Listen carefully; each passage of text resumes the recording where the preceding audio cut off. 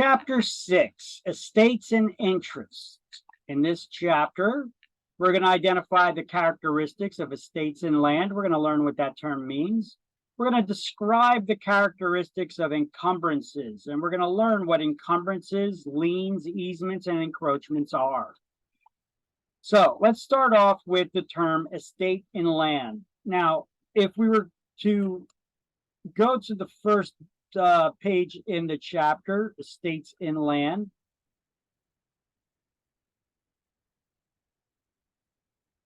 We're also going to highlight the definition there. But if you look at the definition in the book, it talks about ownership, because in this chapter, we're going to be learning about the ownership category of estates and land. In chapter 12, we're going to talk about the leasehold estates. So there are different categories of estates and land. So to simplify the definition of estates and land and not be towards ownership or leasehold, let's just look at the most simple definition of an estate and land. What is that? It describes the amount and kind of interest that a person has in real property. And there's two categories of estates and land. We have the freehold estate. This is the ownership category. And there's three types of freehold estates. So when I say freehold, you need to know what freehold is. What is a freehold estate? It's the category of estates that describes ownership. Or if I ask, what is the category of estates that describes ownership? It's a freehold estate. Freehold estates. You're free to hold the property forever or a lifetime. That is ownership. Ownership forever or a lifetime. That is a freehold estate category of estates and land. And then it could be less than freehold. You're not free to hold it forever. This would be called a leasehold. Leasehold estates, you could only occupy someone else's land for a limited period of time as they defined in a lease. And we're going to go over those four types of leasehold estates in chapter 12 when we get to it. I'm going to name them here in this chapter so that you could at least see what the four leasehold estates are. But we're not going to be getting into deep into leasehold estates until we get to chapter 12. So let's highlight on the first page of chapter 6 on page 103. And we're the definition of an estate and land, and we're going to cross out the word ownership. The only reason why they got the word ownership there is because this particular chapter is talking about that ownership category of estates, which we refer to as freehold estates. So on the next page, we're going to highlight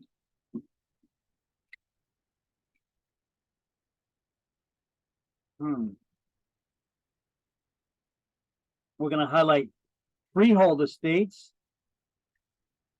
and leasehold estates. And then we're going to make these notes like I have here, keeping in mind that freehold estate, they'll just refer to it as a freehold. So underline the word freehold, and then write ownership category, three types.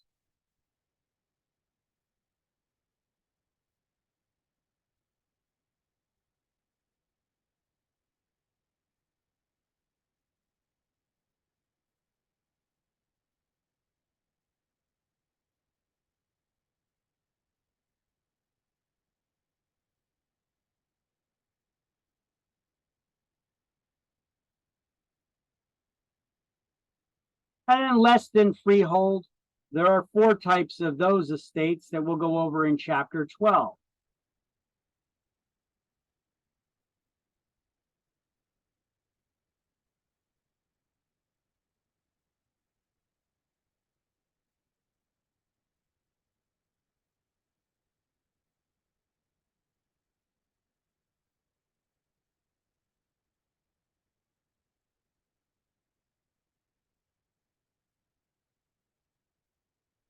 And that starts on page 226. And let me just make sure of that. I believe it is correct, but let's just make sure. page number is correct.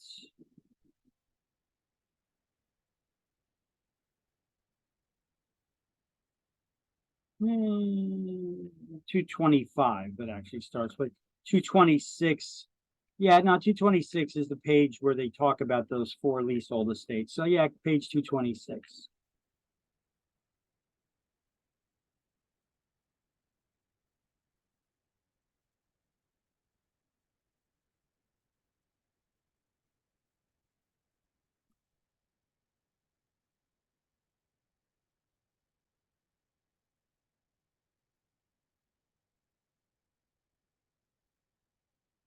Let me know when you guys got those notes. Got it. Okay, so then there are three types of freehold estates. They are fee simple, fee determinable, and a life estate. So let's write the number 3 in front of freehold estates, and then just highlight 1, 2, 3 there. Fee simple, fee determinable, and a life estate. There are 3 types of freehold estates: fee determinable, fee simple, fee determinable, and life estate. Now, each one of these, like fee simple estate, it could be, they could go by multiple names. Like fee simple estate could be known as simply the word fee. Fee simple or fee simple absolute describes this first category. Fee simple could also be fee or fee simple absolute. Fee determinable also goes by the name of a defeasible fee estate or conditional fee. And then we have a life estate.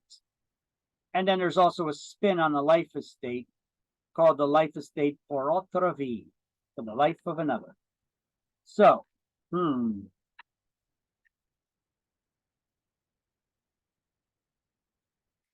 leaseholds involve tenants, and a lease signifies a tenant's right to occupy an owner's property for a limited period of time as defined in the lease. Leases involve tenants. The lessee is the tenant. The owner or owners are known as the lessor. And a lease is personal property that is considered an intangible or incorporeal asset, because you can't touch what a lease signifies, and that signifies the owner, the renter's rights to occupy someone else's property. You can't touch a right, so it's an intangible asset. So a lease is personal property, an intangible slash incorporeal asset.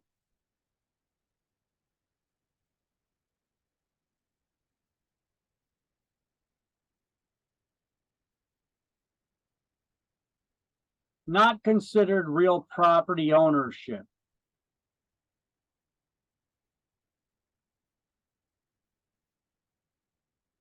A lease describes the tenant's rights to occupy someone else's property for a limited period of time as defined as a lease, as well as the terms, the length of time, what's being leased, and any limitations on the estate.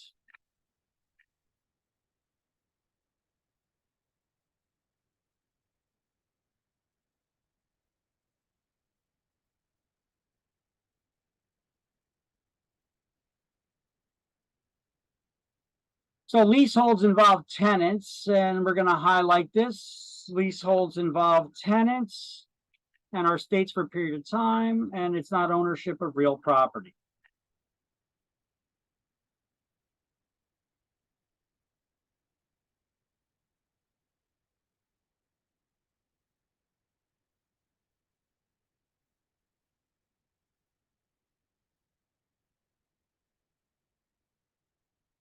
And a lease is considered an intangible or incorporeal asset. So it's personal property that's an intangible or incorporeal asset.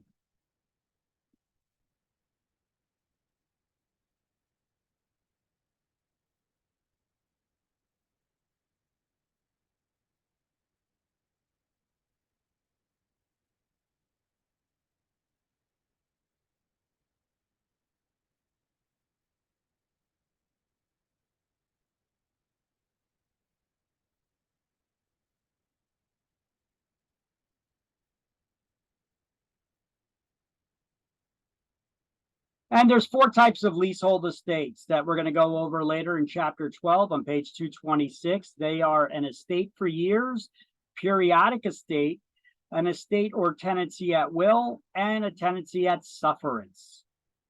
All right. We'll go over those in detail when we get to chapter 12.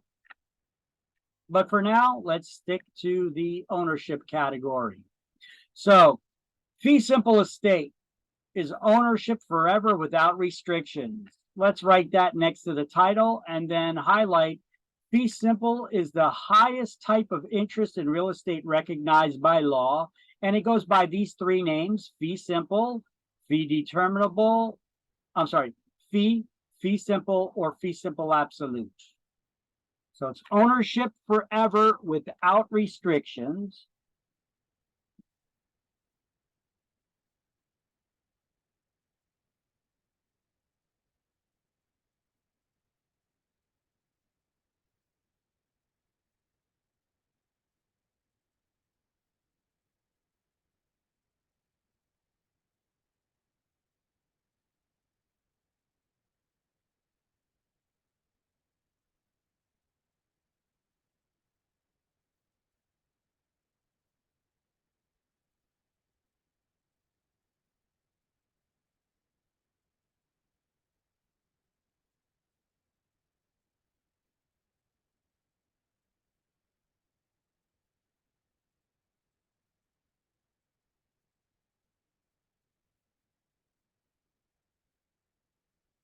So fee simple is the highest form of ownership recognized by law. What does that mean? It's unrestricted ownership forever. There's no restrictions on your ownership or how you could use that property. You could determine who gets it after you die as well. So the terms fee simple absolute, these terms are used interchangeably. They mean the same exact thing. They're describing the highest form of ownership that's recognized by law, that unrestricted ownership forever. Then we have fee determinable estate. This is ownership forever based on a restriction.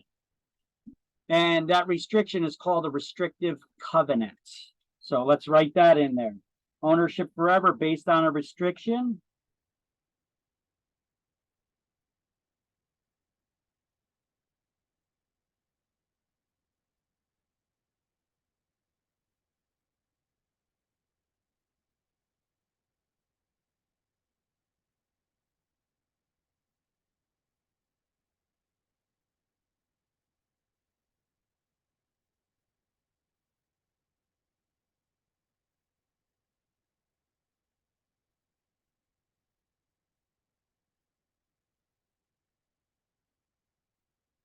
Called the restrictive covenant.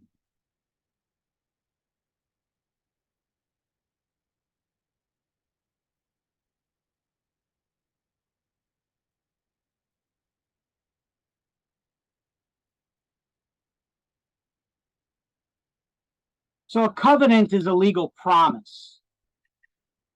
Covenant is a legal promise. And restrictions placed in deeds are basically legal promises you agreed to abide by when you took ownership of that property. So, fee determinable is also known as a conditional or defeasible fee estate.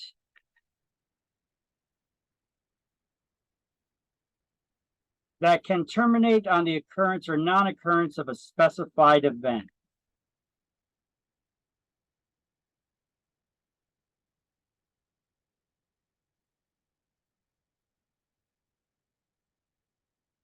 So it's based on a restriction. And as long as that restriction is not violated, you remain the owner. But you violate that restriction that you agreed to as a condition of ownership when you took ownership of that property, well, then you risk losing that property to the person who put the restriction in the deed because you violated the terms of the sale to you. So that property, if you violated the restriction in that deed, that property would go back to the person who put the restriction in the deed, or a third party that they named in the document to be the beneficiary, which we call a remainder man. So at the end of this paragraph, we're highlighting a remainder man as a third party named in an instrument to be a beneficiary.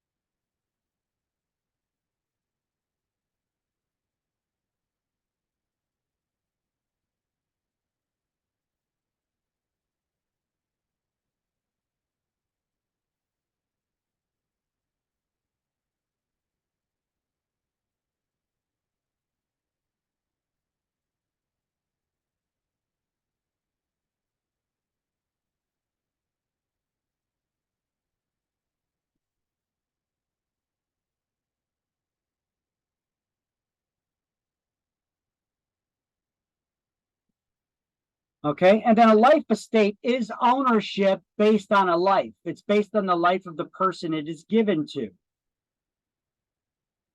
So a life estate is limited to a life of a specific person. The ownership, the owner of a normal life estate does not have a right to pass the ownership on to heirs when they die, because the life estate ends when they die, because they were given ownership for as long as they're alive. And when they die, they no longer have that ownership, so they can no longer pass it on to their heirs.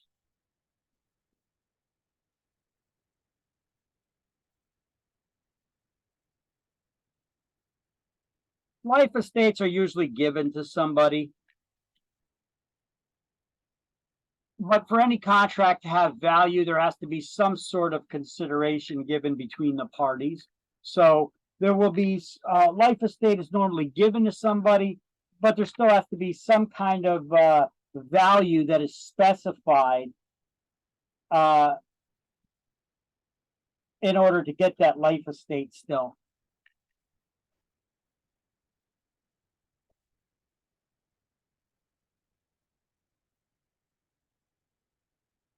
So a life estate is a form of reversionary interest. There is a reversionary interest because when that person dies who was given the life estate, the ownership will revert back to the person who gave it to them, or to a third party that they named to be the beneficiary. And what do we call that person?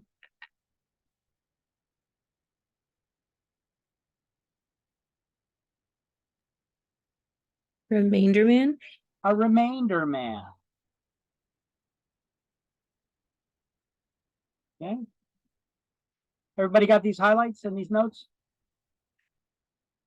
I got it. Got it. Anybody still writing, or everybody got it?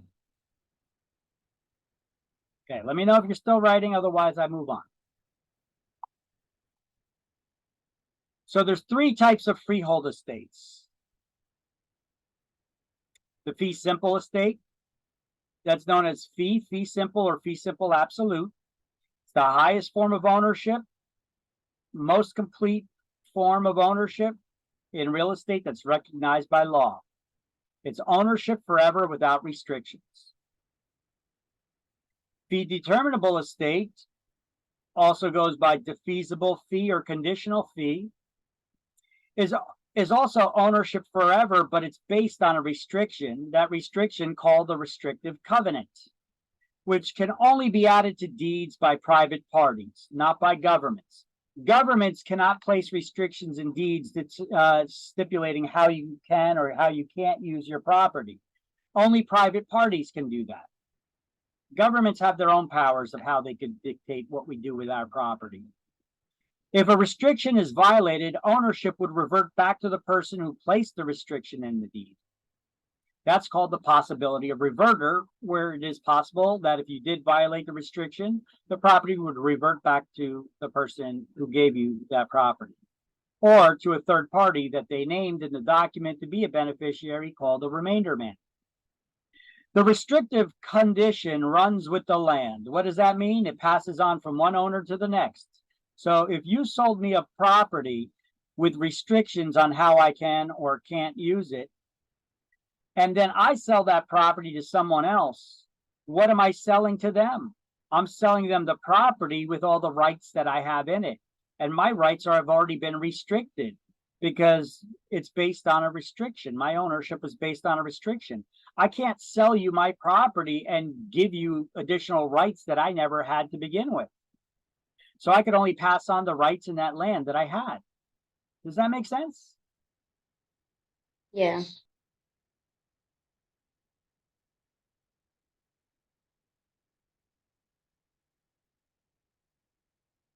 Now, these restrictions, what kind of restrictions would somebody put in a deed? Well, back in the days of slavery, they could have said that, hey, you can't sell the property to a black person. Actually, when they did away with slavery, there's still a lot of outright racism that was acceptable, that was out there. And you had people that even placed restrictions in deeds like that, even though New Jersey was a state that did not have slavery. It was actually the end point for the Underground Railroad. You still had racist people here.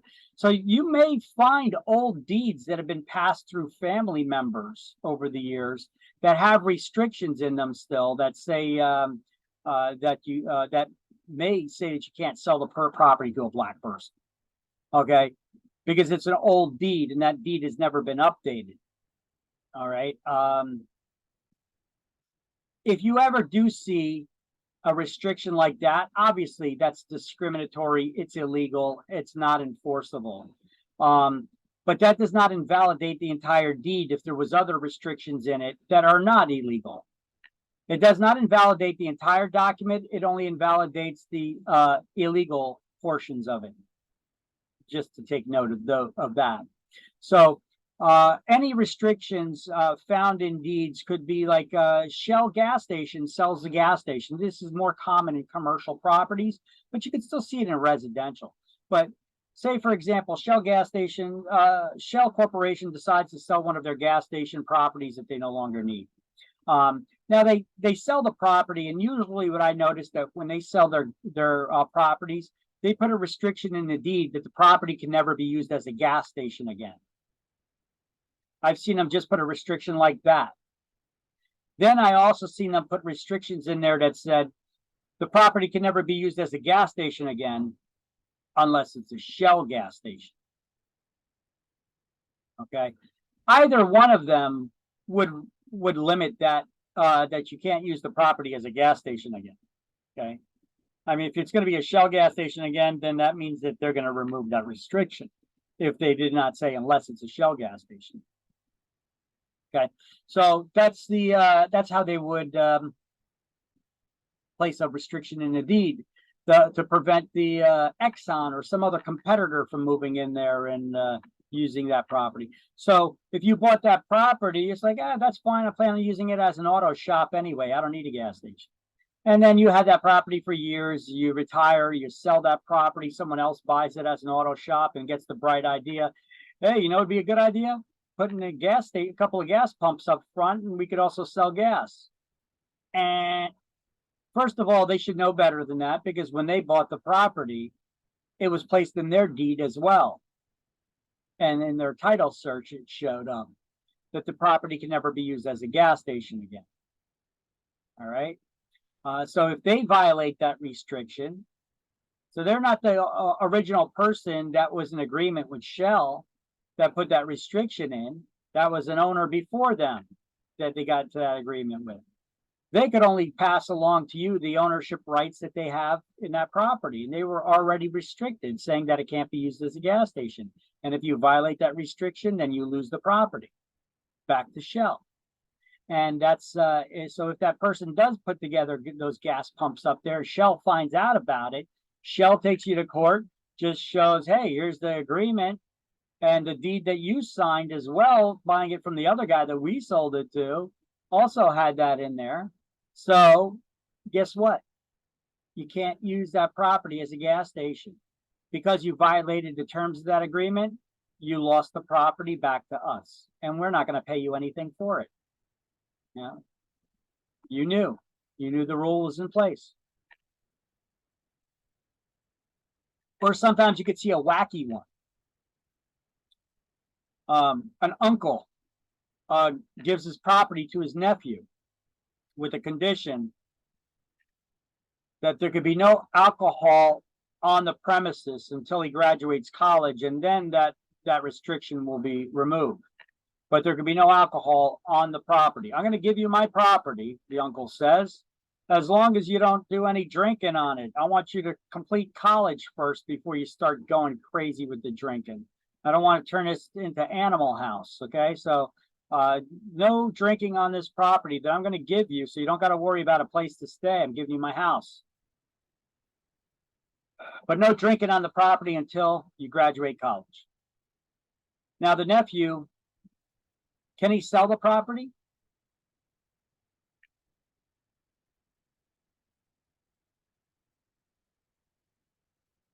Yes, he can. He could sell the property because the uncle gave it to him. He gave him ownership of it.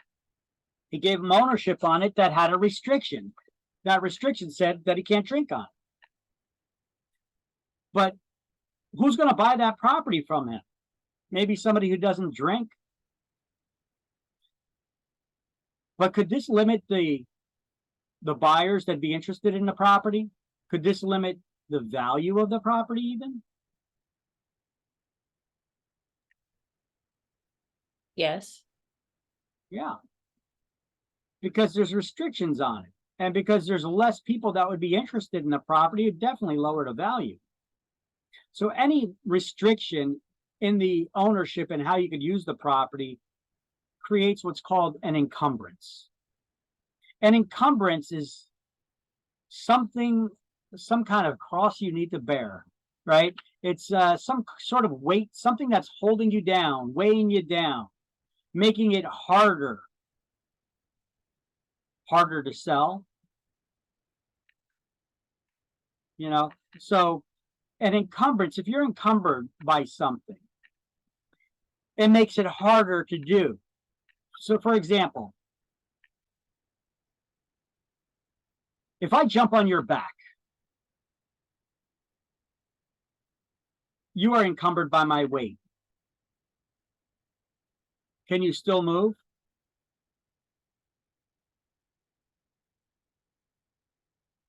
Maybe if you could hold me up, right? Let's just say you could hold me up. I jump on your back. You're encumbered by my weight, that heavy weight on your back.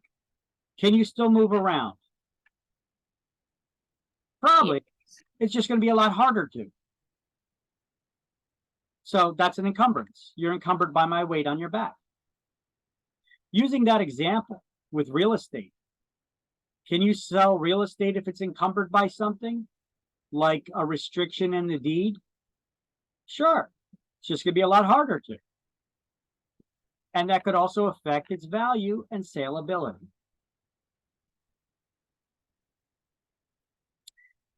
Now, if the restrictions violated, the ownership would revert back to the person who placed that restriction in the deed. That's called the possibility of reverter, or to a remainder man, which is a third party named in an instrument, a document, to be a beneficiary. The restriction runs with the land, meaning it passes on from one owner to the next, and that next owner needs to follow the same restriction that you agreed to. And if they sell it to someone else, they can only pass along the rights that they had, which were already restricted. So it is going to encumber that property in some way, shape, or form, that it will limit its value and saleability, because it may be harder to sell a property if you're not allowed to have alcohol on it. Not everybody is an alcoholic or drinks all the time, but look, some people, they like to have a glass of wine in the holidays. Well, you know what? If that person who gave you that property somehow found out that you had a glass of wine in that house, you violated the terms of the sale. Sounds kind of extreme and silly, but hey, you agreed to those terms. And if you agree to them, you got to follow them. You have to abide by them. Now, a life estate is a form of ownership, and it is based on the life of the person whose life the estate is measured against. So they can't leave it by will, because when you die, you lose the ownership. So that ownership rights of the property that you have while you're alive, you could still sell it, lease it, mortgage it, give away that property, but you cannot destroy the estate's value. And upon your death, the ownership reverts back to the person who gave the life estate or to a remainder man or heirs. An example of this, a real life example of a life estate, is Hugh Hefner and Playboy Mansion. You guys, anybody here remember Playboy magazine, Playboy? I guess they got the Playboy channel on TV still. I don't know, maybe. Anybody remember that? Hugh Hefner? Remember that guy, Hugh Hefner? He was the owner of Playboy magazine. Yes. Okay. Now, Hugh Hefner had that mansion up there in Beverly Hills, the famous Playboy mansion where there was all kinds of parties and stuff over the years. It was the party house. He had all the Playboy bunnies living there, or some of them living there. Hugh Hefner also had all these parties where he had presidents and celebrities and of all kinds that they would love to visit and party with Hugh Hefner at the Playboy Mansion. Now, it was ever the party place, right? But you know that before Hugh Hefner died, he actually sold the Playboy Mansion. Let me click on this and show you. Interesting story here.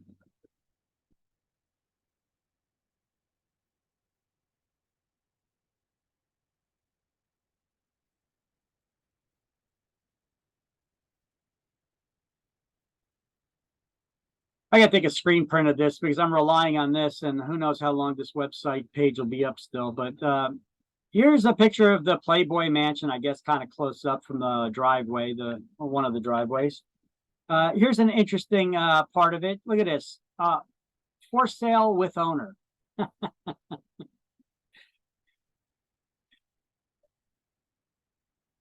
That's a life estate. What he did is Hugh Hefner actually sold the Playboy estate to his neighbor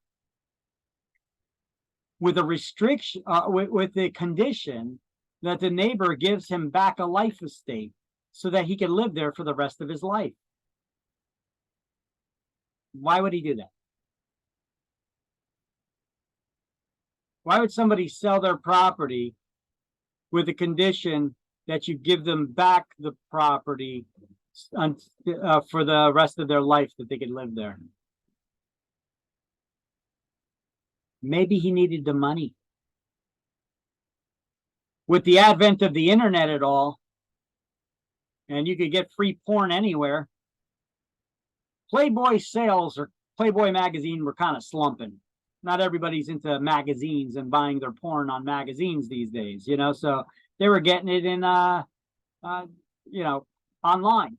But Playboy was still making money. They had the Playboy, television. I think they got a Playboy website. They've got Playboy. They still got the magazine, I guess. And but the big money maker of the residual for Playboy for Hugh Hefner that he held on to and he never got rid of was the copyrights for the Playboy bunny emblem, that logo. He kept that. He kept ownership of that. That's used on everything from air car fresheners to you name it, you know, keychains to you name it. That's the so he held the trademark for that. But anyway, Hugh Hefner, you know, this ain't cheap living a Playboy lifestyle. having parties all the time, having your own personal chefs on duty 24/7 for you and all your guests and bunnies and such. To have these parties going on all the time. Actually, the Playboy Mansion was kind of dilapidated. He let it fall apart. You know, this is what it looks like, but the roof was actually leaky in some spots. The interior, from what some of the bunnies are saying, the interior kind of smelled because Hugh Hefner had all those little doggies running around and pooping and peeing wherever they wanted. It was that old carpet from the 70s and the old decor. It was kind of like old and musty and stinky and inside. So it wasn't due for a renovation. It was in need for it. But either way, Hugh Hefner sold the Playboy Mansion because it's also, you got a Playboy bunny wife that you then divorce. Got to maintain alimony to her. You give her a yacht. You got to maintain that yacht with a crew of people to run the yacht. It ain't cheap to be a Playboy. Okay. So Hugh Hefner actually sold the 6-acre estate.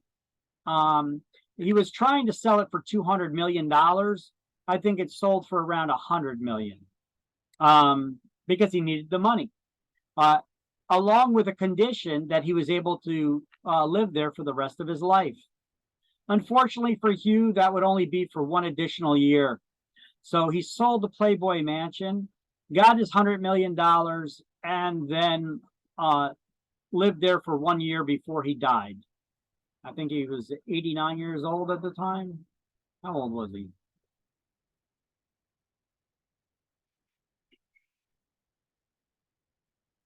Even though Hughes already passed the average life expectancy of 84.3, I think he was 89 years old when he died.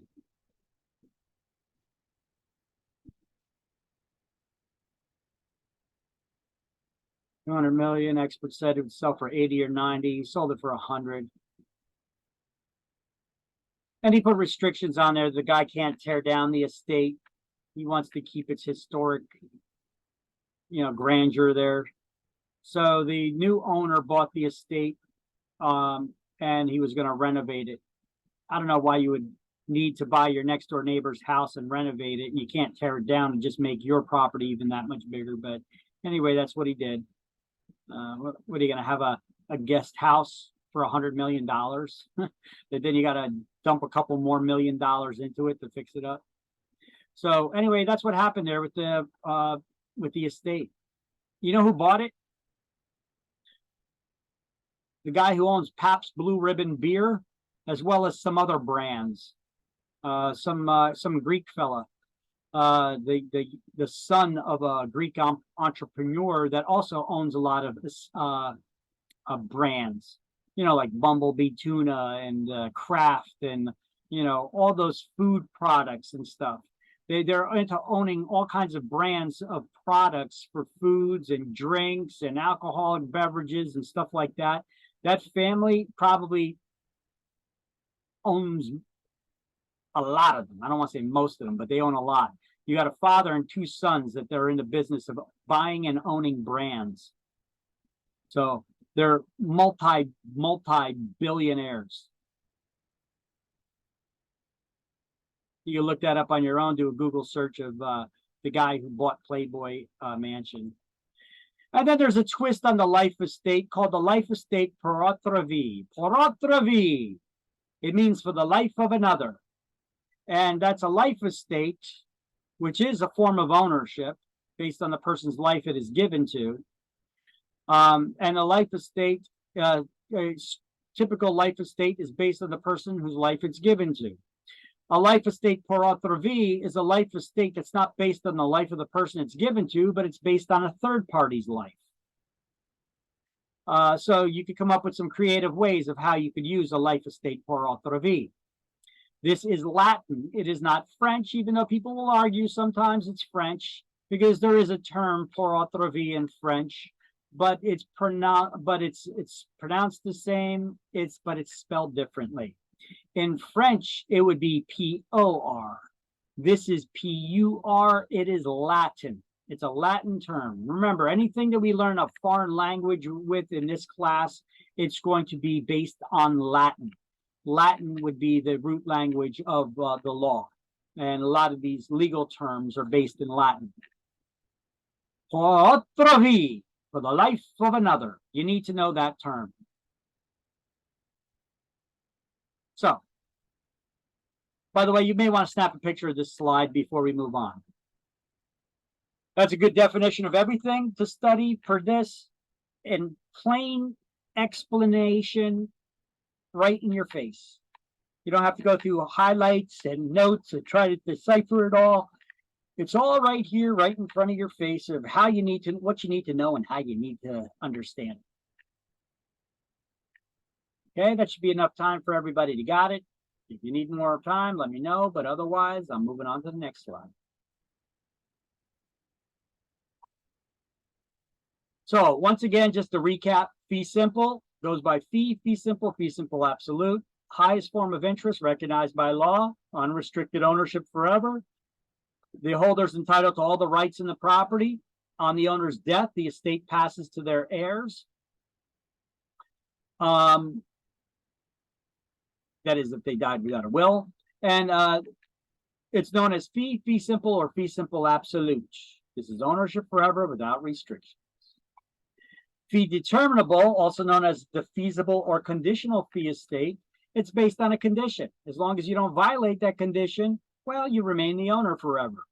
But if you violate that restriction, there's the possibility of reverter, where the ownership can revert back to the person who gave you that estate and created that restriction in it, or a remainder man that they may have named to be the beneficiary in the event that you do default on that condition.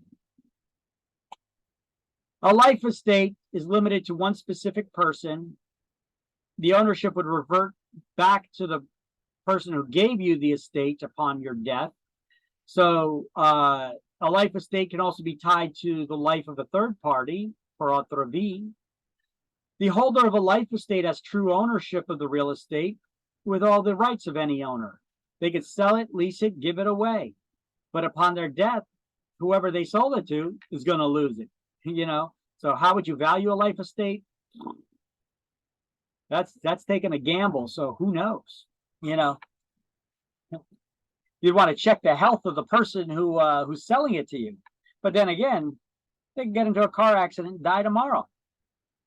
Then you lose the property that you just bought. So that's a bit of a gamble.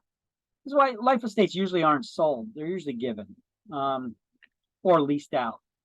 Now, a life interest may be sold, leased, mortgaged, or given away, but it will always end on the person against whose life the estate is measured, whether that was you who it was given to, or whether it was periodically based on a third party.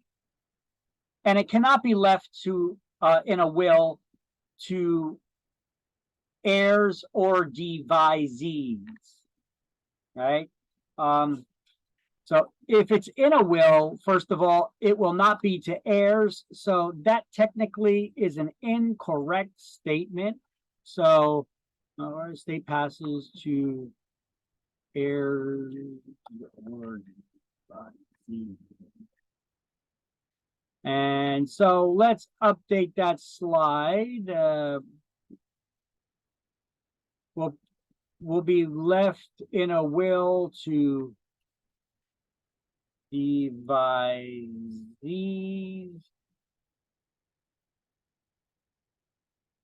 or heirs if no will is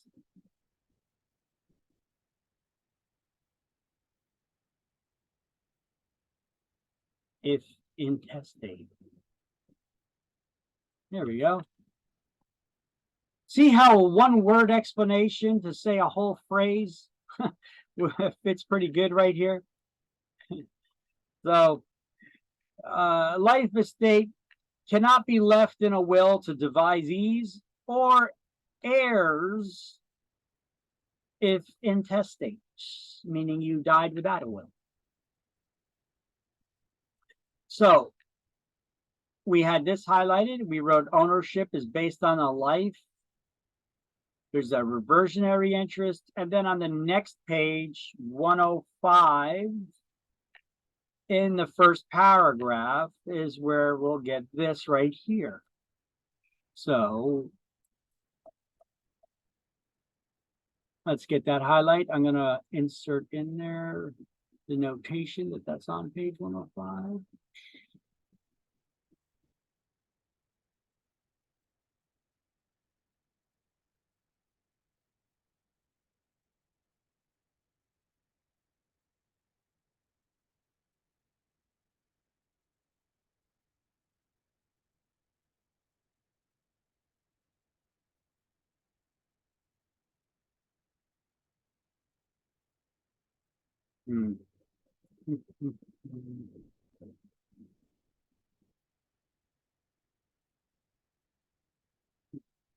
Bring this down a little bit, scooch that up, put a little gap in between these things.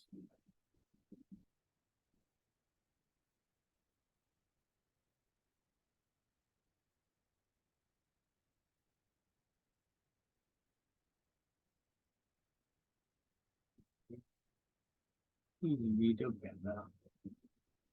He's better.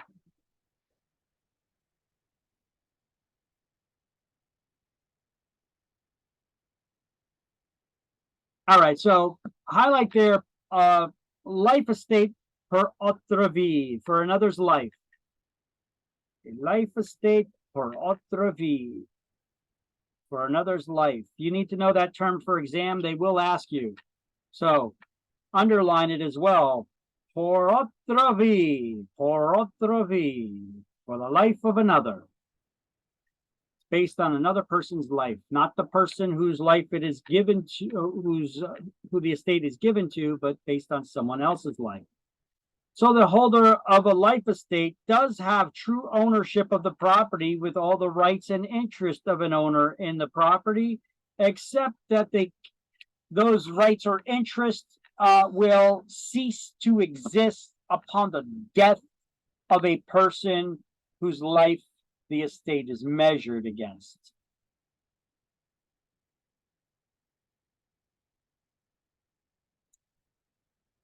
So, and then, yeah, I guess that's a good one as well to highlight. But it always ends on the life against the person whose life it's measured.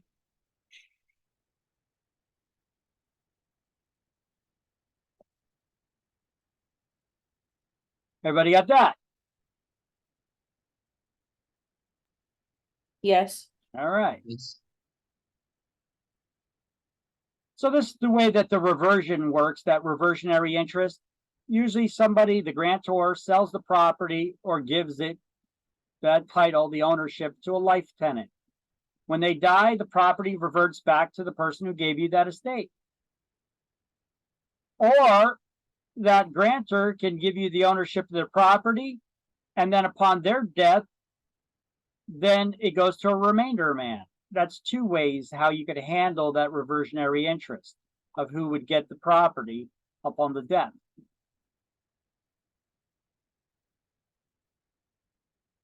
Now, dower and courtesy. Dower and courtesy are ancient rights that a spouse has in their partner's property.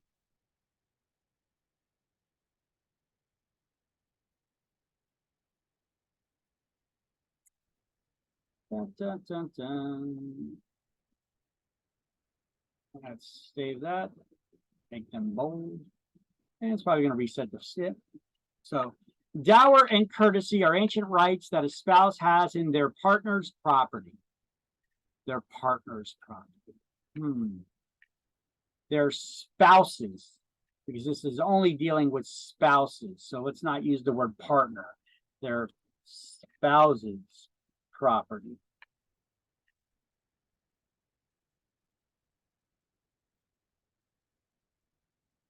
Dower is the wife's interest in her husband's estate upon his death. And because we know dower begins with a doe, and a doe is a deer, a female deer, even though it's spelled D-O-E. It's still pronounced the same. Doe is a deer, a female deer. So dower is the wife's interest in the husband's estate for all the property that he owned during their marriage before he died. Courtesy is the similar right that a husband has in the wife's estate. In the wife, interest in the wife. The wife's estate upon her death. Ooh, what happened there? Why do we have an H hanging out there in the middle of nowhere? Huh. Weird.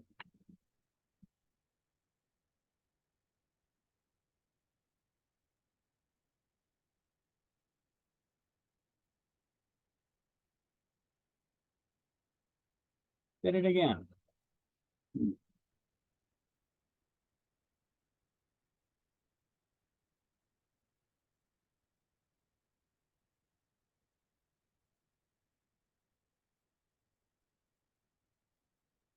All right, let's try to fix that transition there. Up here.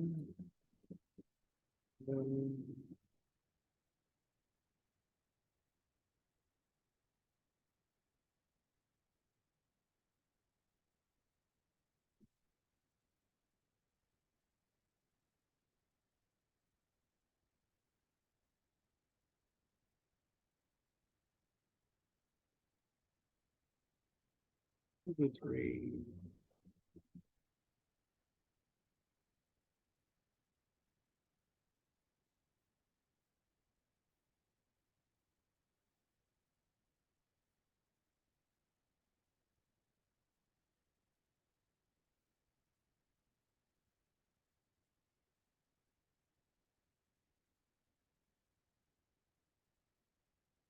Okay, let's see if that fixed it. Nope, it did not. Let's see this is.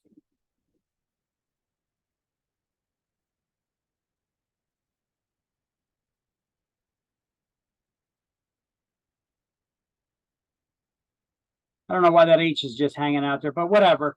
All right, I'll figure this out. Let me just make a note for myself to fix the broken slideshow and let my OCD not keep us behind. If I could find notepad.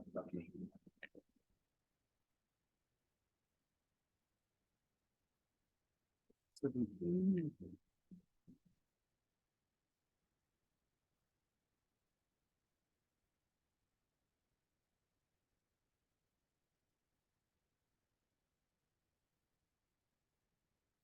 All right, so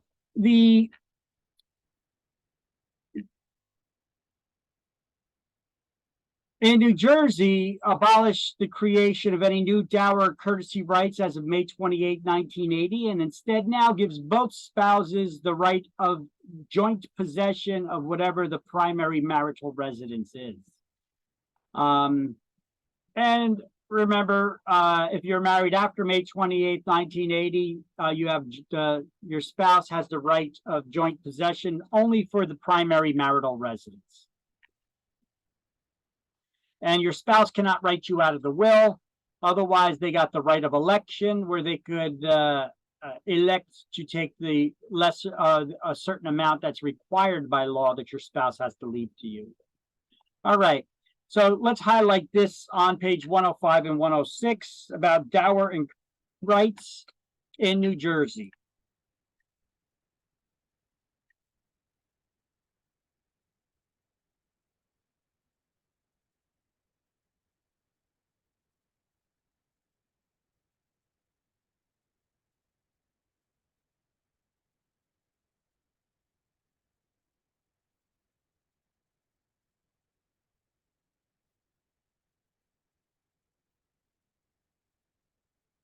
You will get this on exam. And you should probably also underline May 28th, 1980. You need to know courtesy is the husband's right and dower is the wife's right. So I underline dower, courtesy, and the date. Dower, courtesy, and the date.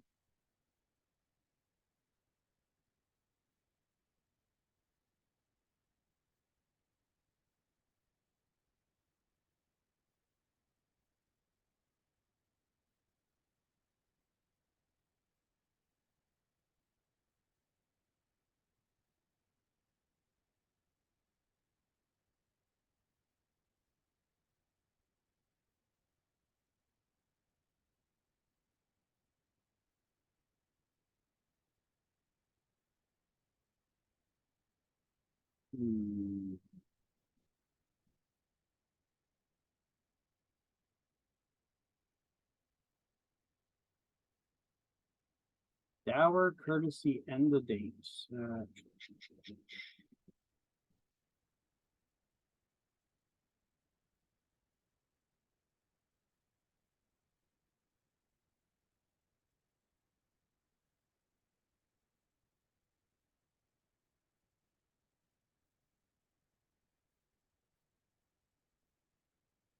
No, Dower, courtesy, and the dates. May 28th, 1980. Days of living infamy.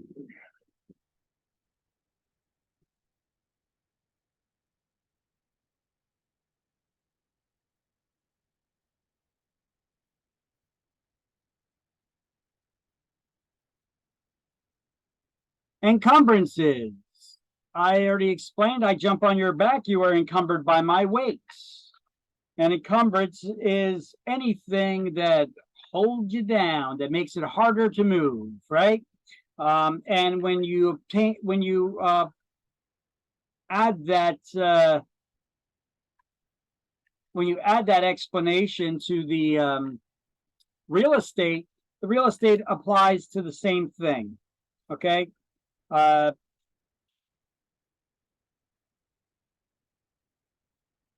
It will affect the value and desirability or saleability of the estate as well, if it's encumbered by something. An encumbrance is a burden on the property, a claim, lien, charge, or liability attached to and binding on real property, limiting its value or title.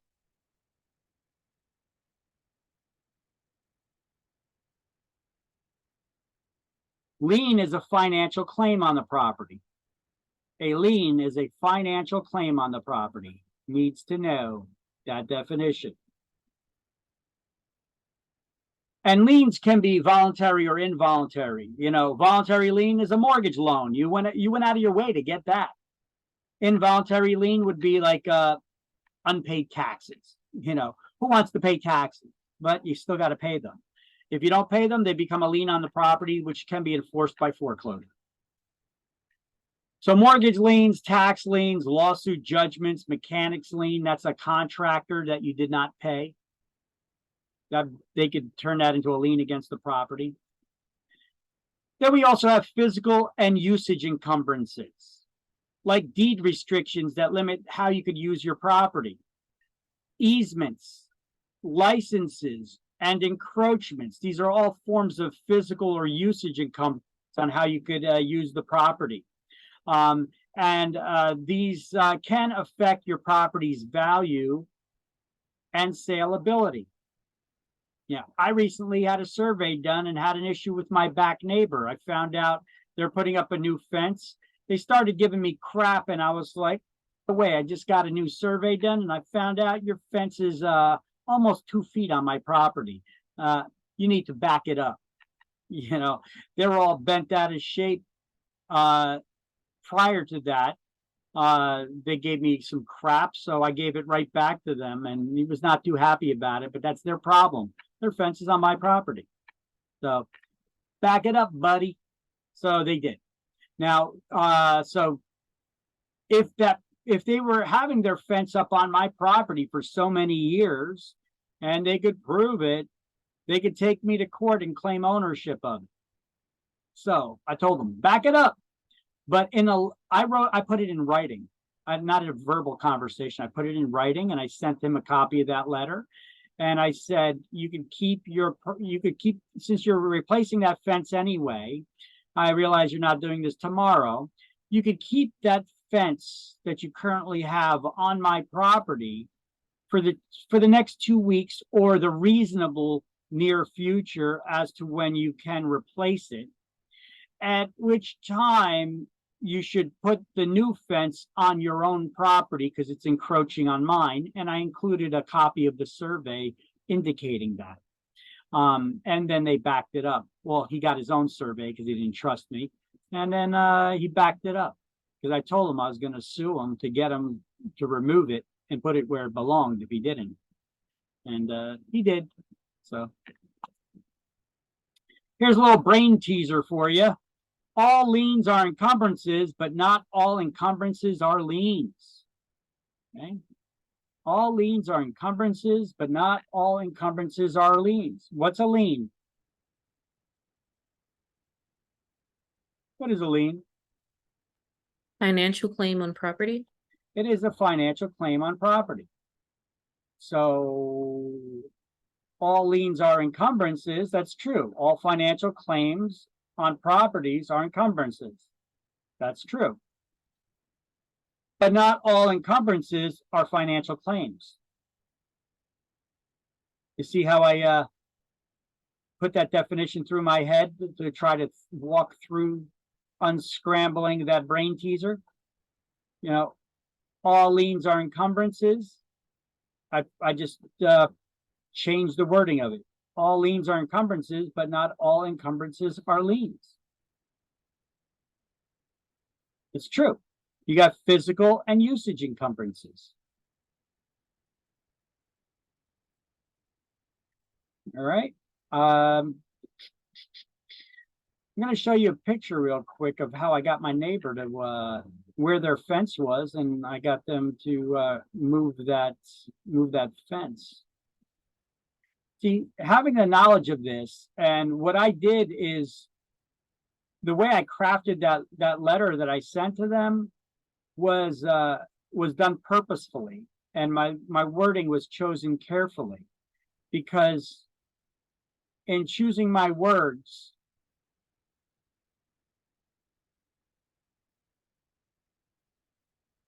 I showed how I said, I acknowledge your fence has been up there on my property. And I said, I'm giving you permission to keep it there. By granting him permission, I just reset the time clock. So he can't go claim an easement now if his fence was up there already for 30 years, right? And then I gave him a timeline that he needs to get it removed by.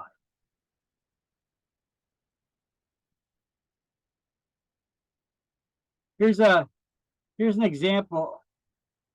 Here's where the fence actually ended between my yard and a neighbor's yard, but here's that new fence that was just put up. As you could see, he put it back. It used to be right up against this fence. He put it back a couple of feet where it belonged. And you could see for the whole length of the yard. You see that? That gap? Here's where it used to be, and now here's where it is. It's not that much, maybe about 1.5 to 2 feet. But hey, it's on my property. You guys being a jerk to me, so I'll be a jerk right back to you. Look at it. His fence is almost right up underneath his shed.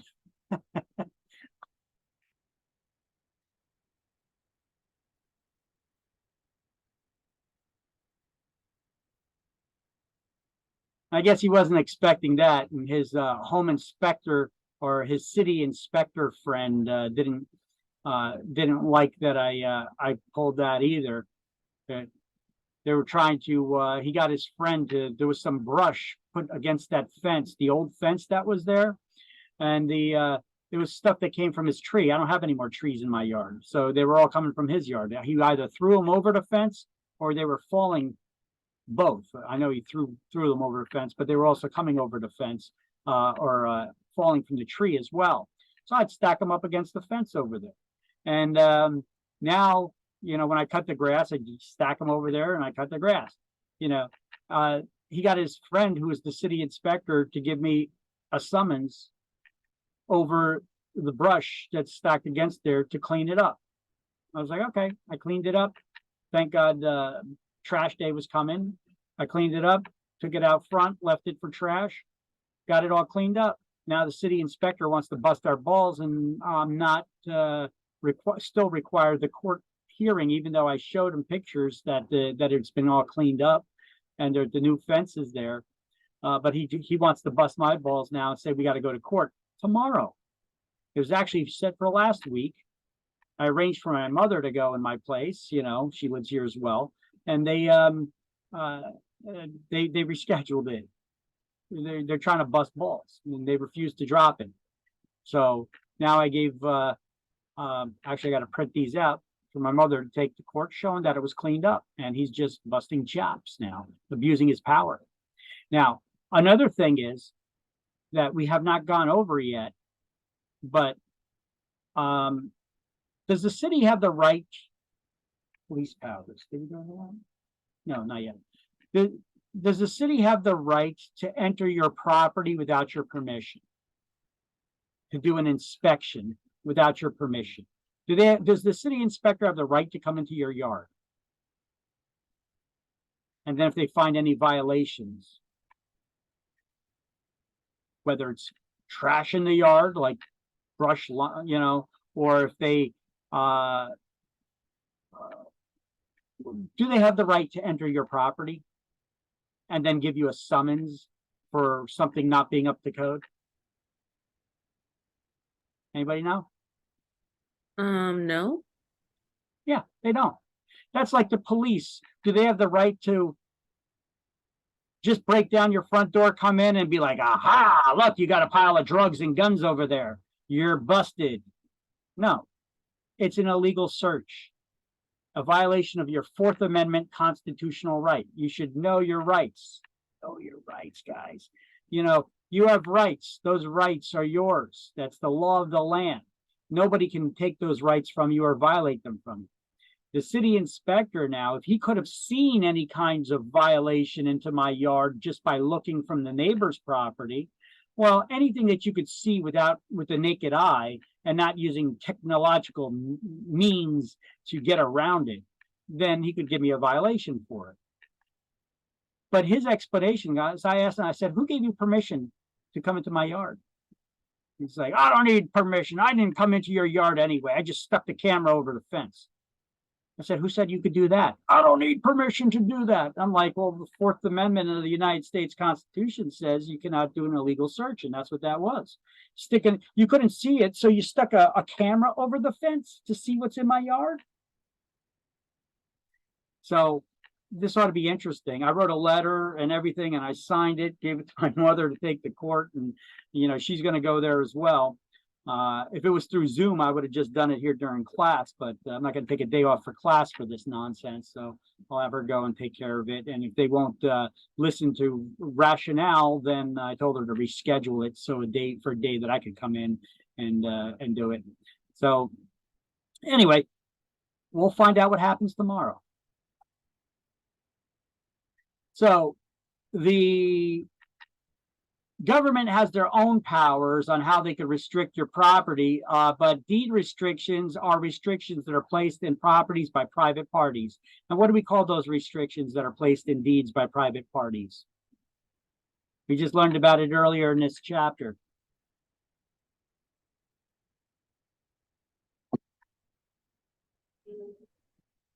Restrictive covenants. Restrictive covenants.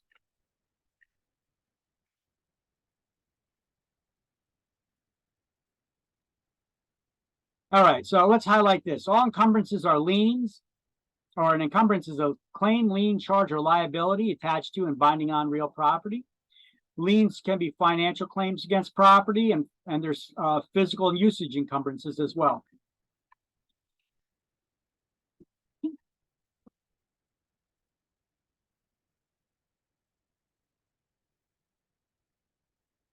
This is on page 106 under the title Encumbrances.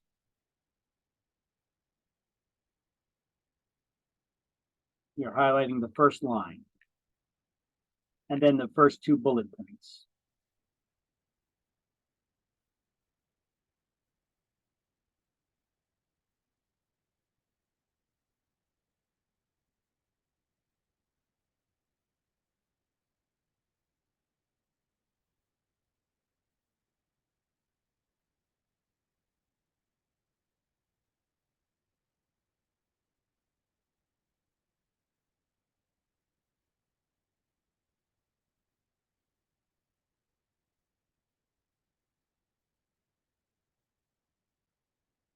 And then on that same page, a little bit further down under liens, let's highlight the lien is a claim on the claim against the property, that first sentence.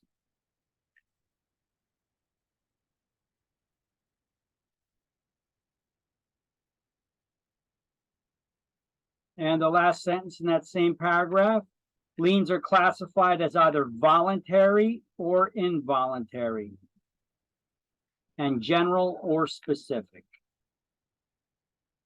A general lien affects all property you own, whether it's real or personal.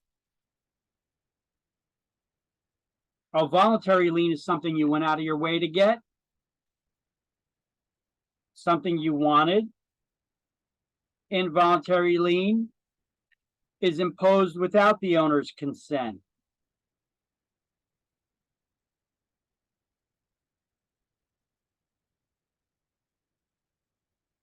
And a general lien affects all property someone owns. A specific lien is placed against one parcel of real estate only.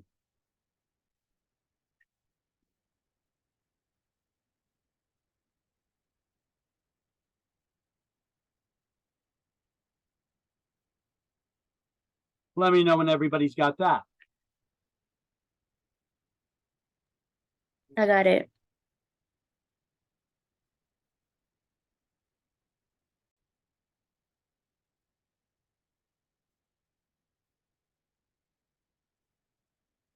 So a lien's a financial claim against property that provides security for the debt or obligation of the property owner.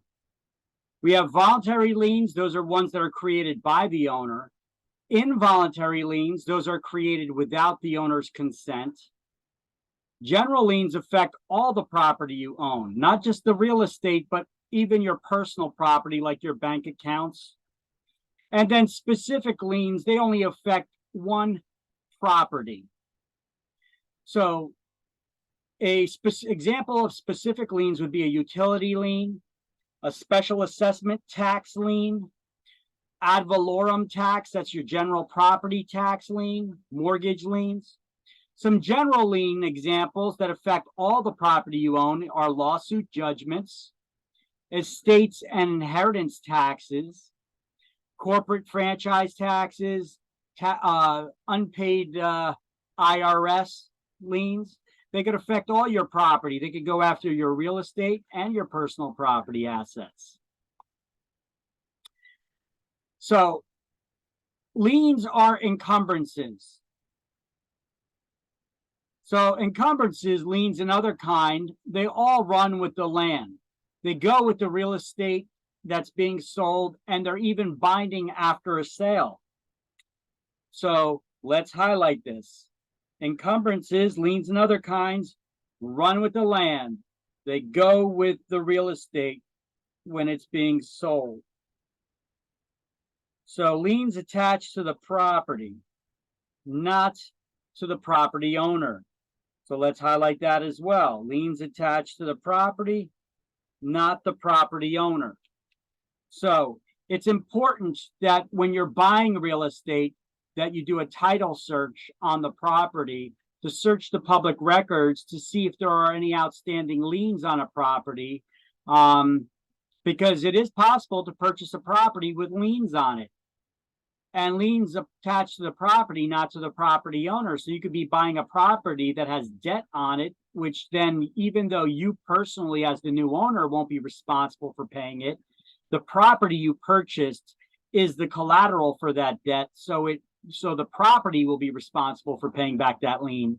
So a house you just bought that has liens on it could be foreclosed on to pay back an obligation that you did not have, because the lien was attached to the property and not to you. So it's important to do a title search to find out if there were any liens on the property before you complete the purchase, and if you find any, that the seller is responsible for paying them off and satisfying those liens before you take on that ownership. Otherwise, you're buying a property that has liens on it.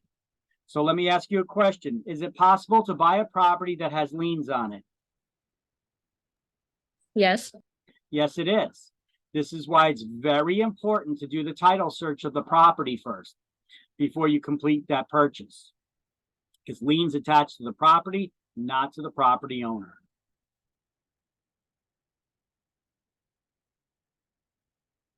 So once again, liens are encumbrances. They run with the land. They attach to the property, not to the property owner. And real estate taxes have first claim against the proceeds of any sale from an unpaid lien when they do the foreclosure. So liens, voluntary liens, are something you wanted, like a mortgage loan, a home equity line of credit.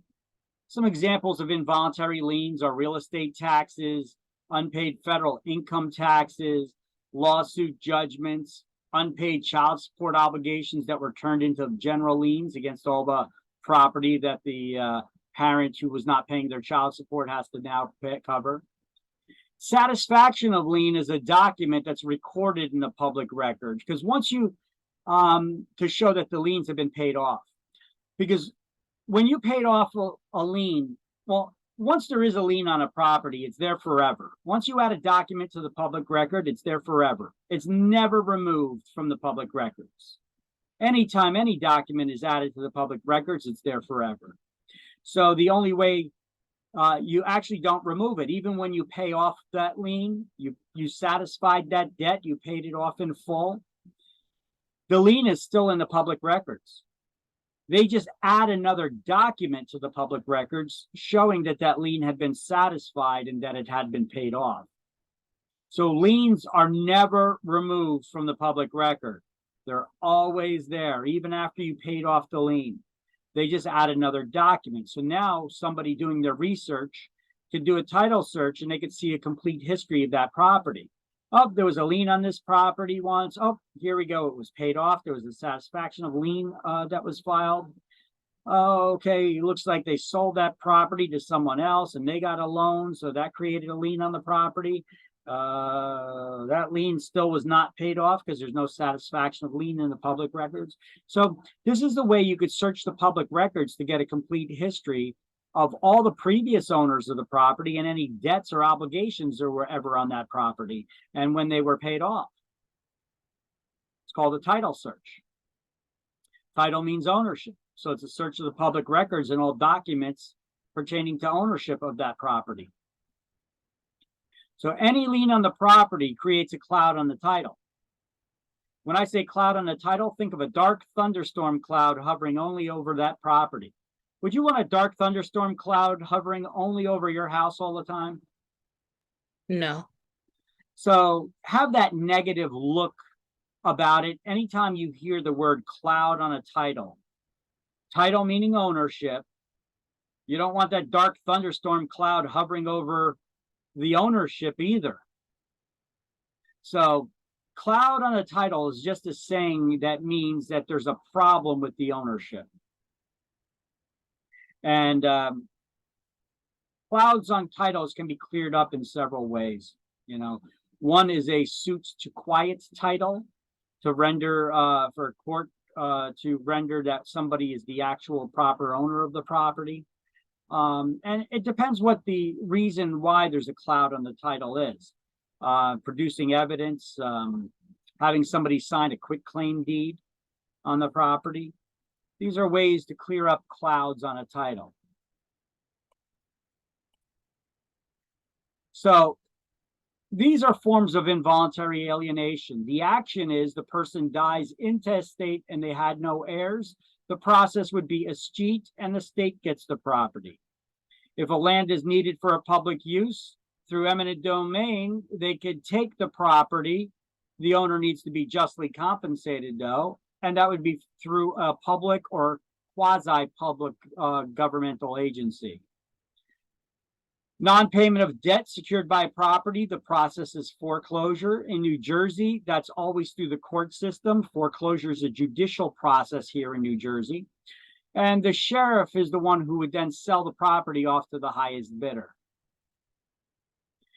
Through open, notorious, continuous, hostile, and adverse use of another person's property for a prescribed period of time, as by law, whatever that prescribed period of time is in the state you're looking in. Through the process of adverse possession, an adverse possessor can claim ownership. What is the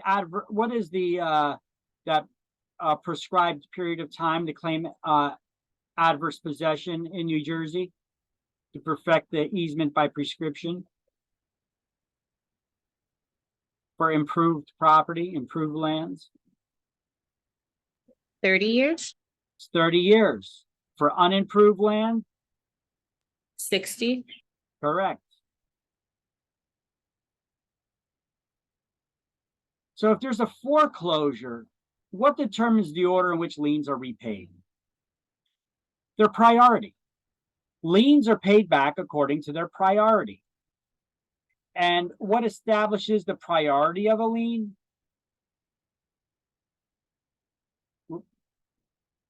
What establishes the priority of a lien?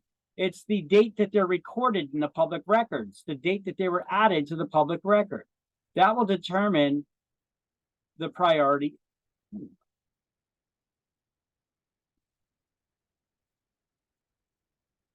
That would determine the priority of the lien. Priority of the lien means who gets paid back first. If there's multiple liens on a property, what determines who gets paid back first?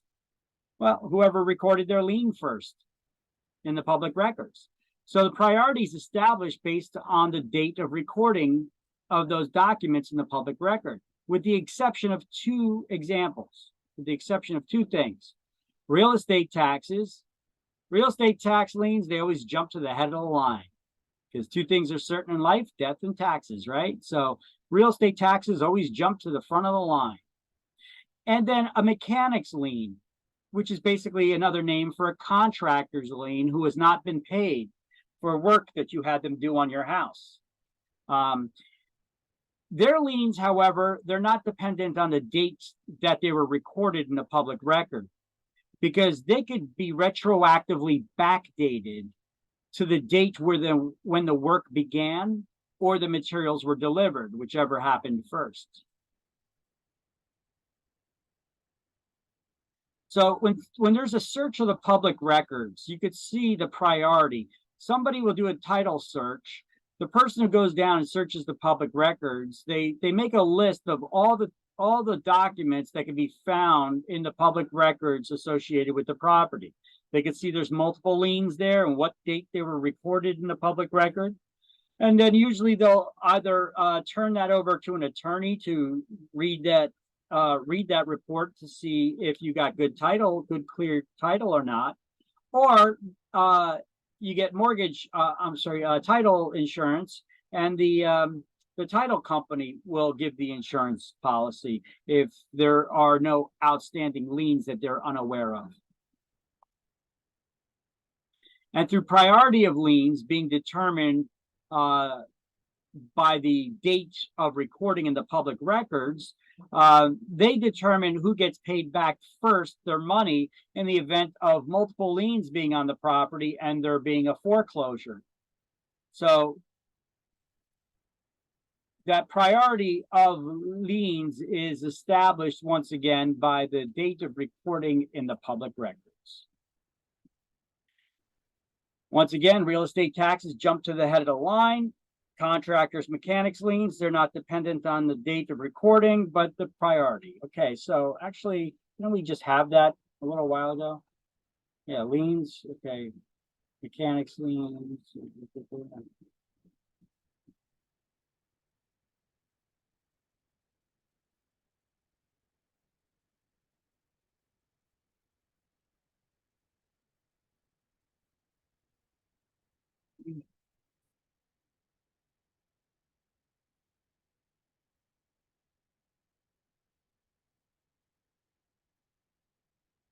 Okay, so we don't need that. That slide is there actually twice given the same information, kind of.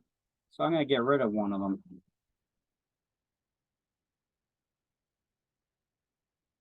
The definition. You know, it looks like they're exactly the same, except this part is written a little differently. So get rid of that. And we'll just keep this one here. So page 107, let's do these highlights for priority of liens. Priority lien, and up to special assessments on the second line. Real estate taxes and special assessments. So the priority of liens determines the order in which debts will be paid off in the case of foreclosure.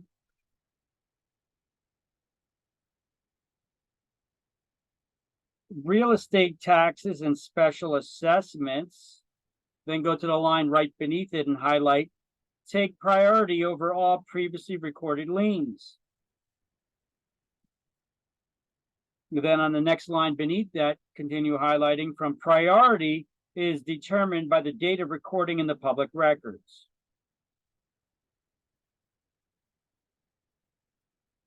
Boom, and there's your definition of who has to get paid back first.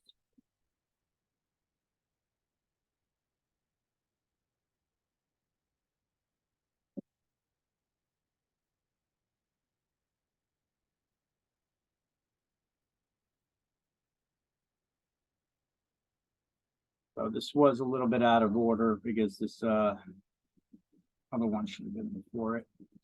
Put them back in order. We had one slide there twice, kind of. Okay, so we got this.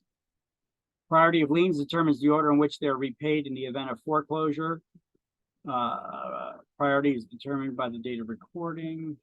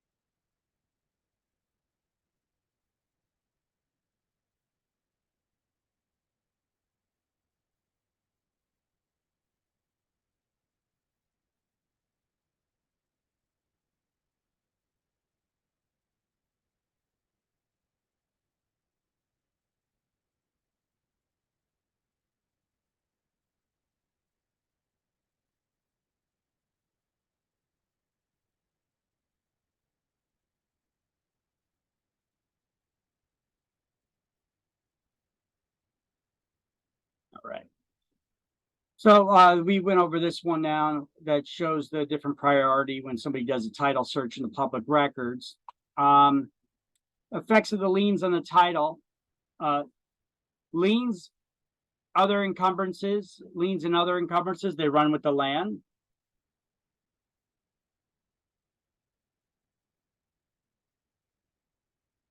Liens and other encumbrances run with the land, meaning they pass on to the next owner. Liens attached to the property, not to the property owner. And the priority of those liens, the priority of the liens establishes the order in which the liens, those debts, are repaid. Tax liens take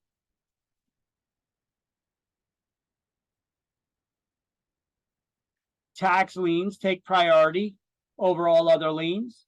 Otherwise, they're repaid according to the date they are recorded in the public record, with the exception of a mechanics lien, which its priority is retroactively backdated to the date when the work began or the materials were delivered, whichever happened first. And the mortgage liens, which basically they go according to the date of recording. We got judgments. These are a decree from a court stating you owe someone money. They could be turned into a lien against the property. If you find out somebody owns property and you've got a judgment against them, well, you could take that lawsuit judgment from a court that says that they owe you that money, and you could attach it as a lien on their property. So let's highlight on page 108, a mortgage lien is a voluntary lien.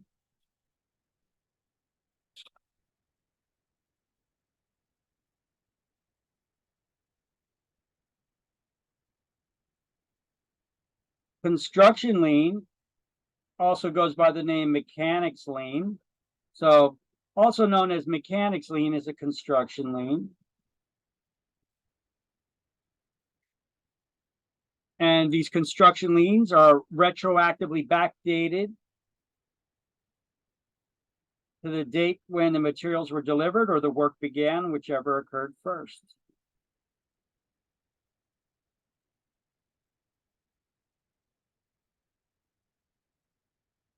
And a judgment is simply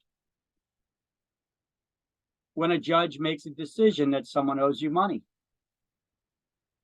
They rule in somebody's favor. They're judgy. They're being judgy.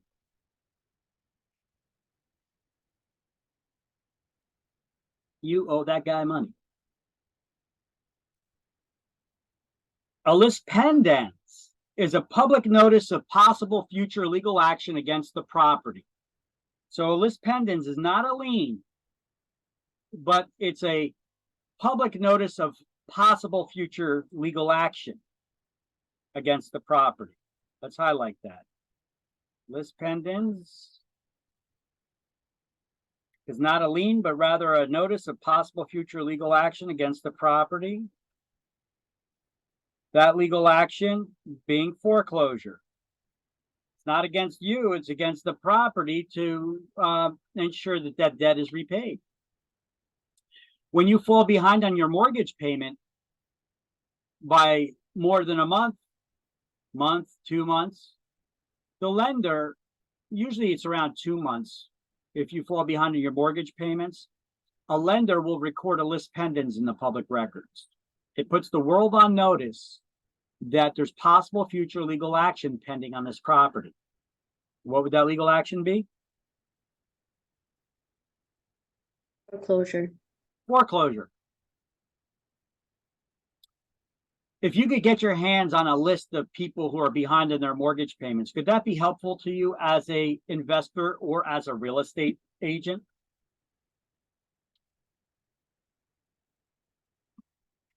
Yeah. What would you do with that list of people who are behind in their mortgage payments? How about you reach out to them, let them know that you could help them sell their property if they can't get caught up on their debts. You know that the pending sales, either they're going to get foreclosed on, or they could cash out and sell the property, maybe recover any kind of equity that they have in it now. But move fast while you still can. The longer you wait, the more in a hurry you're going to be to sell, the more in a hurry you're going to be to sell. And when people know that that impending foreclosure is coming, especially if there's a sheriff's date that's recorded in the public records, you think people are going to be bidding the top dollar for it? Probably, No. probably not. So, a lis pendens is a public notice of possible future legal action, foreclosure, that is pending and may potentially affect title to a specific parcel of land.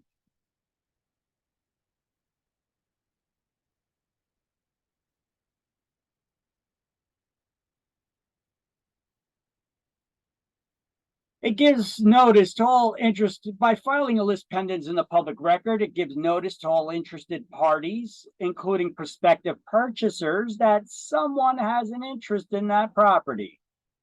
And lenders will place a lis pendens in the public record when the owner falls behind in their mortgage payments, to put the world on notice of possible future legal action, that legal action being foreclosure. Here are 2 resources that I'm sharing with you of where you can pay for and get those lis pendens lists. njlispendens.com and realtytrack.com. RealtyTrack's a little more expensive because they also include foreclosure data, list pendants lists, and REOs. REO stands for real estate owned, and it's property that is owned by banks. It's a bank-owned property that's already been foreclosed on, and now it's owned free and clear by the bank. Banks are not in the habit of just keeping properties and holding on to properties. They're looking to liquidate them and sell them. So they may look to list them with real estate agents. So you may want to reach out to them and see if you can get listings directly from the banks. An easement is a right acquired by one party to enter the land of another for a particular purpose. That is an easement. And there's two types of easements. They can be appurtenant or engross. So, under the easement where you highlighted that first sentence, make sure you underline the word, it's a right. Underline the word right. It's a right. And remember, rights cannot be revoked.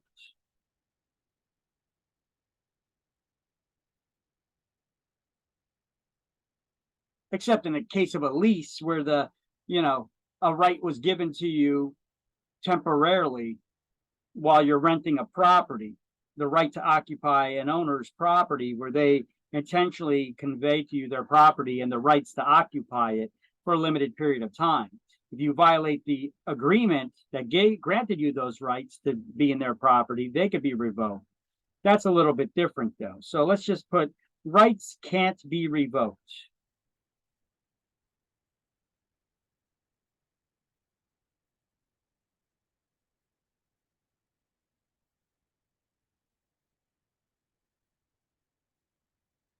If you have rights, the government can't just take your rights away or infringe on those rights.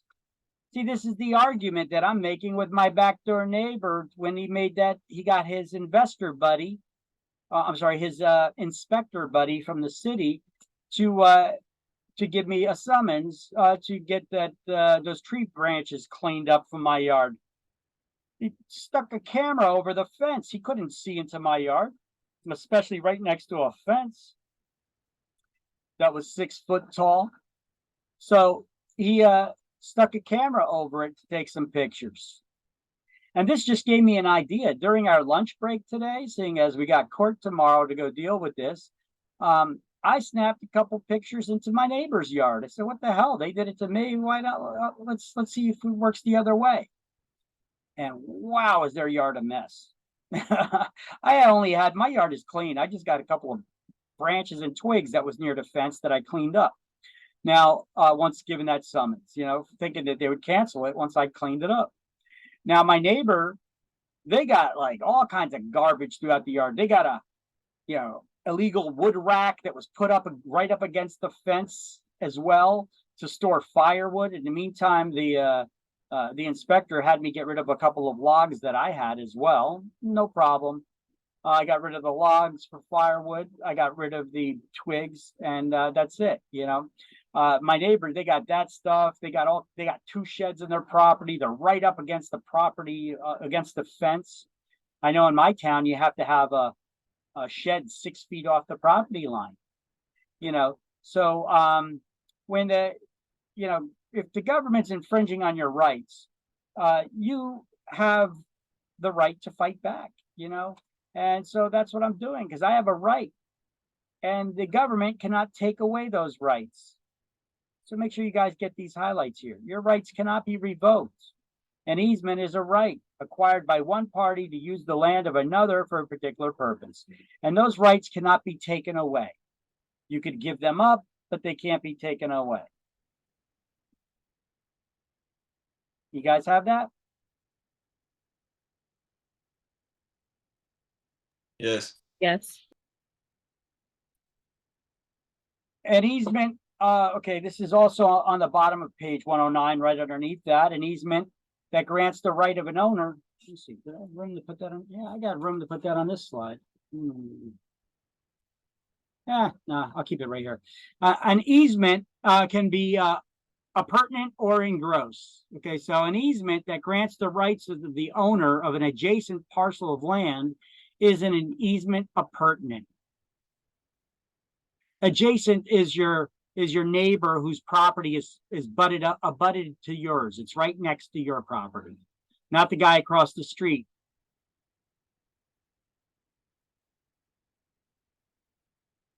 So for an easement appurtenant to exist, there must be two adjacent tracts of land owned by different parties, because you don't need an easement to cross over your own land, only over someone else's. The tract over which the easement runs is known as the servient estate, and the tract that's to benefit from that easement is known as the dominant estate. Well, that makes sense. The dominant, right? They take advantage. The servient, like the servant, they're serving up their property on a platter for their neighbor to walk over and use. But because they have a right to, they're not abusing them. It's just the way they gave these names. There's a dominant estate and the servient estate. Now, which one benefits from the easement?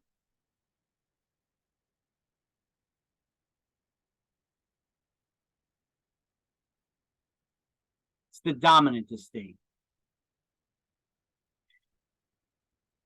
An easement is said to run with the land, because when easements are created, they pass on from one owner to the next as well. If your neighbor has an easement right to cross over your property, and then that property is sold, well, the new owner still has to abide by those easement rights.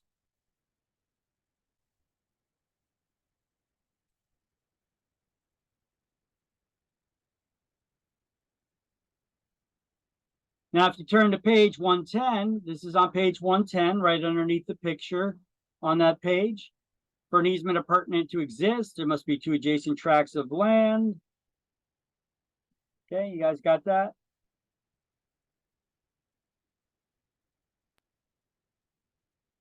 Yes. All right. And then an easement in gross is a utility easement, kind of like an easement for power lines or a telephone pole being on your property, or the gas lines or the sewer lines. These are public utilities. Now, if the need for the easement were to cease, the easement would cease to exist. The only easement that statement would apply to would be a easement in gross, which is a utility easement. You may want to also write that next to the title there, utility.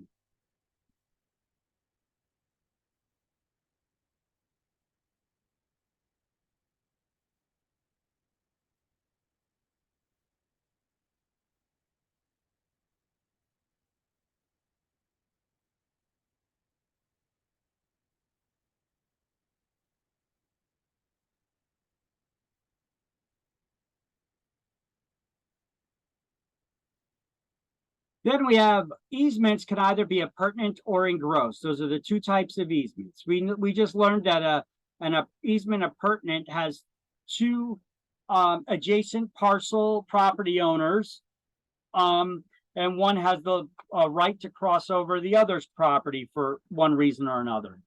An easement engross is a right given to utility companies to have utilities running across your property or on your property, to get them to your house, or maybe to run the telephone poles and get them to neighboring properties and such. So a right acquired by one party to use the land of another for a specific purpose, that's an easement. So we're going to go over all these other kinds of easements in just a moment.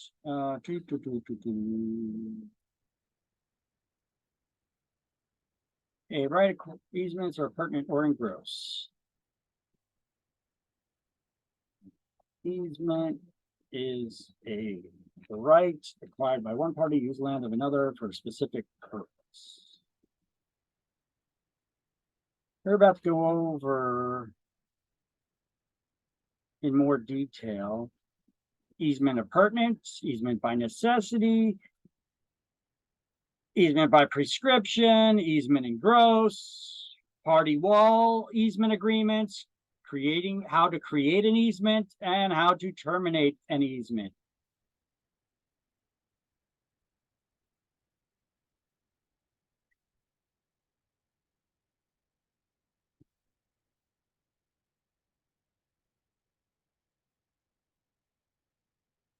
So easement is a right. We already highlighted that and underlined the word right, acquired by one party to use the land of another for specific purpose. It's usually in writing and it's written into the deed itself or in a survey or on both. And these rights cannot be taken away because nobody can take away your rights. Now, a license is permission to enter the land of another for specific purpose. The definition is very similar. However, the only changed word there is permission. A right to enter the land of another or permission. So licenses, just like your driver's license, can be revoked at any time. However, a license for real estate is often verbal and it's not put in writing.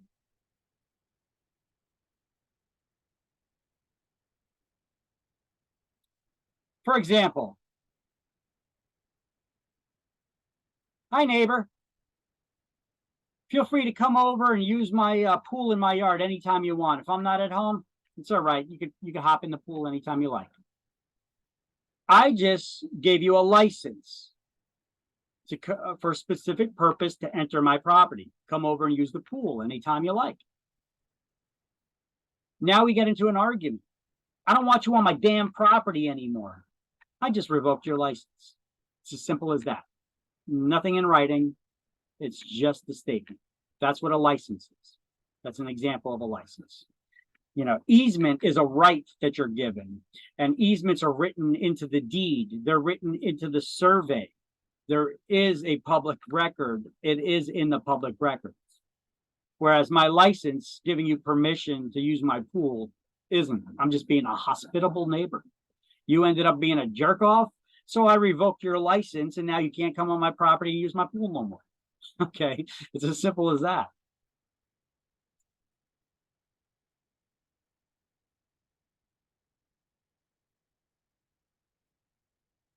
All right, so let's do these highlights here. Easement, we already got that one.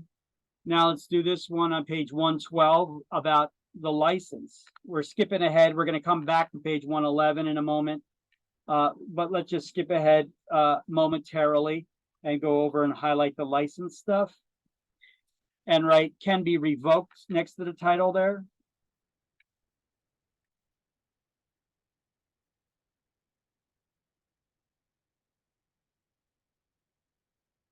And underline the word permission.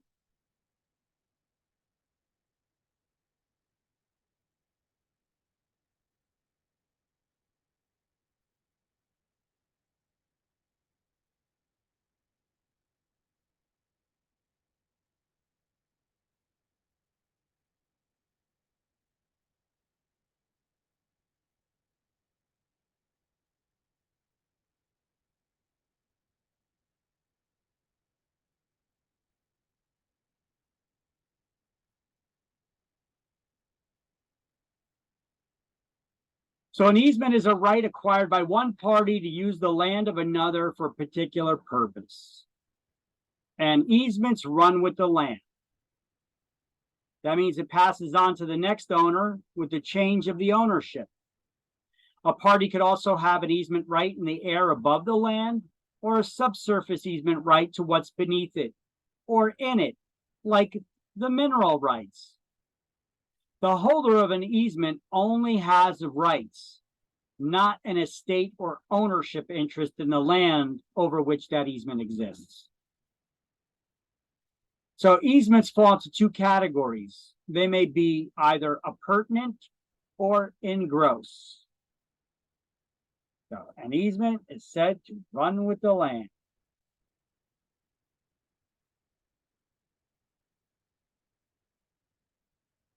And where did we originally get that statement from? Easement is said to run with the land.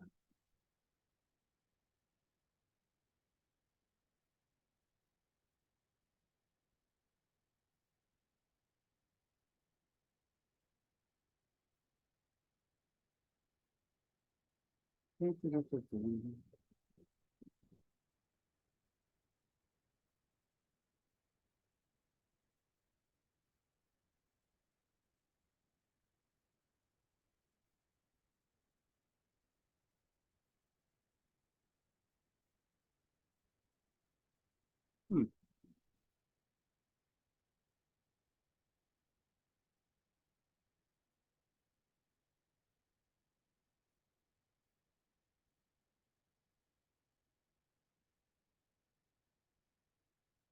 Ah, okay, that was on page 110. Easement said to run with the land.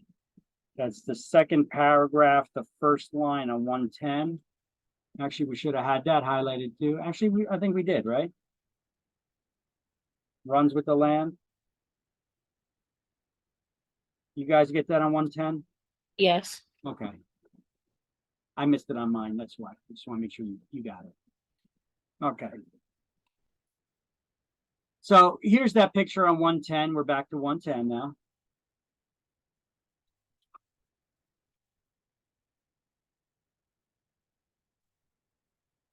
And in this picture on 110, you can see an easement appurtenance, an easement that grants the rights of the owner on an adjacent parcel of land owned by different parties. The easement runs with the land and it passes on to the next owner when the land is sold or changes ownership. It has a dominant estate and a servient estate. The servient estate would be the owner of the land that's allowing someone else to cross over their land. The dominant estate, is the one that benefits from the easement, and they only have rights to the land. They cannot to use it. They cannot turn. They cannot. They do not own the property. So the dominant estate's the one that benefits from the easement, and they are the only one that can terminate it or give up their easement rights. A servient estate is the landowner whose property is being used. In this example, in this picture, you have lot owner B on the left, lot owner A on the right. There's an easement by necessity, or an easement appurtenant here, where lot owner B has a right to walk onto lot owner A's property so that they could use the lake. Who's the dominant estate and who's the servient estate?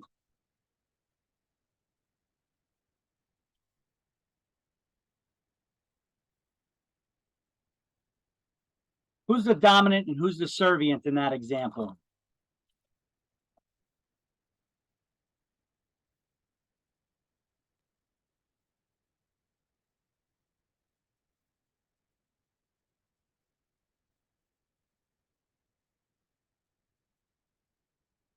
Come on, guys.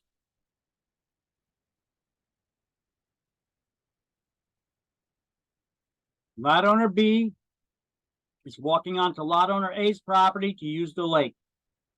They have an easement appurtenant to do so. Who's the dominant and who's the servient?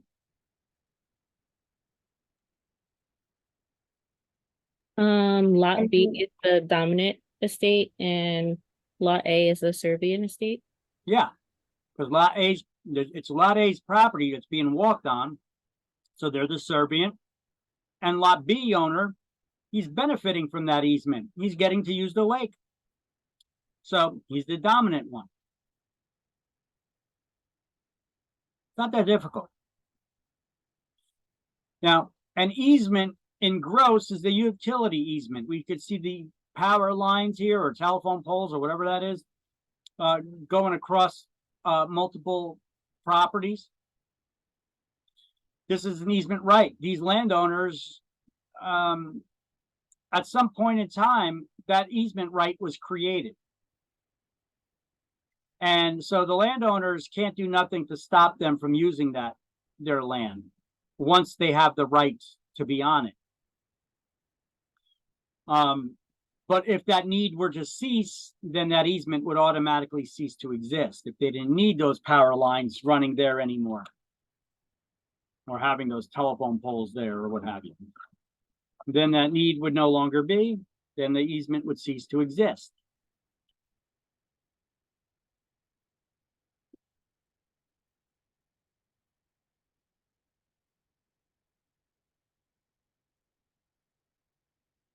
Now, this picture is a bad example for an easement by necessity. An easement by necessity is a necessary easement to gain access to landlocked properties for the purpose of ingress and egress. Ingress means entrance, in. Ingress has the word in there, that's entrance, your way into the property. Egress, that's like exit. That is exit. They even kind of sound like enter and exit in Latin. Ingress and egress. So that's an easement by necessity. Let's highlight those things.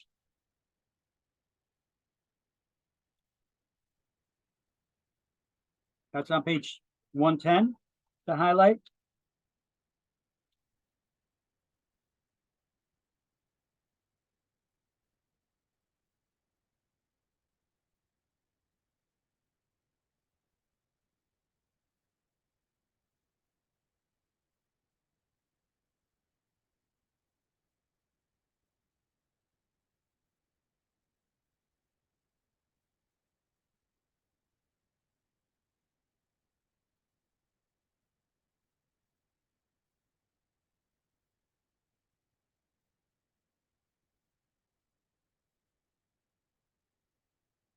Got it? Got it. Okay. So this is a bad example in this picture for easement by necessity. Yeah, putting a road over here instead of just cutting down a couple of trees and having a driveway right to your house. Well, let's say you live in a community full of environmentalists, tree huggers. They'll chain themselves to the tree and they make it illegal in your town to cut down a tree. All right. Then this would be the only solution. You'd have to go around those trees. And if the only way, and just pretend that your property line, it's got trees going all the way.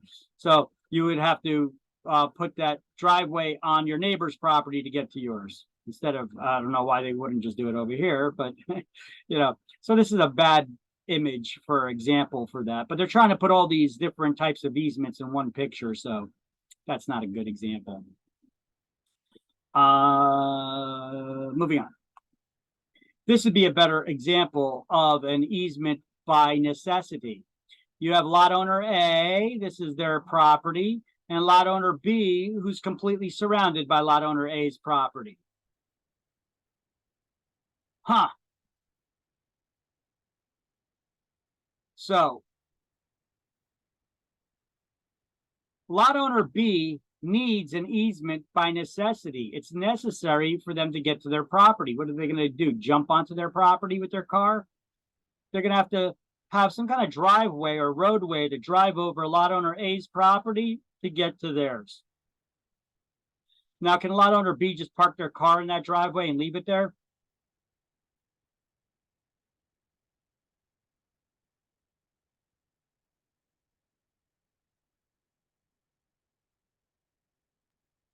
Are you guys thinking really hard? How come you should be answering really quick on that? What's your opinion on it? Come on. Can lot owner B just use this driveway to get to their property and just park their car in the driveway and leave it there? The answer is no. And the reason being is because that driveway is on lot owner A's property. You can't just park your car and leave it. You only have a right of way to cross over their property so that you could get to yours for the purpose of ingress and egress, entrance and exit. And yet, examples like this do happen. Here's another example you may be more commonly seeing around. Shared driveways. The lot owner A on the left, lot owner B on the right. Neither one of them has enough space to put in a driveway to get to their backyard where their garage is. So, but they do if they have the driveway half on each one's property, that they can have a shared driveway just to get to their backyard.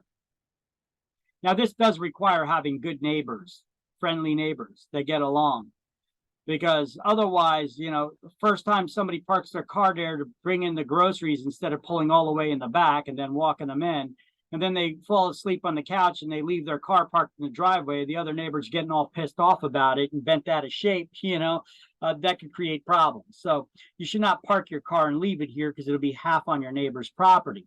You could only cross over their property for the purpose of ingress and egress to get to your garage and your driveway and your backyard. You guys seen things like this before, right? Shared driveways. Yes. Okay. Yeah, this one requires good neighbors. But in this case, who's the dominant estate and who's the servient?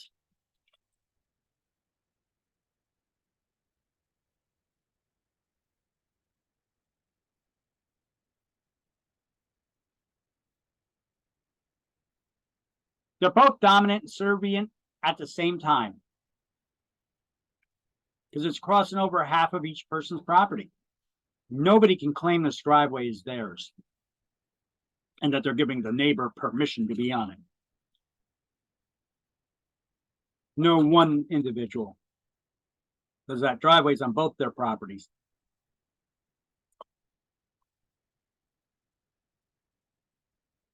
And then we have an easement by prescription. Is that one we were already talking a little bit about?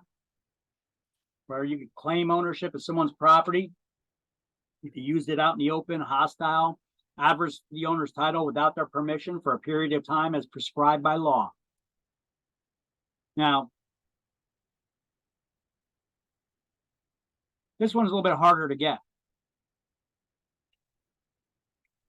But you can claim ownership of somebody else's land if you've been using it in this way.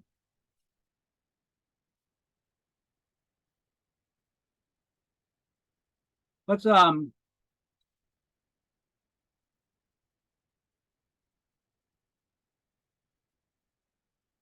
first go over it. Okay, so an easement by prescription. This is squatters' rights, it's been referred to as, or an easement by prescription through adverse possession. You're adversely in possession of someone else's property. And when you use that someone else's property for a period of time, as defined or prescribed by state law, if we're to use the language you'll probably see on exam, you could claim ownership of that property that was being used.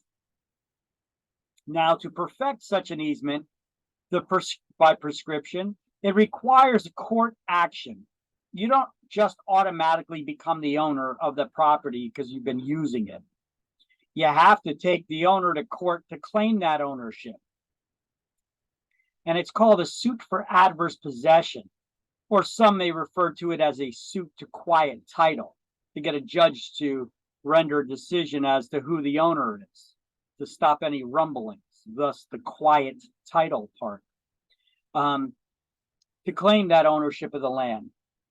Now, the use had to have been continuous, hostile, adverse to the owner's title, exclusive, and without the owner's approval. Additionally, that use must be visible, open, and notorious.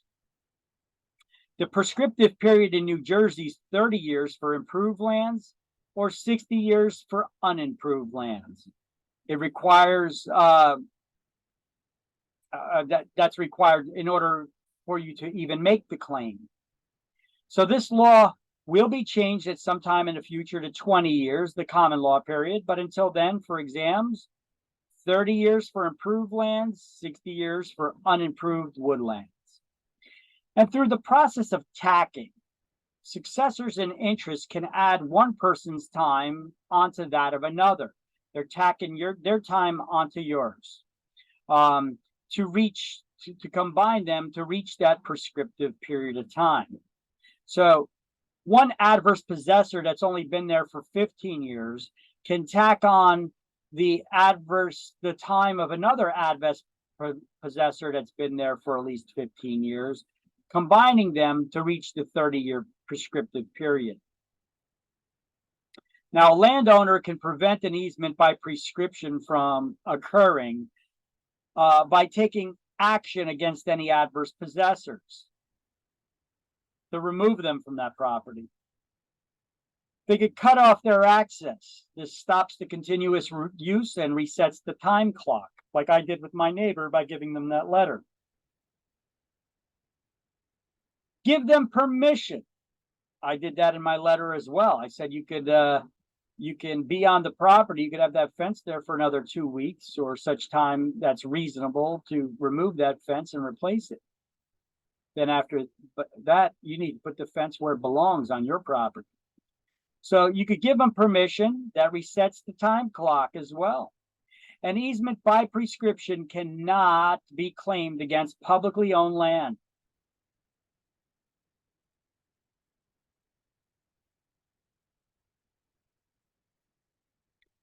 So let's do these highlights now for easement by prescription, starting on the bottom of page 110.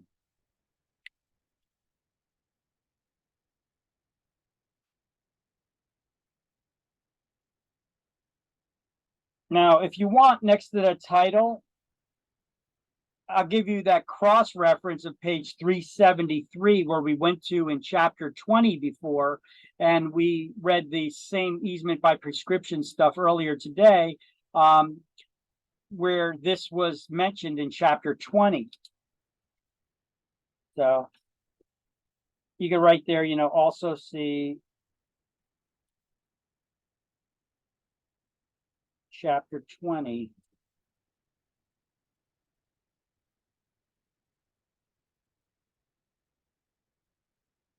Page 373.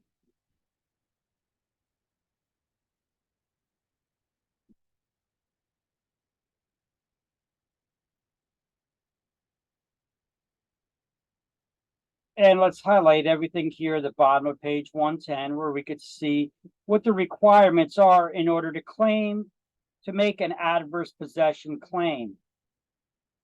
You got a lot of numbskulls out there that believe everything that they see on the internet. And because it's on the internet, it's got to be true. Ignorance, stupidity, I don't know. But there's people out there peddling courses, even on YouTube, trying to teach lessons and making money by having these videos. And the more watches that they get, the more views they get, the more money that they make, because they monetize their YouTube channels. And they give you instructions and tell you how to get rich off of investing in real estate without having any money and actually buying real estate, just simply by claiming adverse possession. How to get rich claiming adverse possession.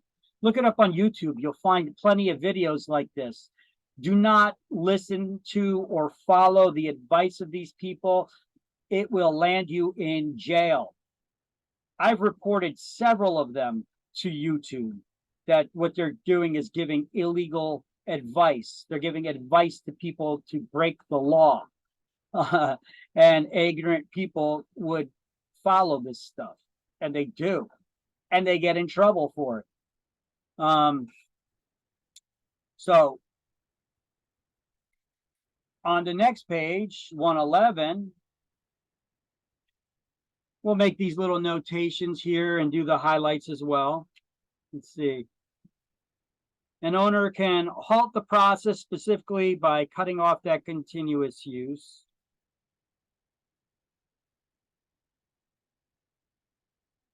About tacking.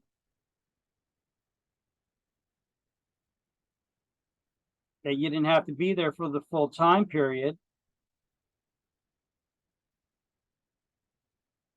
You could combine your time to another adverse possessor's time. But you had to be successors in interest, like an ancestor and an heir, a landlord and a tenant, a seller and a buyer.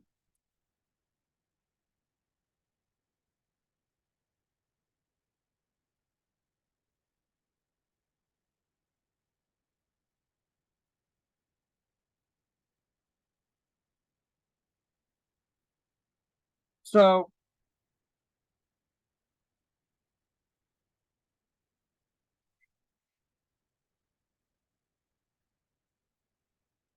it says over here, there's a required number of years, although court cases appear to support a minimum of 30 years of adverse possession. They finally changed it. Okay, you don't need to make all these notes here because the last version of the book, as you can see here on screen on this slide, it said 20 years. So they finally made the change in the adjustment. Courts did not support a minimum of 20 years. It's just that that's what the proposed law is, to change it to that amount of time. Finally, after me complaining about it for years, they finally changed it. All right. So no notes here to write on top of this. Required, although court cases appear to be a minimum of 20 years for adverse use. All right. So there's nothing to, they didn't even have to make that statement in there. That's ridiculous they even had that there. So we could even remove this altogether. Don't even worry about that. Don't even put any notes there. So it's 30 years for improved lands and 60 years for unimproved woodlands.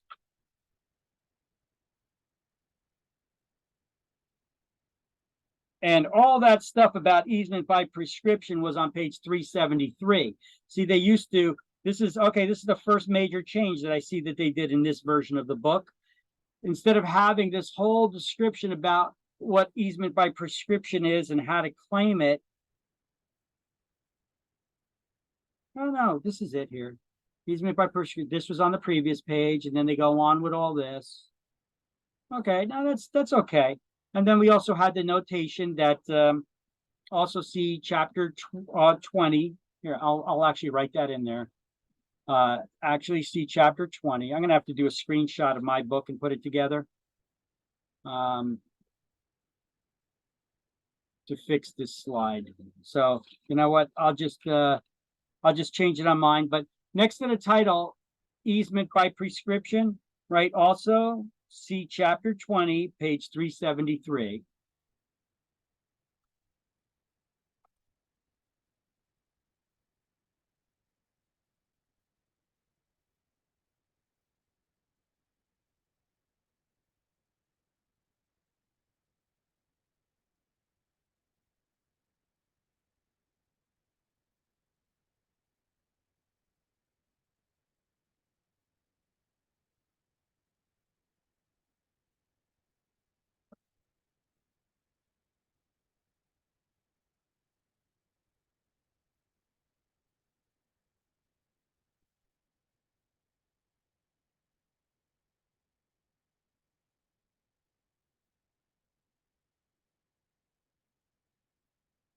All right, and then we have the party walls, creating an easement, etc.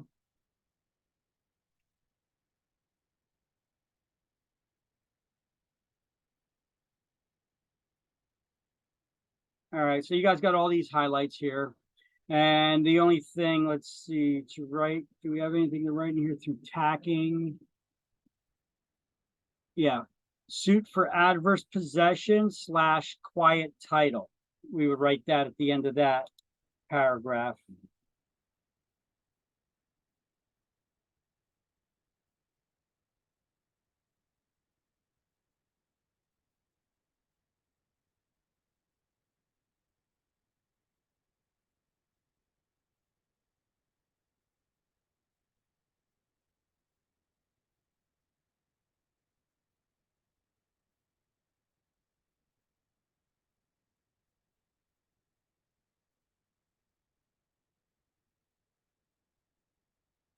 All right.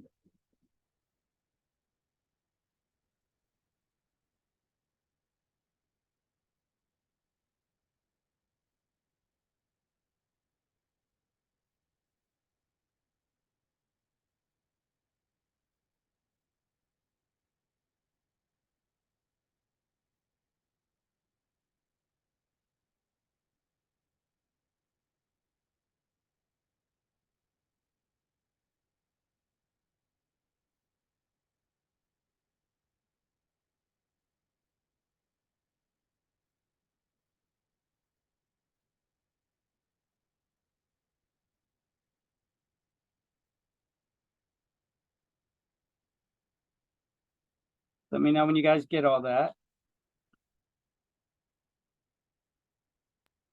Got it. Got it. Okay. So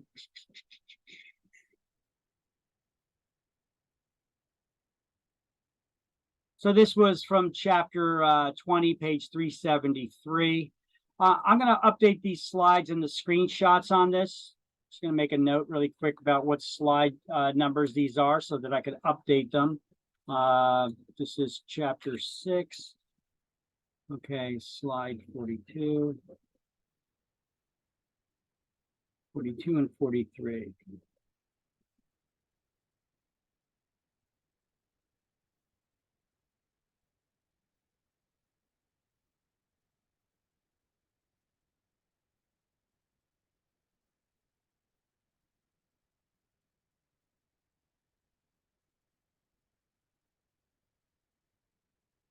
All right, so finally, this is the first major adjustment that I've seen in this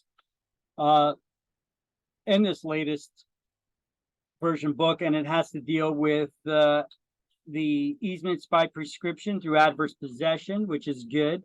That's a good thing. I've been complaining to them for the longest time about their book being incorrect.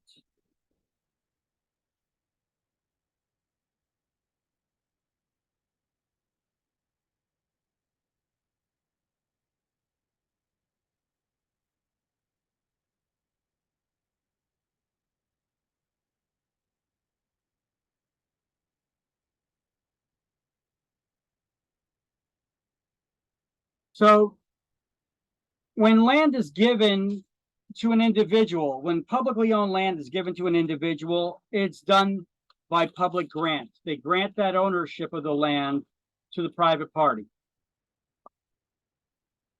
Here's an example of a listing that I had where you had the person's property. This is their property right here.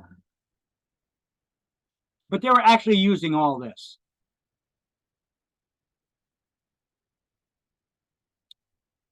They had a volleyball tent set up, or a volleyball net set up over here. They're playing volleyball over here. They had a fence around their lot right here. And it opened up to a gate right here to the side lot where they had a volleyball net set up. Now, the fence didn't go around all this. It went around all this. Had the gate that came out to here, and then they played volleyball there. They cut the grass here. They cut the grass here. The city did not cut the grass on this lot. And for years, they've been using it. They cannot claim an easement by prescription to claim the ownership of this. And if it's you that were getting that listing like I did, this was in Piscataway where I got this listing, where you had a street that went around here and then turn around. Here's the other side of the street. It was a corner lot here. But this is the city's lot. The city did not maintain it. This property owner did. He cannot just claim adverse possession because he's been cutting the grass there, maintaining that property and using it out in the open for years. But he could go to the city and request a public grant of ownership for that lot. The city obviously didn't need it or maintain it. And then they could probably get more in taxes from him because he's got a much bigger lot. So it doesn't hurt in asking, right? But when I got the listing, it was very important that I pointed out the fact with a drawing here from the tax record. I took the tax record with the image of the lot and the corner lot. And I pointed out that their lot only goes up to the fence here. The rest is, the corner lot is public property. It's city property. They never made the request to the city to get a public grant. Now, all of this is one property owner's property. It's just a square lot, right? Now, what they did is they built a road with a cul-de-sac street on their property, and then they divided it into 6 different lots. And then they built 6 houses, one on each lot. But all of this is on that private property.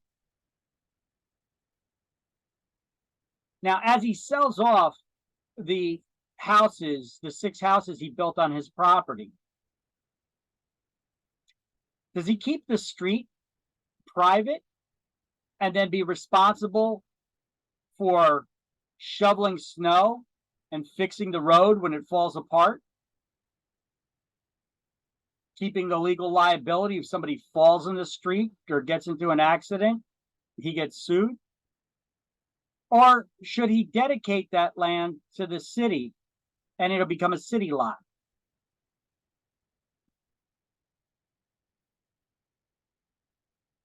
Usually it's done through dedication. What is dedication again? It's giving land to the government for public use, such as streets, schools, and parks. And this is a perfect example where you would do that. All right, here, I got a little trivia for you. Pay attention. Let's see if we could get the answer to this, if anybody knows it. Anybody ever watch the show Cash Cab on TV? I think you could see it on the game reruns of it on the Game Show Network still, but I don't think it's actively being recorded anymore. Anybody ever watch this show? No. No? It's a good show. Guy's a taxi driver, is a comedian, I guess. He's a taxi driver.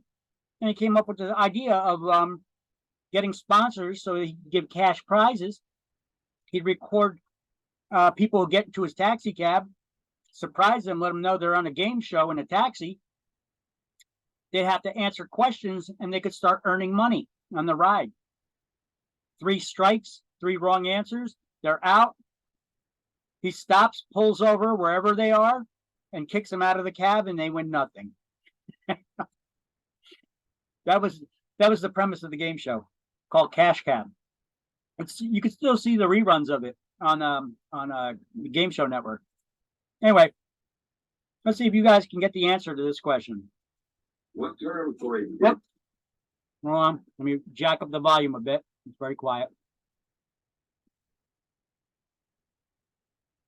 What term for a dead-end street means bottom of a bag in French? What term for a dead-end street means bottom of the bag in French?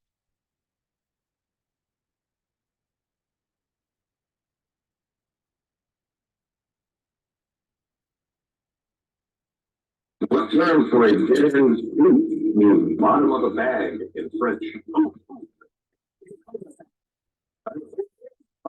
Correct. You guys never seen that show? Good show. If you like game shows anyway. Anybody who hops in a taxi cab in New York City, they can walk into a taxi cab and next thing you know, you're on a game show on TV. Hey, look, he's up $200 already. And his friends are happy. All right. Now, here's another one for you. Let's see if you guys can get this one.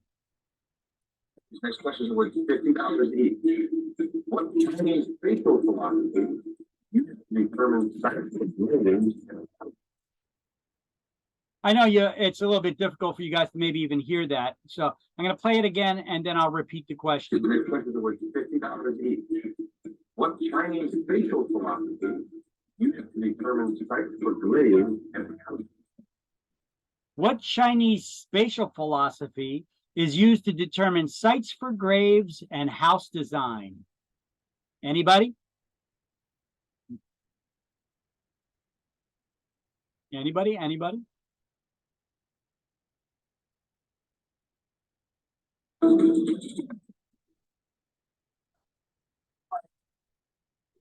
With $50 each. What Chinese spatial philosophy determines sites for living?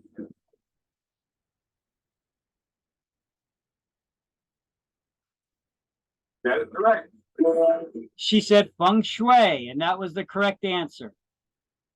All right, so I don't know.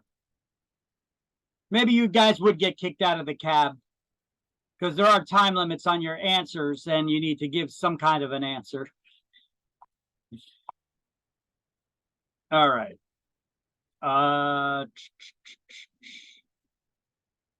Adverse possession. Here's another example of adverse possession and how we can try to prevent it. We got lot owner A on the left, lot owner B on the right. You following? You with me? Yes. This is the property line right here, straight down the middle. But there was a fence that was put up over here. I don't know who put up the fence. It could have been lot owner A, it could have been lot owner B, it could have been a previous lot owner of either one of these lots that put it up years ago.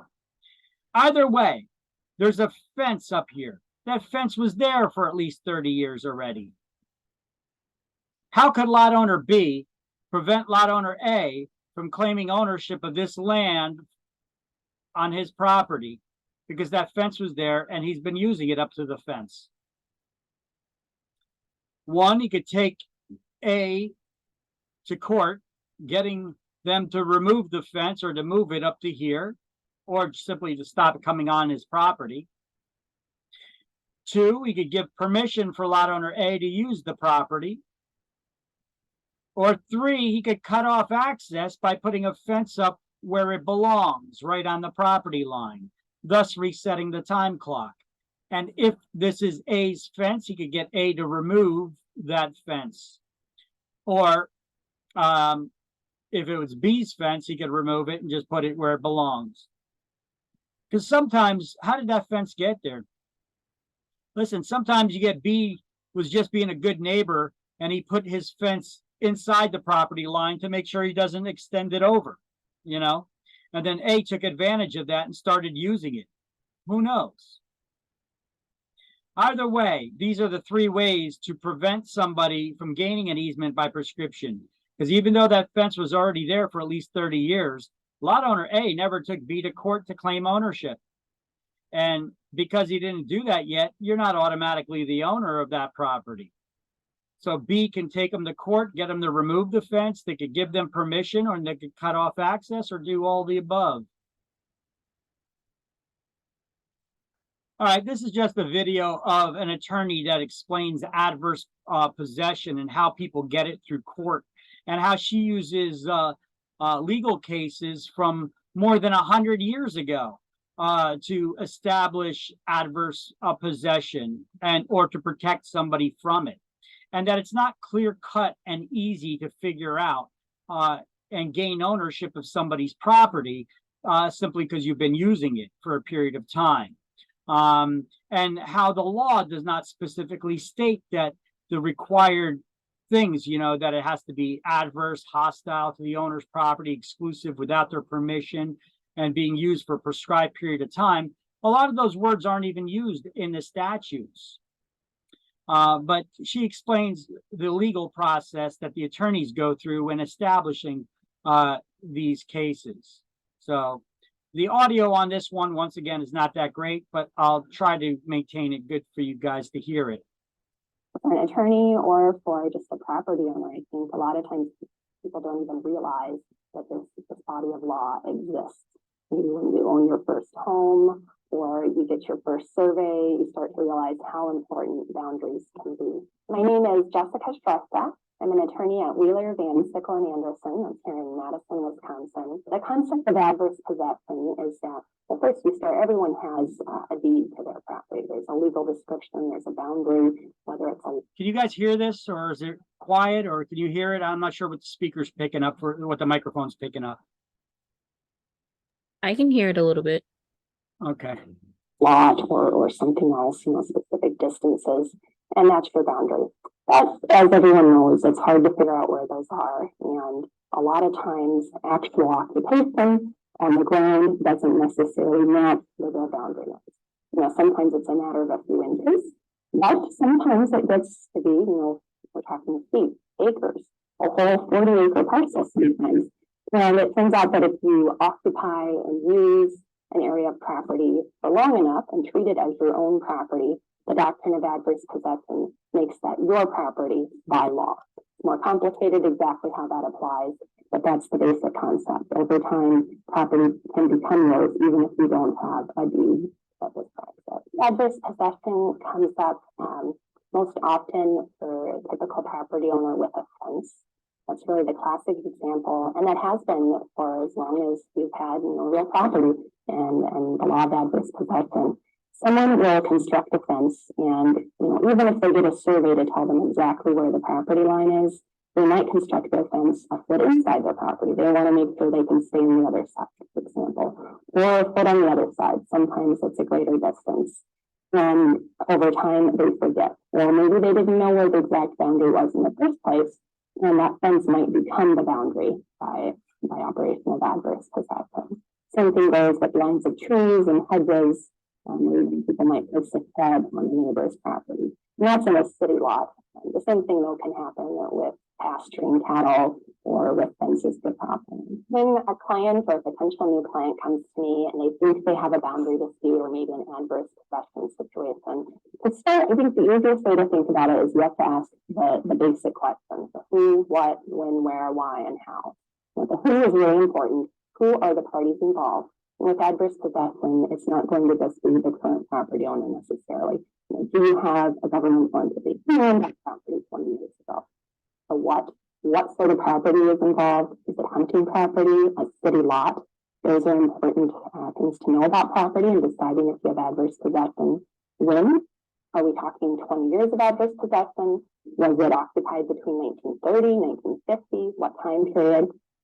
Where? How much property is involved? What is the actual boundary line that's in dispute? And why? There was a recent case in Wilcox versus the state of Hines that told us it is important why you were possessing the property. Did you intend to possess it? Was it with the permission of the true owner? Did you think it was your property? And then very importantly, how? What were your acts of possession that constitute adverse possession? When I have all that information, I sit down and I think, does this equal adverse possession? I compare it to the case law. And then I start to think about possible defenses and different related doctrines maybe that could come into play, such as the doctrine of acquiescence or easements. Attorneys should know that the statute isn't going to answer their question in most cases. You need to look at the entire body of law that has developed over time. The adverse possession statutes actually codify the common law.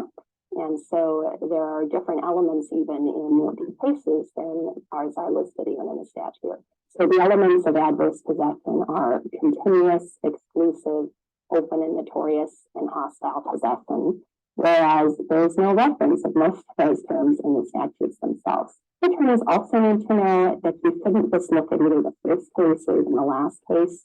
It's been a long and complex doctrine that has evolved over time.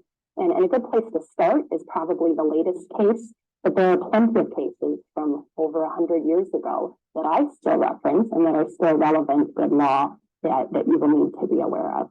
Part of why I wrote my article is sometimes it's really hard to find a good summary of adverse possession law. A lot of the treatises will have it, but that's on a nationwide basis. And our state, along with a lot of other states, has developed the law in its own way. So I think the best way to sort of follow along and know what you should be looking at is to just go through the cases. You're going to have to do your case law research. Hopefully my article will give you a good starting point, but from there you just have to get into the topic. So that was a video that she actually made for attorneys about some kind of legal article that she wrote. But the topic dealt with adverse possession, so I thought it was good to have an attorney explain that. Even though the audio is kind of crappy, I'm trying to fix the audio on this recording and normalize it so it's not fading in and out. But I think you guys were able to hear most of that anyway, the important parts of it anyhow. So here's some examples of criminals actually using the law to their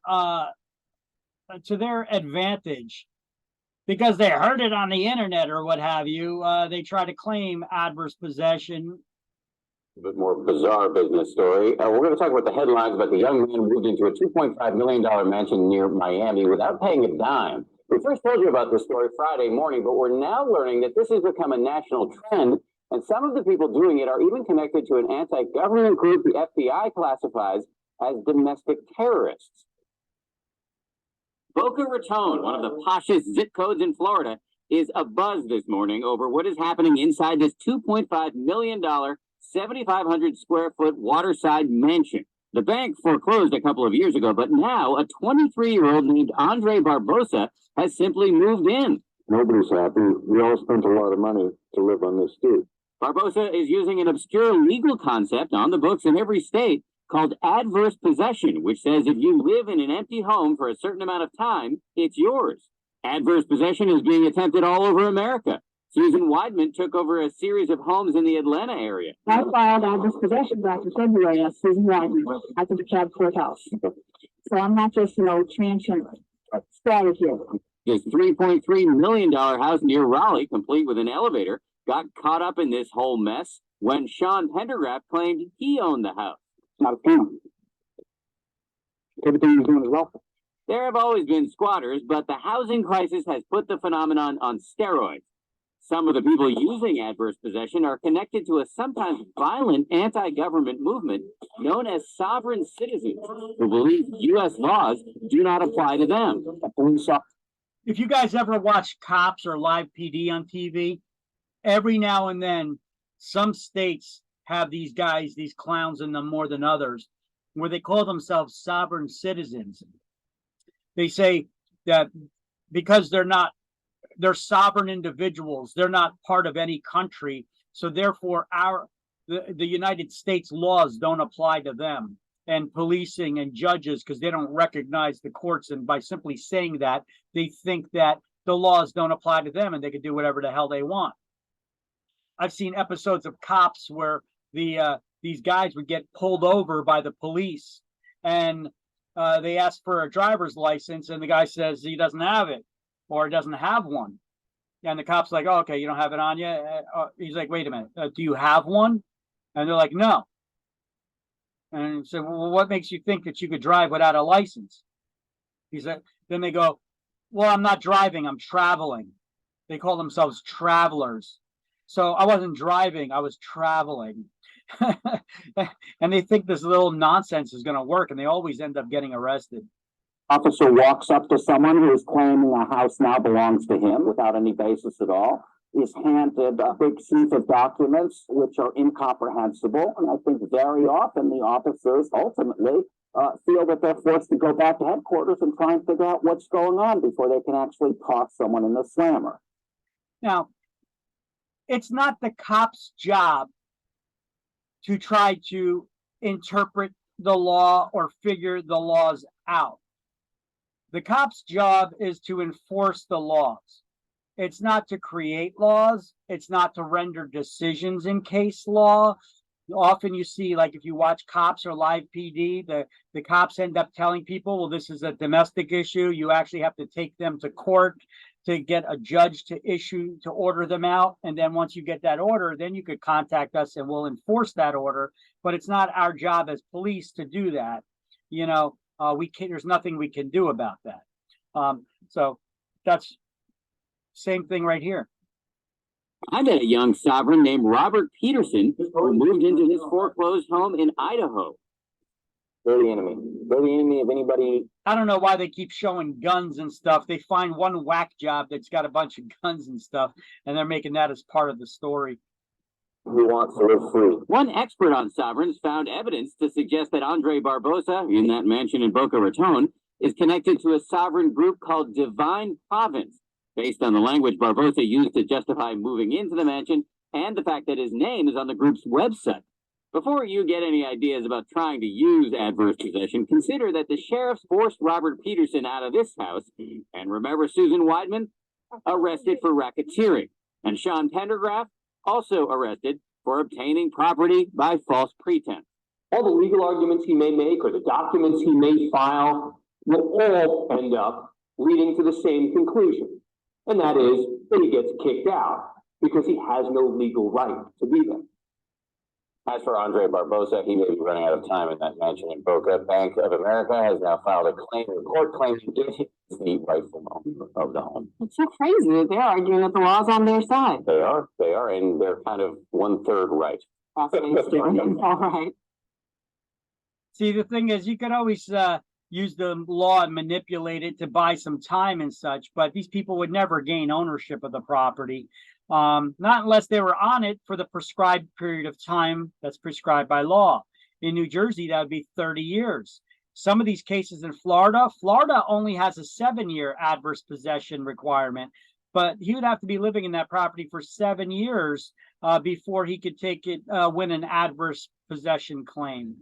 Different states have different periods of time that the law prescribes. Here's another one. More bizarre business. Now a warning about the risks more and more people are taking to get a house for next to nothing. It's an obscure law some hope to cash in on, but often land in jail instead. Our Chris Trankman joins us live in Polk County to explain more on this. Chris? Well, the sheriff says some people never learn. This is the house in question. It's valued at $160,000. It's in foreclosure, and both deputies and residents here are baffled why a couple thought by breaking in, turning on the power, water, and cable, they would have the right to own the house without paying for it.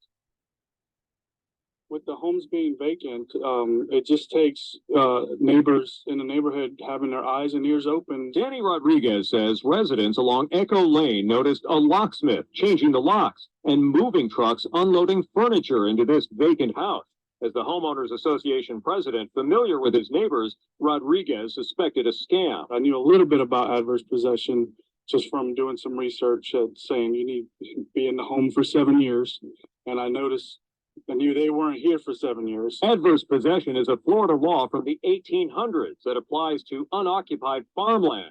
The property appraiser alerted sheriff's deputies about Sherry Fields and her husband after they filed for the obscure law. They were charged with burglary and grand theft.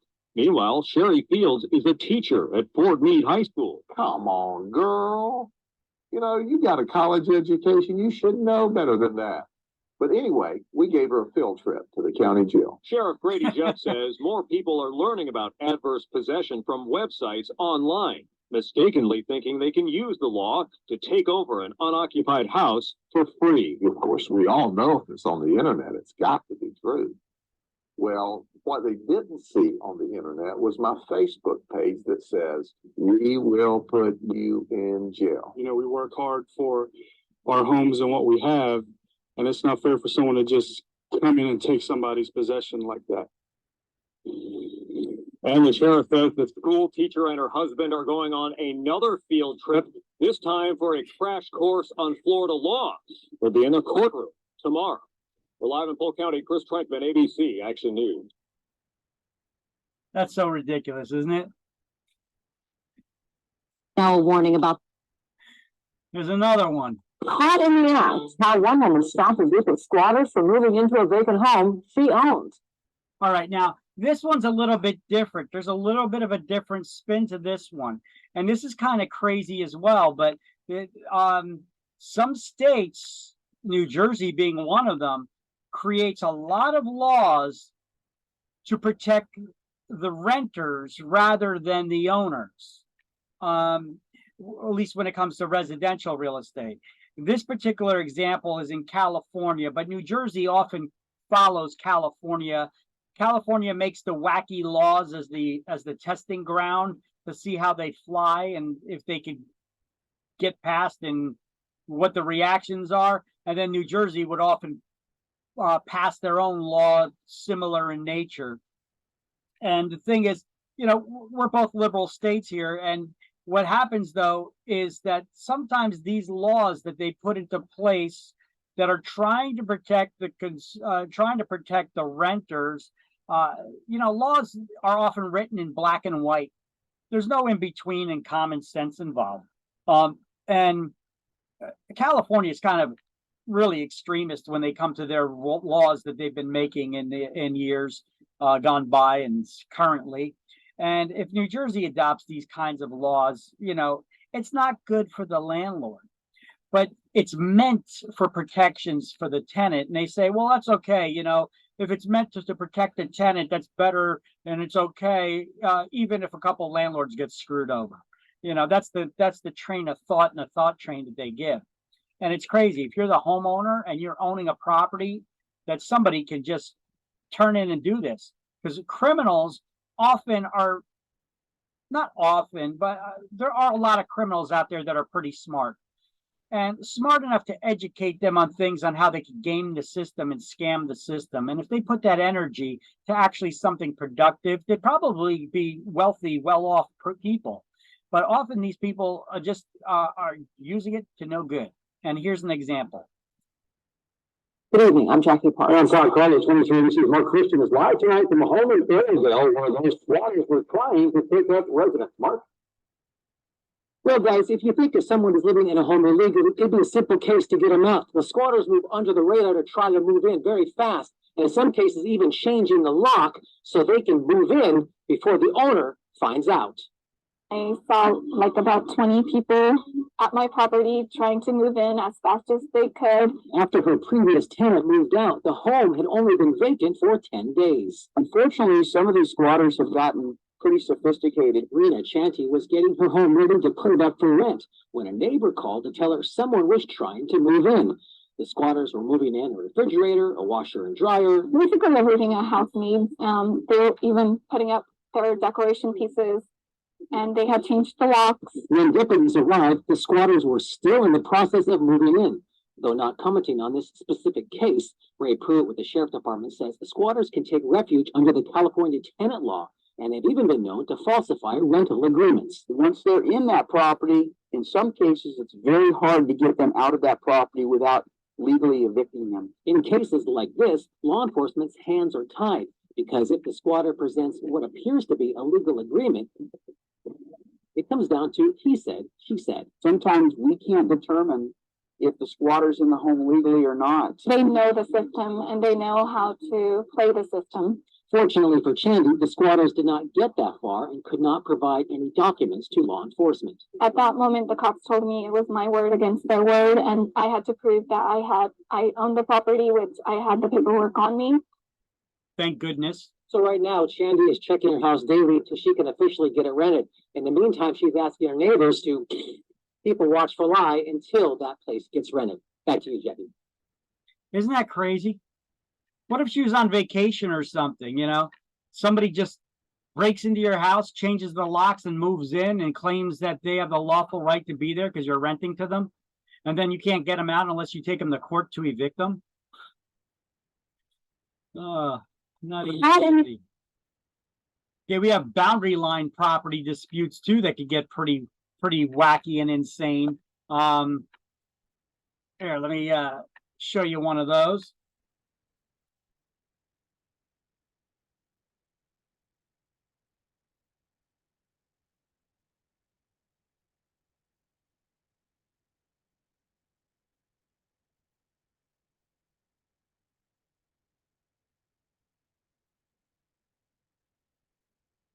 Where is this?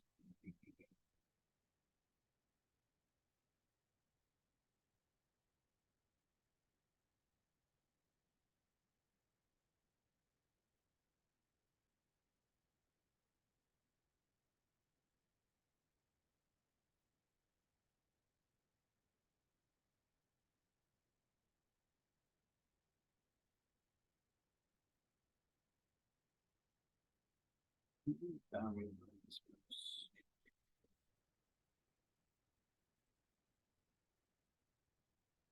There we go. I got it under adverse possession. All right, let's check out some of these things. Here's an argument that somebody had with a city.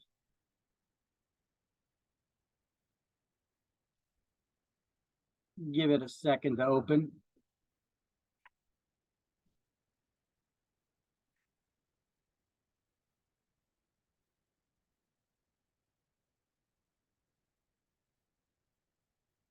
All right.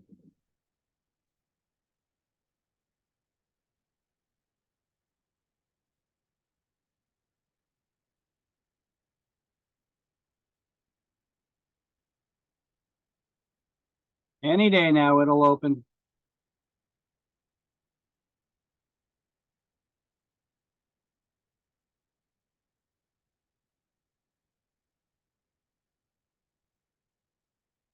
Any day.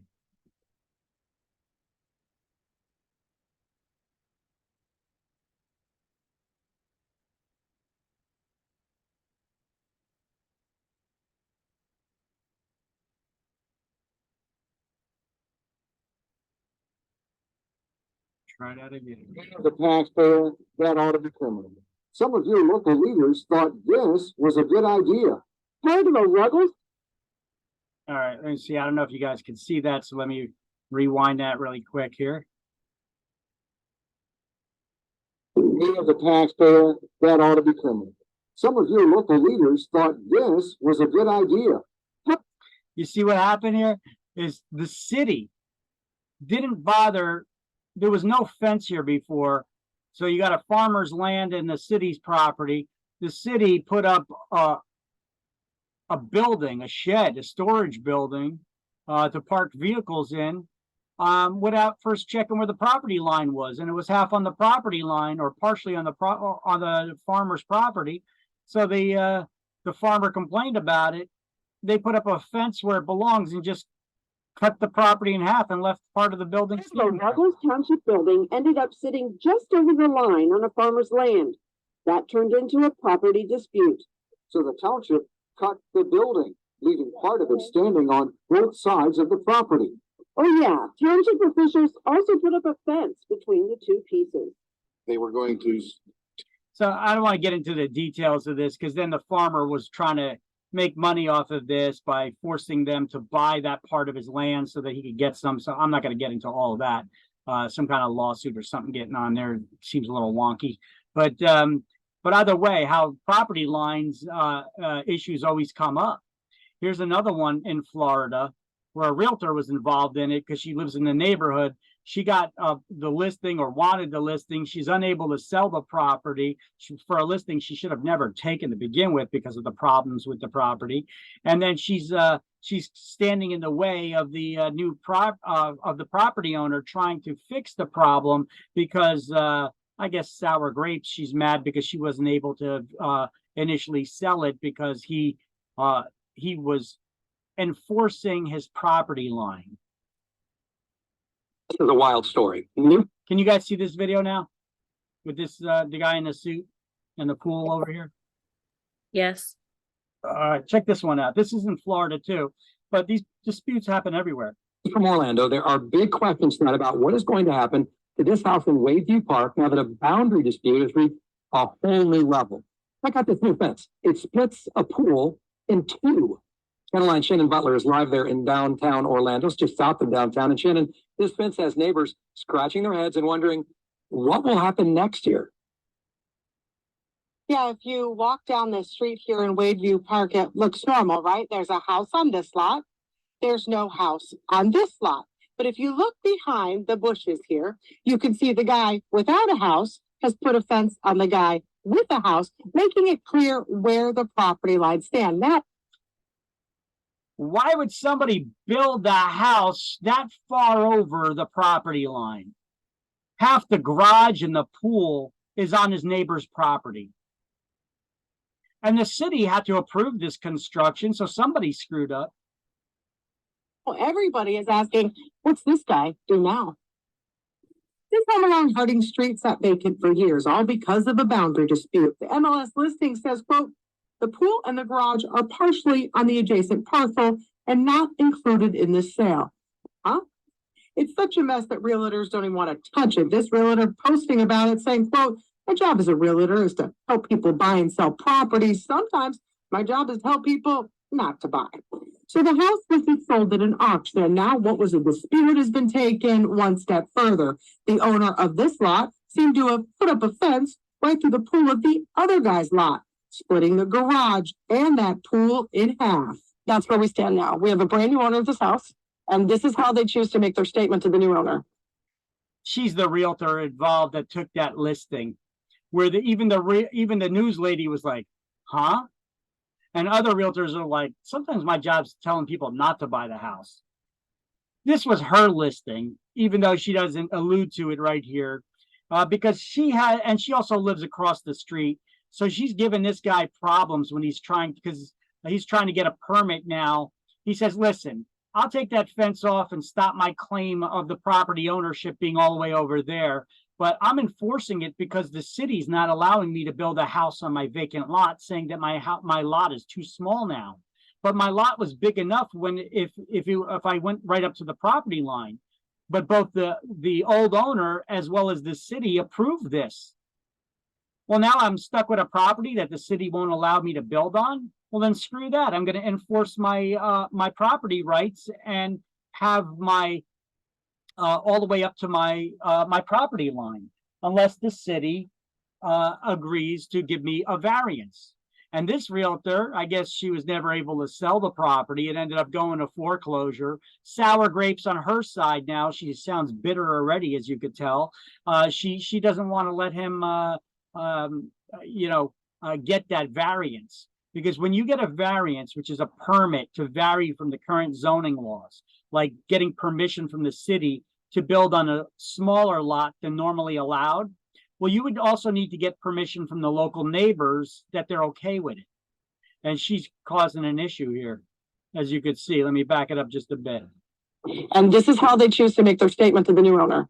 Lisa Scaniers is a realtor and has lived across from the two properties for years. The history is long and sordid, but the easiest way to explain it is that both lots were owned by the same person, a house on each.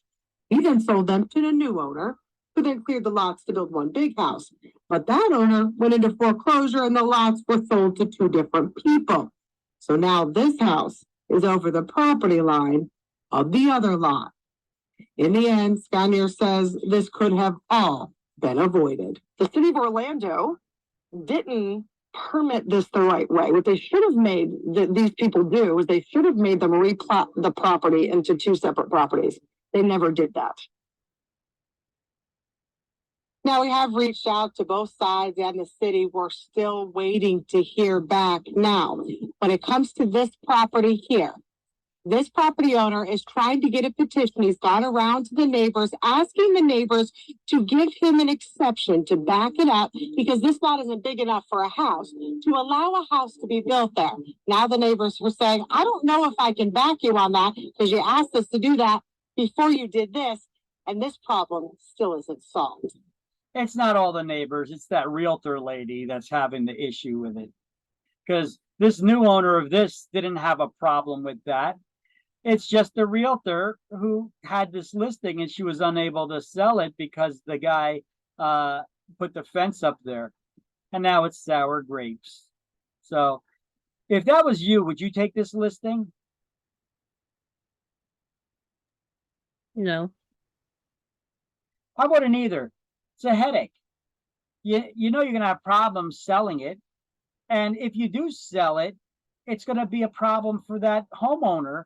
They're not going to be happy about it. It's not going to be good for your reputation either. Obviously, one agent did. Anyway, that's that story right there. Interesting, though, to see crap like this happening, right? You may ask, well, why would something like that happen? That wouldn't happen in my town or today, in today's age. Well, no, it still does. It does happen. I seen a house in Edison where the city gave somebody a permit where their house was set back way off the street. It was set way back. They gave that, the city gave this homeowner a permit to build a commercial building in their front yard. So now you got a residential property, a house sitting behind a commercial building, and they use a shared driveway to come in off the street. What kind of problems can possibly happen with that? All right, so a party wall is a common wall in attached housing that divides the two units, like with condos, townhouses, etc. So these party walls will usually have a party wall agreement that says that each party is responsible for maintaining their side of the wall. Otherwise, that wall can crumble down and then there's no more wall for anybody. So there will be some sort of a party wall agreement in place talking about the responsibilities of each property owner to maintain those walls. And so you guys should have had this highlight on page 111, party walls. Is a party wall is a wall of a building that straddles the boundary lines between two owners' lots.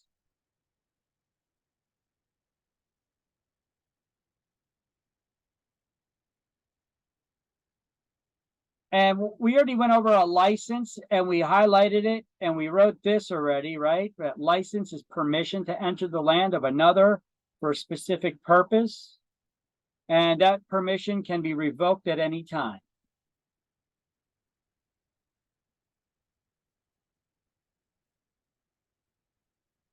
So party wall is that shared common wall. License is permission to enter the land of another for specific purpose. Easement is a right to enter the land of another for specific purpose. And now we have encroachment. What is an encroachment? An encroachment is anything that crosses over the property line. Any part of a building, fence, driveway, or other installation that illegally extends beyond the land of its owner onto the neighbor's property is an encroachment. And it has the word roach in it. So encroachment has the word roach in it. And much like the word roach, it's something on your property that you do not want. I had a student that brought that up and gave me that description one time, and I integrated it into the slideshow. So the encroachment, it's got the word roach in it, and much like a roach, it's something you don't want on your property. So that's what an encroachment is. Any installation that illegally extends onto the neighbor's property. So how do we create an easement? Well, by express grant of permission by the property owner, by a deed conveying or creating that easement over the sold land, granting the new owner an easement over the grantor's remaining land, long-time usage via an easement by prescription. However, this easement must be perfected in a court of law called a suit for adverse possession or suit to quiet title. An easement by necessity that's used, necessity that's used for the purpose of ingress and egress, entrance and exit, for landlocked properties. And an easement in gross, which is that utility easement. As long as that easement is still needed, the easement will continue. But when it's no longer needed, that easement would cease to exist. That only applies to this one easement type. Now, if a utility company wants to create an easement over your property now that they do not already have, they could ask the owner for permission, or they could try to take that land for a greater public good with just compensation by eminent domain. Or they could just try to screw you over. I had one guy in my class one time. He talked about how well he maintained his property, how he has a well-manicured, he's got a green thumb, he's got a well-manicured lawn, he's got a corner property it's a corner lot that enters into a cul-de-sac street. And that he's got this corner lot, he's got nice bushes and flowers planted, he's got it all edged out, the lawn is well manicured. And I think we just had that conversation during class. The next day he comes in, he is fuming.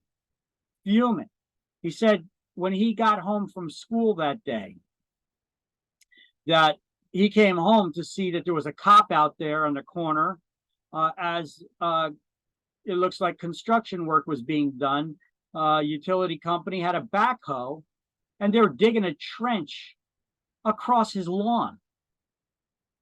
He flipped out. He's like, what the F are you doing? You know, this is my property. Why are you digging on my property? And they said, well, this is Verizon. We're putting in Fios lines down to the end of the street so that all the property owners here can get access to them. And he's like, I never gave permission for that. You can't just start digging on my property and create to put in utilities without my permission. He's like, he started yelling at the cop. He said, he told him to get the hell off his property, that he was going to sue him, and that if they wanted to do this, that they needed to ask him or pay for the right. They were just basically trying to steal it, you know, go in there, dig in, lay on those lines. hopefully beat the guy before he gets home, cover it up. He just sees his lawn's destroyed and there's dirt there that somebody dug on his property and not know what it is, you know, and then they would have gotten away with it, you know. But instead, now that, you know, he found out what was going on, he ended up talking to Verizon. Verizon ended up paying him, and he accepted their payment to put that line through their property, with the further agreement that they had to pay for the landscaping that they screwed up and to fix it. And they paid for the rights to have that easement there, with a further agreement that if they ever need to dig it up again, they need to make his property right. He is finely landscaped property, not just dig it up and throw some seed on it, you know. All right, so terminating an easement when the purpose for the easement no longer exists, that only applies to an easement in gross. When the owner of which the domain dominant or servient tenement becomes the owner of the other, because you don't need an easement to cross over your own land. The dominant estate can give up their easement rights, or by abandonment. But once again, with this one, good luck. You'd have to prove in court it was somebody's intent to abandon the property. Simple non-use of a property, courts have well established that does not constitute abandonment. All right, so let's do this highlight for the encroachment thing there. This is on page 112.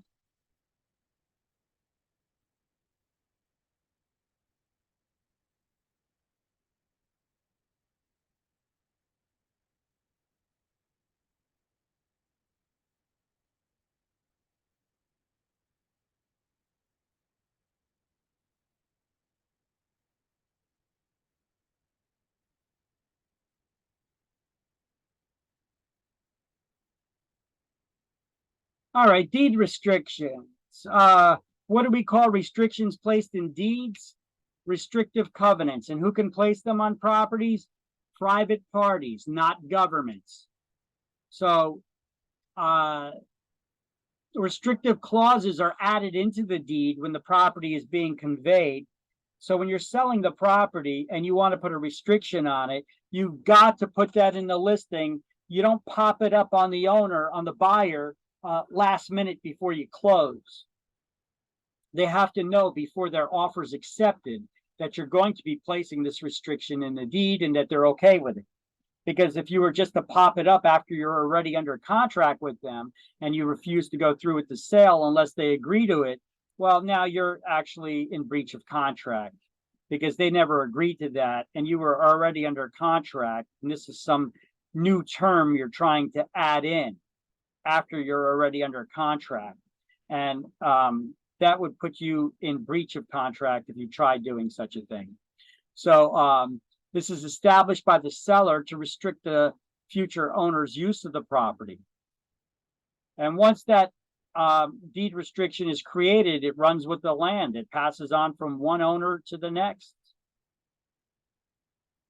And the type of an estate in land that is based on a restriction is called fee determinable, defeasible, or conditional fee estate. And you could find that on page 104 and on 112. 104 and on 112.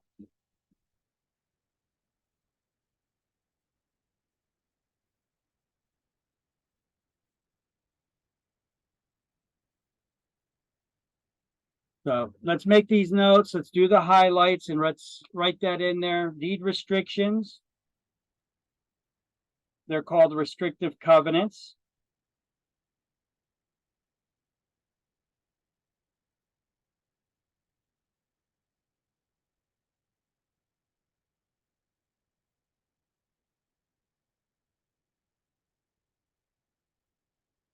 The estate and land is called fee determinable, defeasible, or conditional fee estates that would have those, that's based on a restriction. So deed restrictions / restrictive covenants.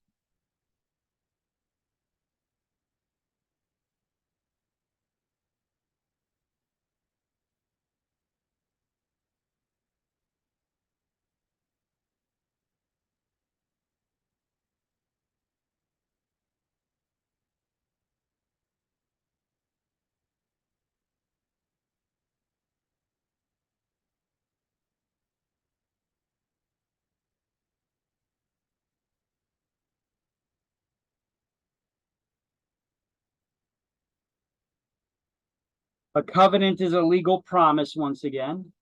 And the estate and land is called fee determinable.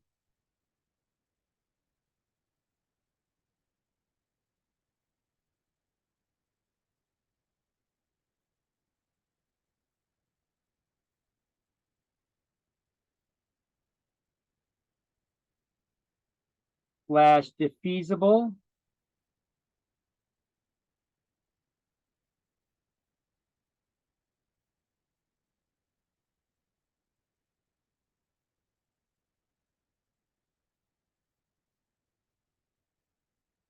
A defeasible fee slash conditional fee estate.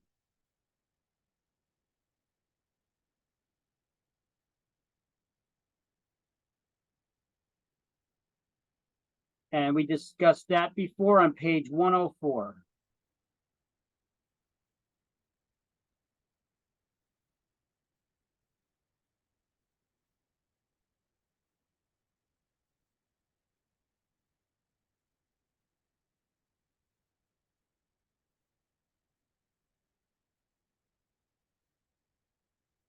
Everybody got that?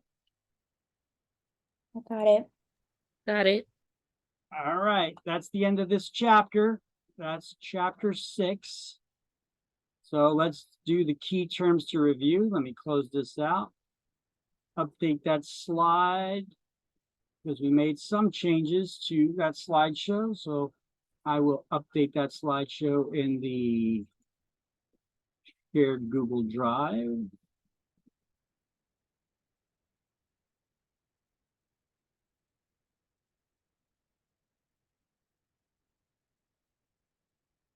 And we could do the key terms to review in this chapter. There are 2 of them. Let me take a look. See if there's any changes for them. All right, next the letter A in key terms 1. Cross out the word indefinitely and write forever or a lifetime. Forever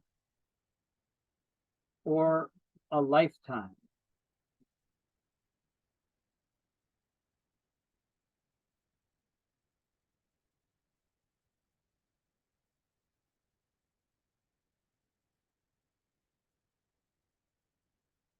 And next the letter E, where it says ownership as long as.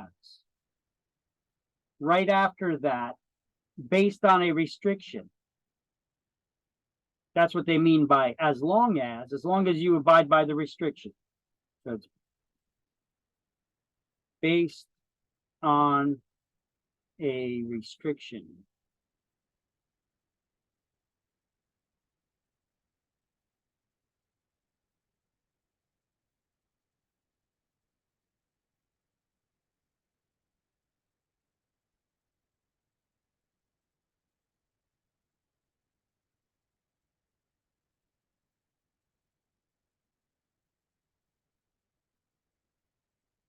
And next to F, we're going to cross out of ownership, where it says amount of ownership. We're going to cross out of ownership, and we're going to write or. So it says amount or kind of interest in real property. So we're writing or kind of interest in real property.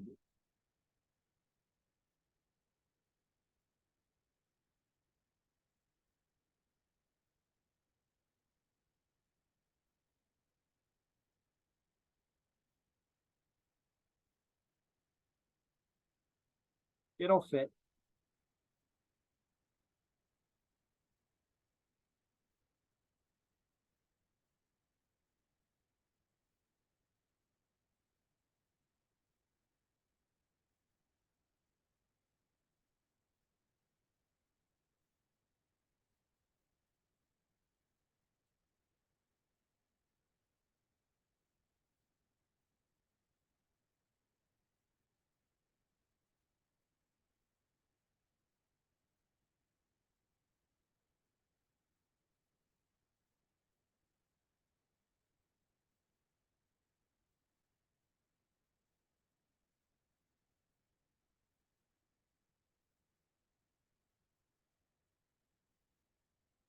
All right, everybody get that?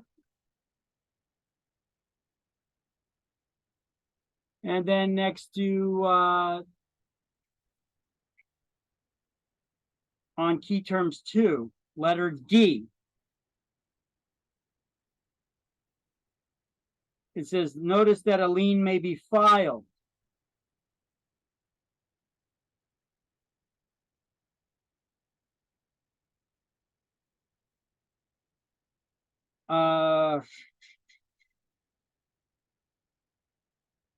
Cross out the word lien and write legal action. Notice that legal action may be filed.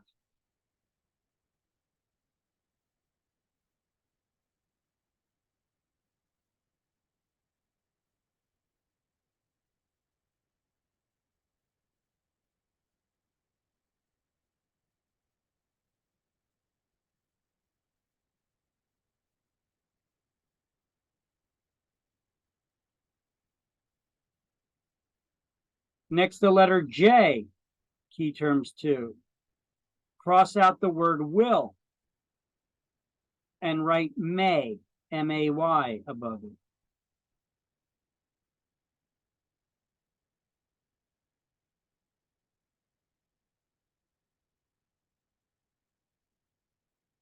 And at the beginning of the line for letter L, where it says future interest, write the word above future, possible.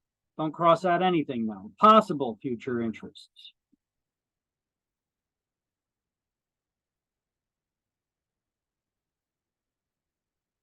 Yeah, quite a few changes to that one.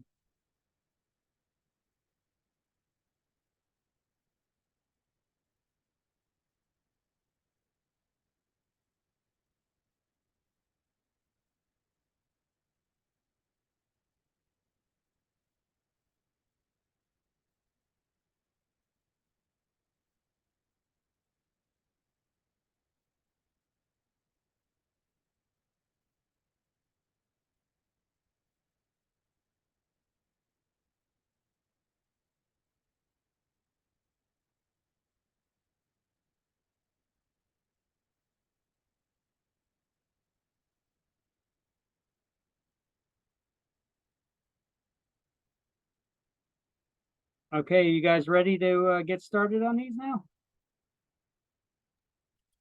Yes. All right, well, let's do it then. We'll start with key terms 1, ownership lasting forever or a lifetime. Ownership lasting forever or a lifetime. Ownership lasting forever or a lifetime. Freehold estate. It is. 16 is A. A permanent right to use another's land. Permanent right to use another's land. Easement. 6 is B, an easement.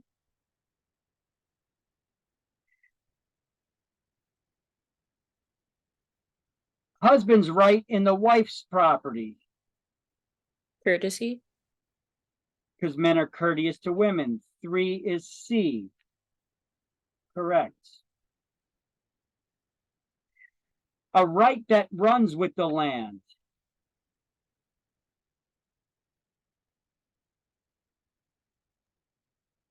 Easement appurtenant. 7 is D, easement appurtenant, because that was specifically worded in its definition. All the easements really run with the land, but easement appurtenant specifically said that in its definition. So 7 is D, easement appurtenant. Ownership as long as, or ownership based on a restriction. Be determinable. Be determinable, also known as a defeasible or conditional fee estate. 14 is E, correct. Amount or kind of interest in real property.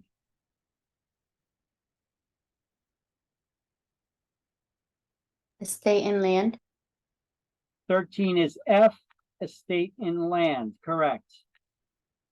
A right to use for utility lines on another's land. A right used for utility lines on another's land? Easement and gross. 10 is G, easement and gross. Right of access to landlocked parcel.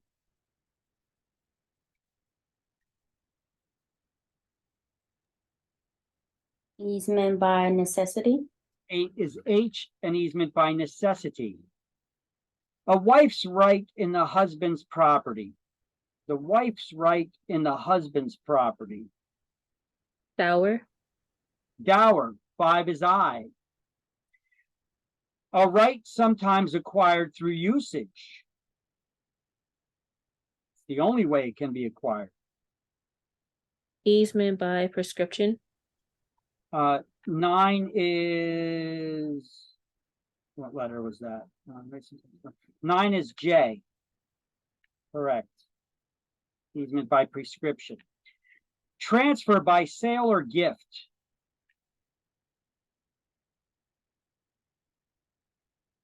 That's what this word means.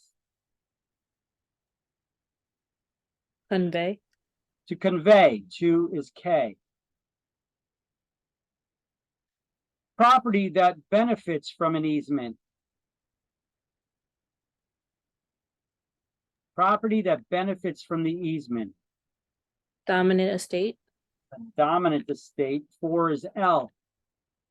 Most complete ownership of land possible.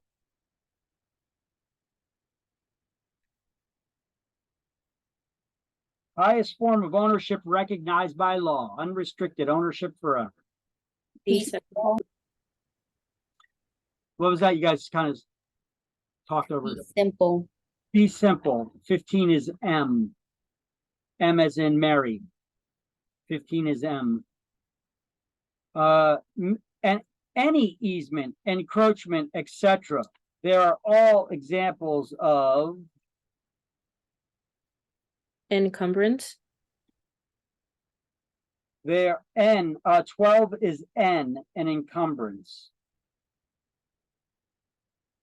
Placed against real estate by a worker who has not been paid.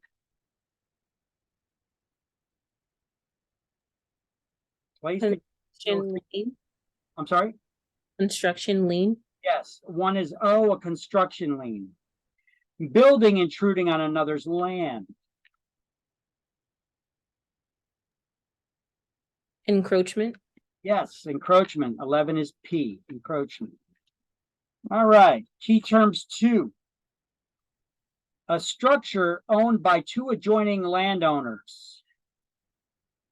Party wall. 9 is A, party wall. A claim against all property that somebody owns. General lien. 1 is B, general lien. A claim against one parcel of real estate. Only one parcel of real estate. Specific lien. 14 is C, specific lien. A notice that legal action may be pending. Is pending. 7 is D, list pending. It's a public notice of possible future legal action. 7 is D. Lender's claim against real estate.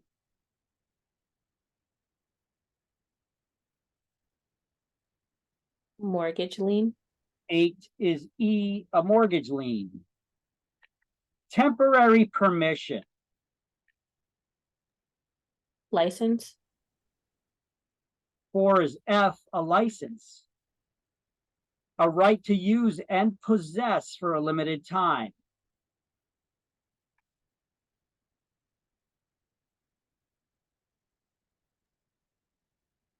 Leasehold estate.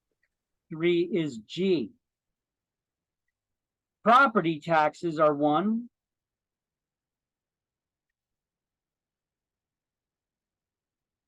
Involuntary lien. 2 is H, an involuntary lien. The order in which liens are paid.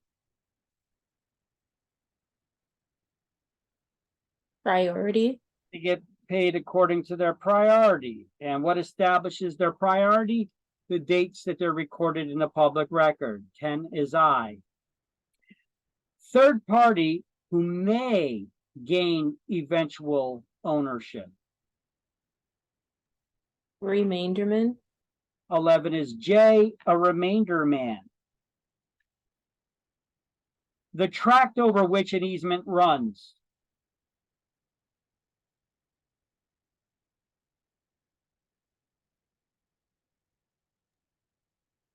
Servient estate. Servient estate. 13 is K.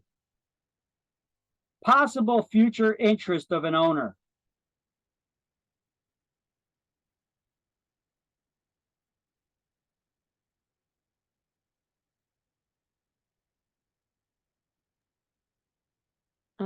Reversionary interest. Reversionary interest. 12 is L. You'd only have a reversionary interest if you violated the restriction that you agreed to abide by. Adding successive periods of usage. Tacking. 15 is M, tacking. You tack on one person's time of usage to another. Complete ownership until someone's death. Life estate. 6 is N, a life estate. Financial claim against real estate. Lien.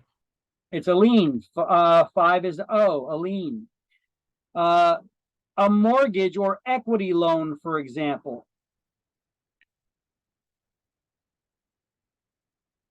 Voluntary lien.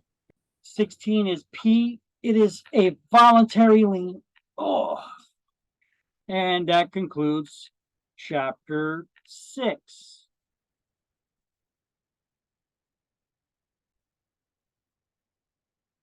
So chapter 7, ownership of real estate. In this chapter, we're going to talk about the different forms of ownership. We're going to explain the differences between condominiums, co-ops, and timeshares as well. We're going to start off with tenancy and severalty. Tenancy, and we'll highlight this on the bottom of page 119.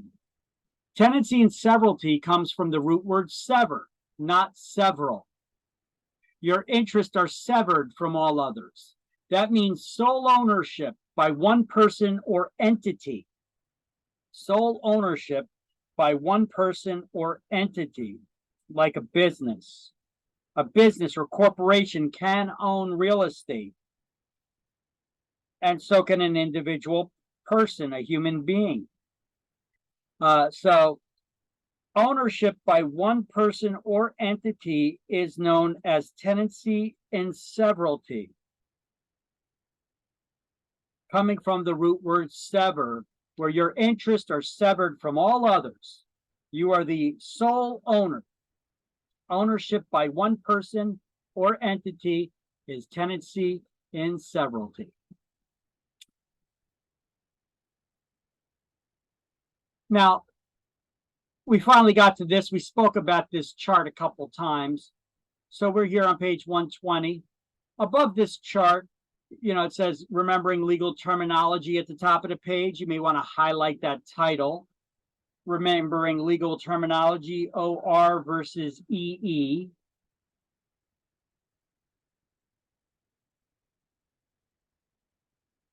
And then above where it says person giving the product, write OR in quotes, in capital letters, OR. Above the word giving. And above the word receiving, write EE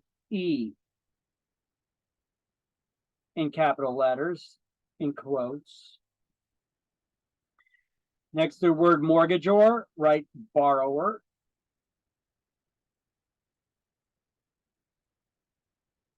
And next to the word mortgagee, write lender.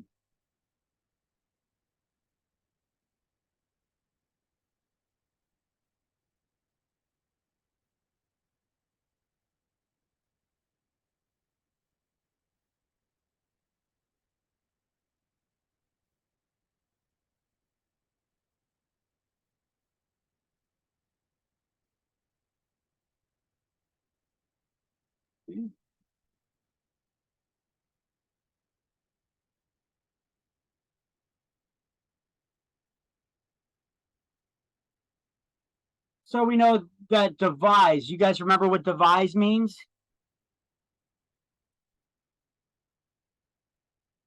Devise.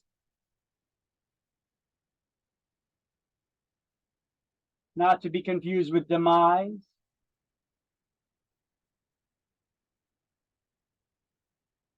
Demise is the one that sounds like death, but it's not. So therefore, devise is the one that is. So it's a transfer of property by will upon death. So devisor is the one who's giving that property in their will. The devisee is the one that's receiving it.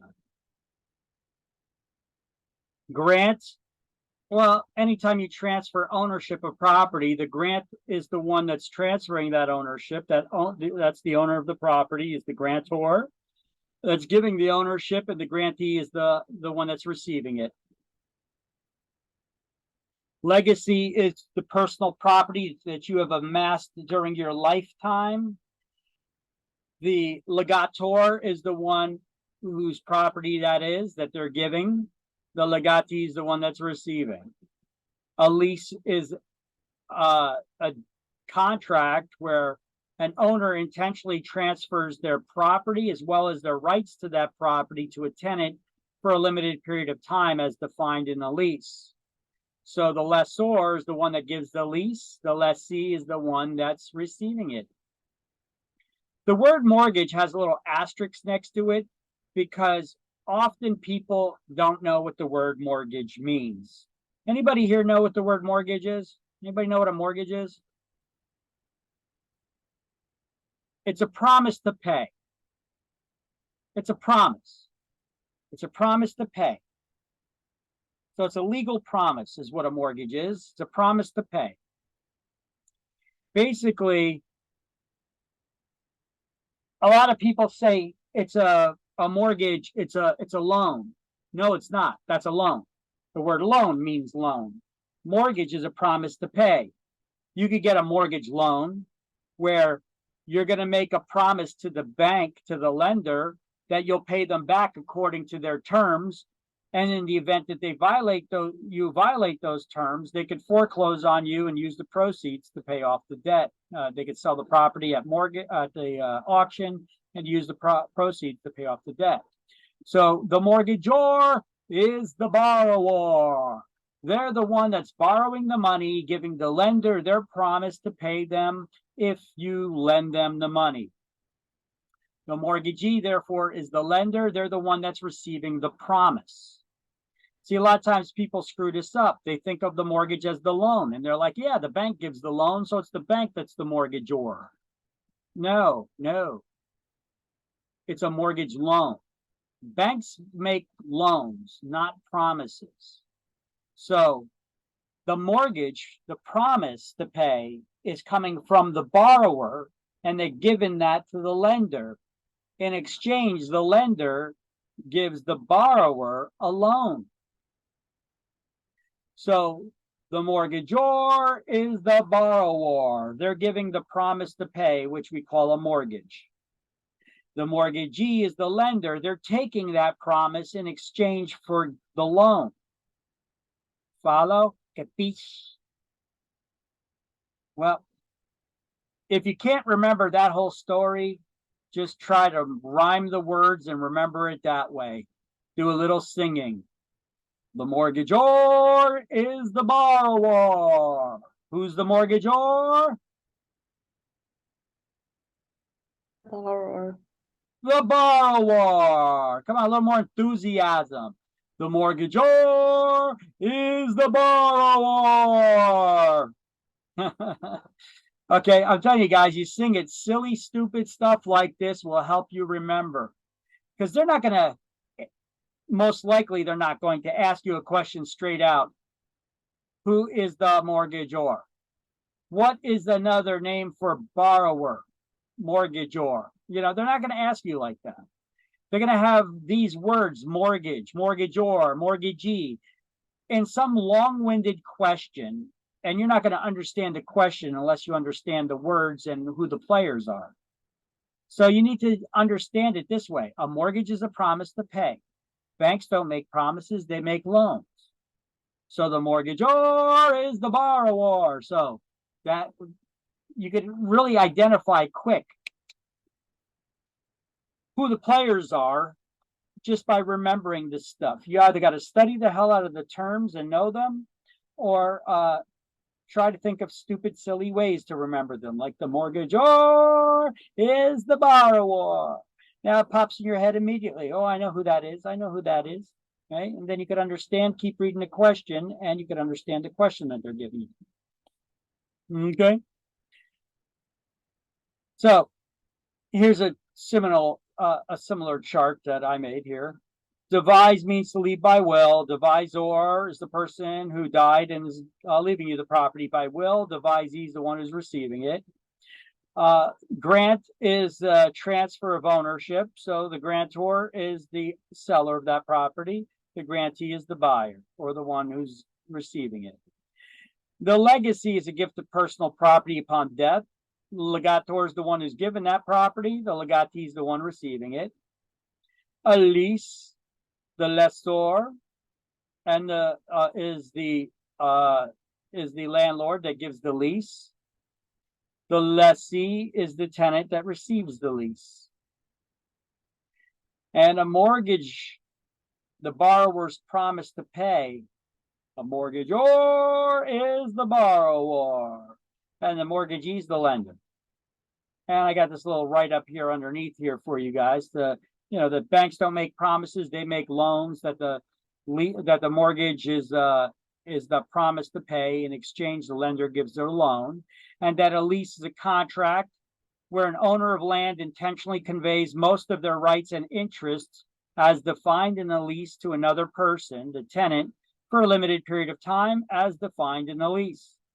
So a lease is an intangible asset that is personal property, because the lease is what creates the rights that a tenant has. And if they violate that lease, they're violating the terms of the agreement that gave them the rights to occupy that person's property. So then the landlord can take you to court to evict you, and eviction is the process of revoking those rights and getting you out.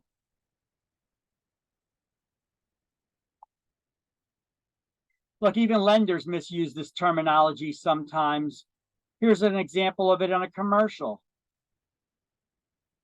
Looking sharp, Len. Who's the lucky lady? I'm going to the bank to discuss a mortgage. See, you get a loan, you put on a suit, you go calling to the bank. This is how I dress to get a mortgage. I just go to Lending Tree and calculate how much home I can afford. I get multiple offers to compare side by side. And the best part is, the banks come crawling to me. Well, first of all, you're not going to the bank to get a mortgage. You're going to the bank to give them a mortgage. In exchange, they give you a loan. But they're not trying to educate the public, because the public often refers to the mortgage as the loan itself. So they're kind of crafting it around this. They're not trying to re-educate you or confuse you. They want to keep it simple, stupid in their advertising, and that's what they're doing here. And they're just conveying their message about the ease of their website. Everything you need to get a better mortgage, clothing optional. Lending Tree. When banks compete, you win. Okay. Awkward. Awkward. I love that. Looking. All right. Now, forms of ownership. We have that we're about to go over. We have tenancy and severalty, tenancy by the entirety, tenancy in common, and joint tenancy. And then we're going to go over how a joint tenancy is created. What are the 4 unities required to be in common in order to have a joint tenancy? How do we terminate a joint tenancy? And what is the only benefit to having a joint tenancy? And remember, even though we're going to learn about all of these things in detail, and you're going to be able to figure things out, because you're going to study your little hearts out, Remember, real estate licensees should never advise someone as to what form of ownership they should take. We're only teaching you this so that you could determine what form of ownership someone already has, not to be able to determine or give advice to somebody on how or what form of ownership they should take. That's legal advice, and we're not attorneys. So if we were to give that advice, we'd be practicing law without a license. So we want to avoid the practice of law without a license, right? So if an exam question asks you a question, and then they ask you, which form of ownership would you suggest that the buyer take this property in, with this being their situation? Your answer should be none of the above if that's an option. Because the answer option should be, well, none, because that's legal advice and I'm not an attorney. I don't give legal advice. Even though there would be an answer option there that would be perfect, that would fit, because you'd know which one that they should take. But we don't give legal advice, so the answer should be none. Now, if the question was asked in a different manner, if it was asked, could you identify which form of ownership this is, if this was the scenario, that would be a little bit different. Showing you how to look out for a little trick that they give sometimes on exam. So let's highlight tenancy in common on page 120. When two or more people own property, they do so as tenants in common. It's the default form of ownership when you have two or more people not married to each other. The default form of ownership is tenancy in common.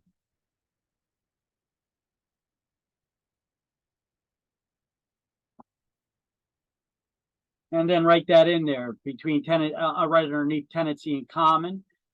Default form of ownership.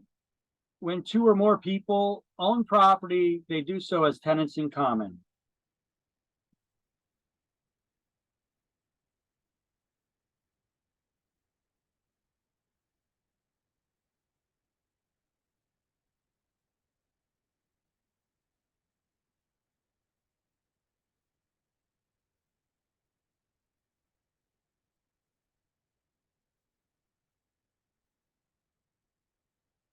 Now, if a tenant in common wants to dissolve a co-ownership, but the other parties do not, are you stuck owning the property with them? No. You can try to get them to buy you out. You could try to sell your own ownership interest, but that may be difficult to do. Selling your partial ownership interest in a property that you own with somebody else. So you're still not stuck owning the property with them. You could sue your co-owner, taking them to court, forcing them to partition the property. If it's physically possible to partition the property, the judge will examine that. And if that's not possible, then the judge will order the property sold, and each party can get their proportionate shares from the sale according to their ownership interest in that property.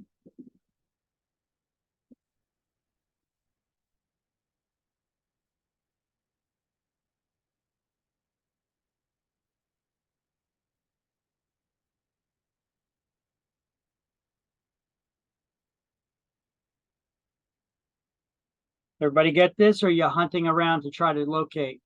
On page, this is actually on the bottom of page 120 in this book. It's no longer on page 121. This is on page 121, so let me move that page number around there a little bit.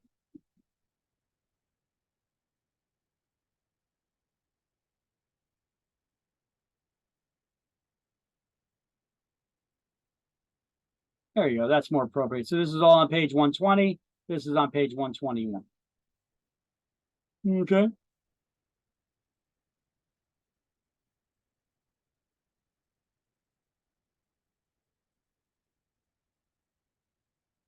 So in New Jersey, a conveyance of two or more persons not married to each other creates a tenancy in common unless otherwise stated in the deed. The tenant's shares would be equal unless otherwise described.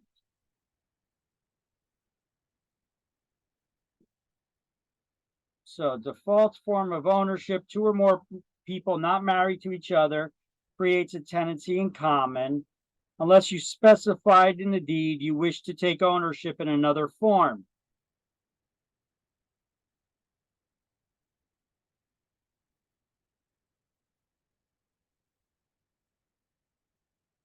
And if you and I buy a property together and I put up 75% of the cash and you put up 25% of the cash, if I don't specify in the deed that we're 50-50 owners, that I'm 75% owner and you're 25% owner, then by default we're 50-50 no matter who put up how much money.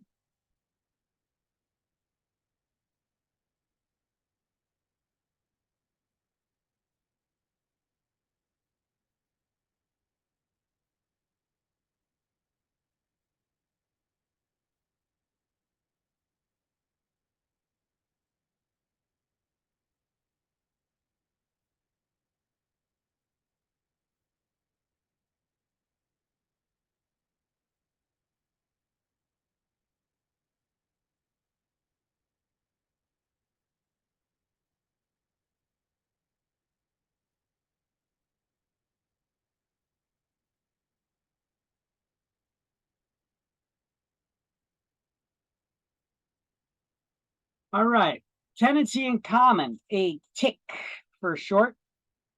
Everybody got these highlights, right? Yeah, I got it. Okay. Yes. Next up, so tenancy in common, or TIC for short, here's the details on it. It's the default form of ownership when you got two or more people or entities that own a property, not married to each other, automatically creates a tenancy in common, or TIC. Commercial real estate agents like their abbreviations. They like to call it a TIC. Unless otherwise specified in the deed that the ownership is to be taken in another form.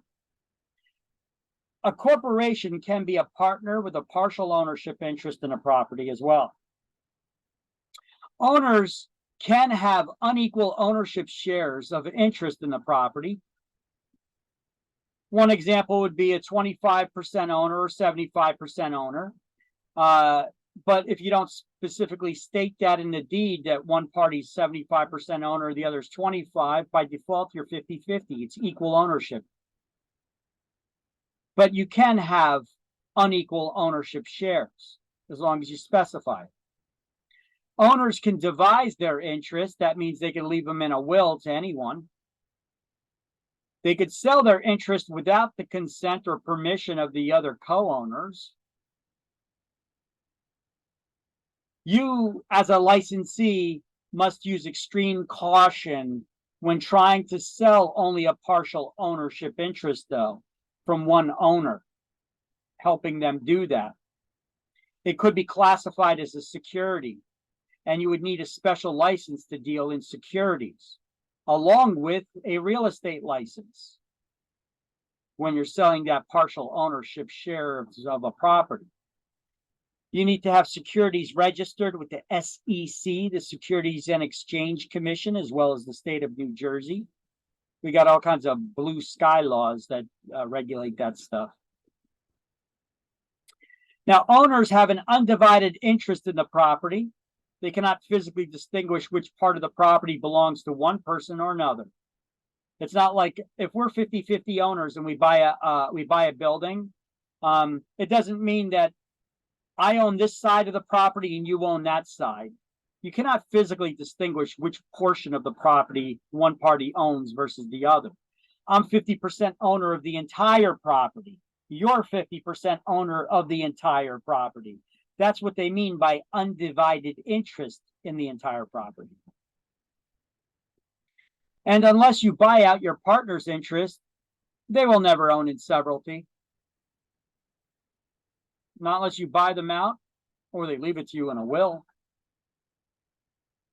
When one co-owner wants to sell and the others do not, ask them to buy you out or sell your interest on your own.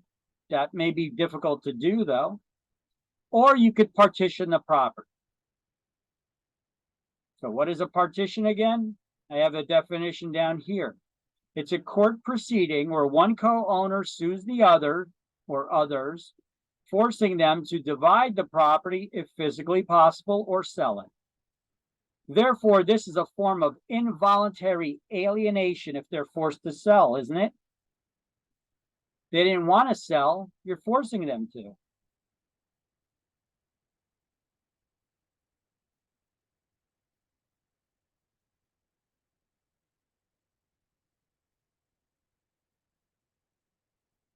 Joint tenancy. I like to call it poor man's will. Joint tenancy is when two or more people.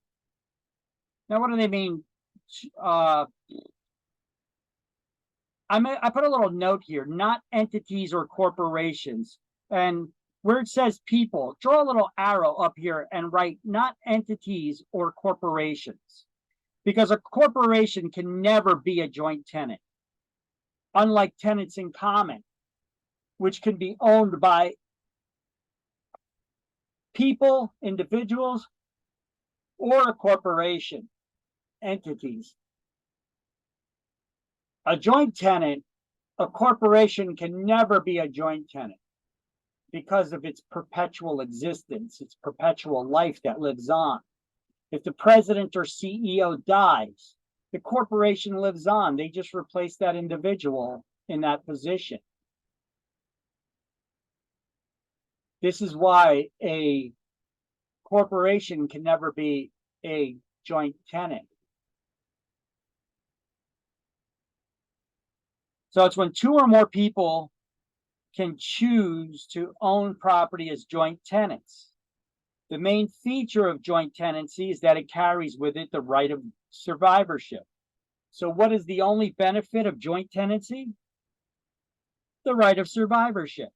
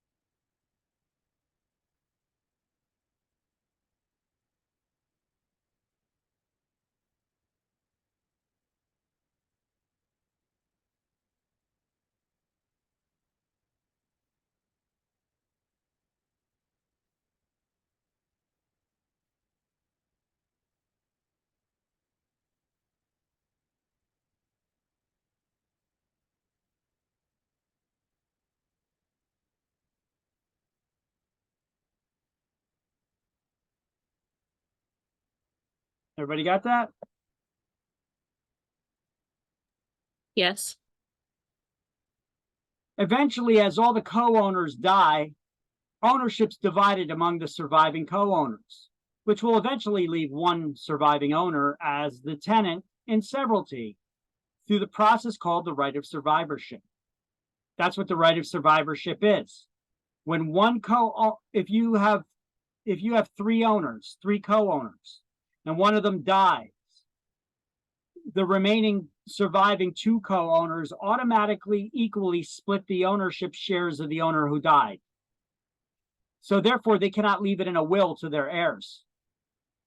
Now, they could still sell it while they're alive, but that would affect the joint tenancy, kind of destroying their interest that is no longer a part of the joint tenancy.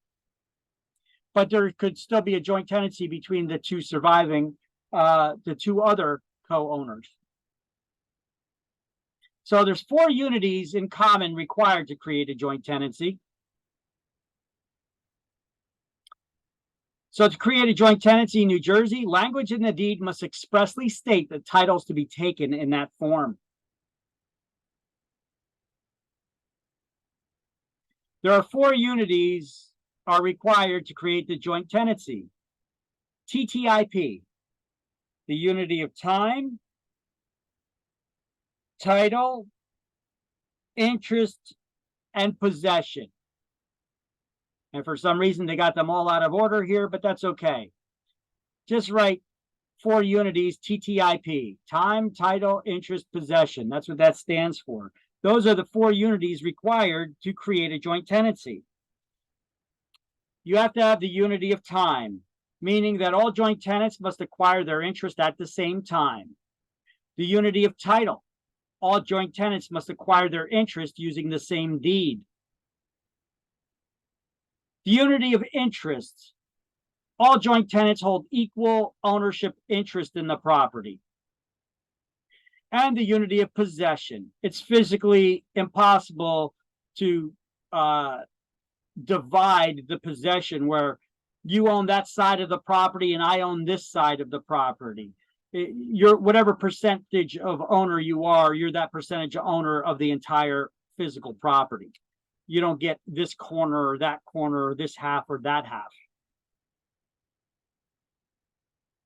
So let's do these highlights and such. This is all the way at the bottom of the page. To create a joint tenancy in New Jersey, language in the deed must expressly state that title is to be taken in that form of ownership. There are 4 unities required to create a joint tenancy. And then just highlight the numbers there next to them, 1, 2, 3, 4.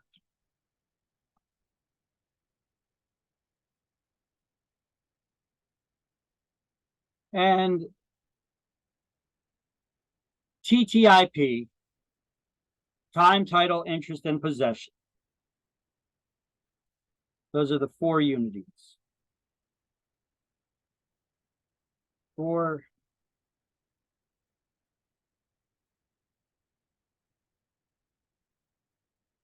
unities. TTIP.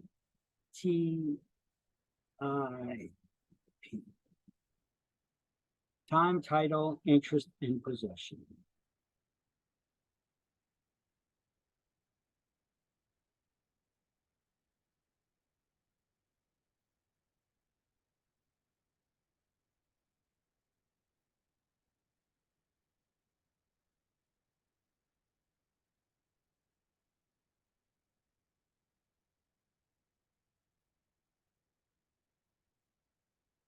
If you did not get your property by the same deed at the same time and have equal ownership interest, it is not a joint tenancy.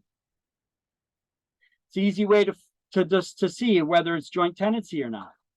But if you do have all those things in common, is it a joint tenancy? Well, that depends on one thing. At the time you took ownership, did you say you wanted to create a joint tenancy or not? Because you have to expressly state that. And if you don't, what form of ownership do you have?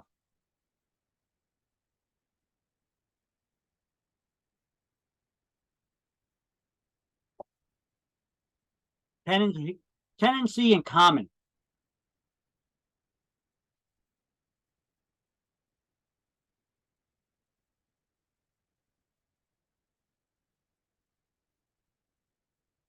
With tenancy in common, you can leave your ownership interest in a will to your heirs.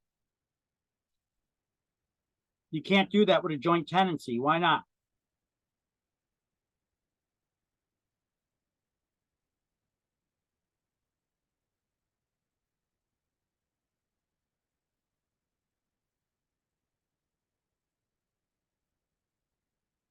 You can't because of the right of survivorship. You guys are eerily quiet when you don't answer at all. All right, so I got the little explanation here about possession because this is the one that people often get confused about what that means. You cannot physically distinguish which side of the property is mine, yours, or otherwise.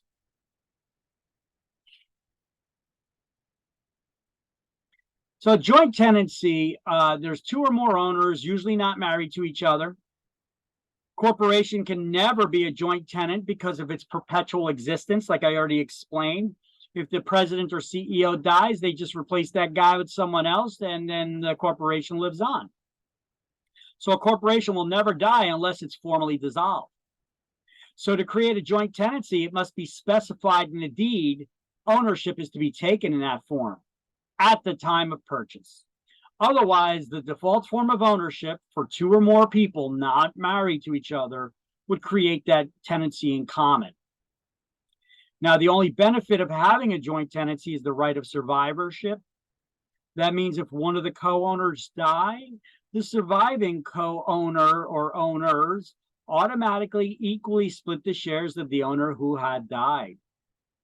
So owners can't leave or devise their ownership interest by will.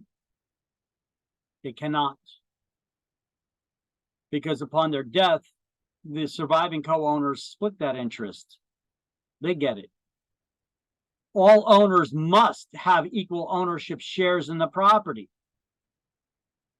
All owners hold an undivided interest in the entire property, where you can't physically distinguish which part of the property belongs to who. Each owner can sell their interest without the consent of the co-owners. That's the case with all the forms of ownership. This, however, will destroy the joint tenancy, converting the new owner's interest to a tenancy in common.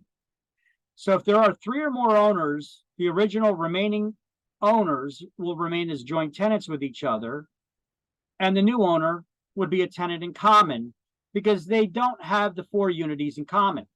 They didn't get their ownership interest at the same time or by the same deed, even though they have the same ownership shares.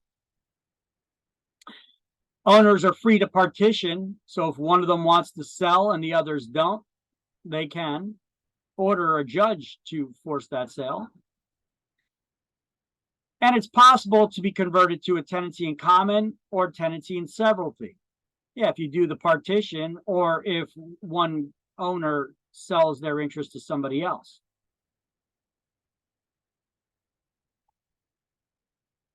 All right, so what is a joint tenancy? You know, I wrote over here, see the explanation video because of previous classes that I teach that I show this in.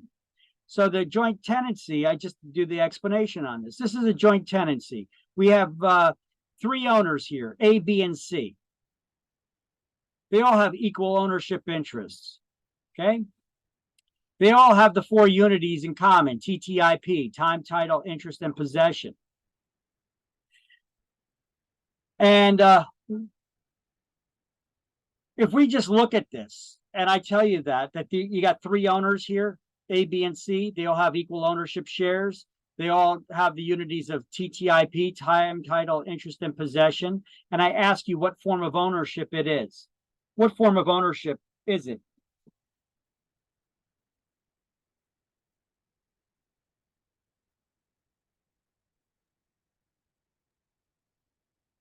Joint tenancy? You said that because we're talking about joint tenancy. But remember, in order to create a joint tenancy, they do possess all the four requirements to create a joint tenancy. But there's one more thing they need to do. They need to specify that they wish to take ownership as joint tenants. If they don't do it, are they joint tenants? No, they'd be tenants in common. So it really depends on if they specified they wanted to take ownership in that way. But all the components are in place for it to be a joint tenancy, just with the one question. Did they specify they wanted to take it ownership as joint tenants or not? Okay, so it depends on that. Now, let's say we have owners A, B, and C. B dies. What happens to their shares? Well, it gets split straight down the middle and between A and C. And now they still have equal ownership shares. B did not leave their shares by will to heirs because they can't. Joint tenancy, that when you die, when one of the partners dies, it automatically gets split between the survivors. That's what the right of survivorship is. The only benefit to having the joint tenancy. Now, what happens if C dies? A and B go 50-50? Oh, B's dead now. So let's see. So remember, B died, and then their shares were split between A and C. So now you only have A and C died. It goes all to A. So A now owns the entire property. So how do they own it? Of survivorship. Well, they get that ownership through the right of survivorship. But what form of ownership does A have now on this property?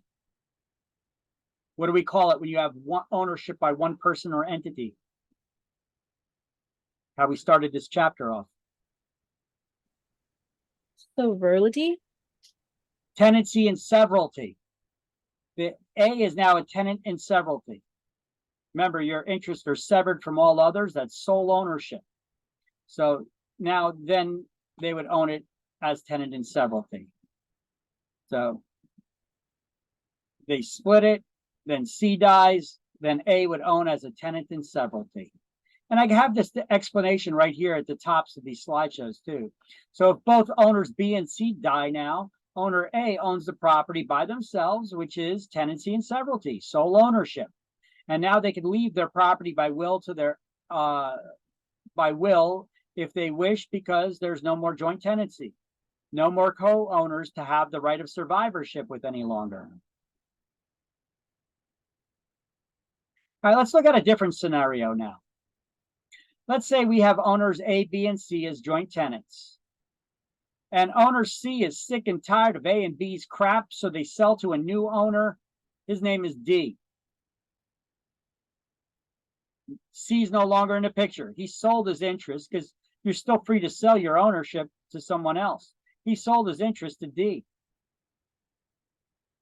A and B are still joint tenants with each other, because that's how they took ownership. But C sold their interest to D, so D is a new owner. They don't have the unity of time and title with A and B.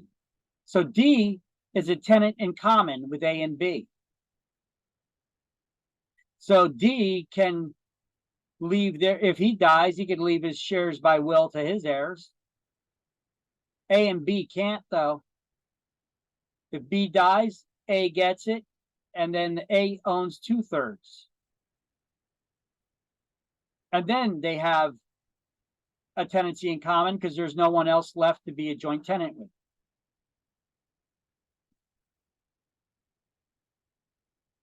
Follow? Yes. Yes. Good. So this would be the scenario that would happen. A and B, C sold to D. D's a tenant in common with A and B, but A and B still remain joint tenants with each other. If B dies, A now has all that ownership, 2/3, and there's no more joint tenancy for anybody to have joint tenancy with. So A and D are tenants in common with each other. Either A or D can leave their individual shares. A can leave his 2/3 ownership to his heirs or whoever he names in a will, and D can do the same.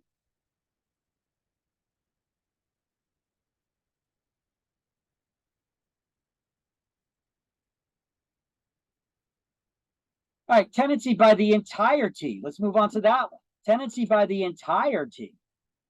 This is ownership by married couples.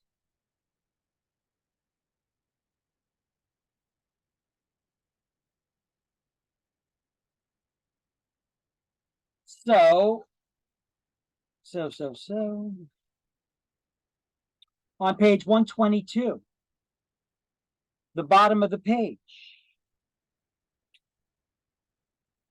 highlight that tenancy by the entirety is a special tenancy between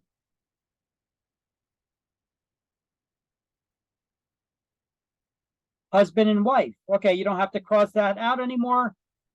Oh, wait. Yes, you do. Because remember, another thing that Governor Christie did before he left office, he signed gay marriage into law. So cross out husband and wife and write married couples, because gay marriage is legal in New Jersey.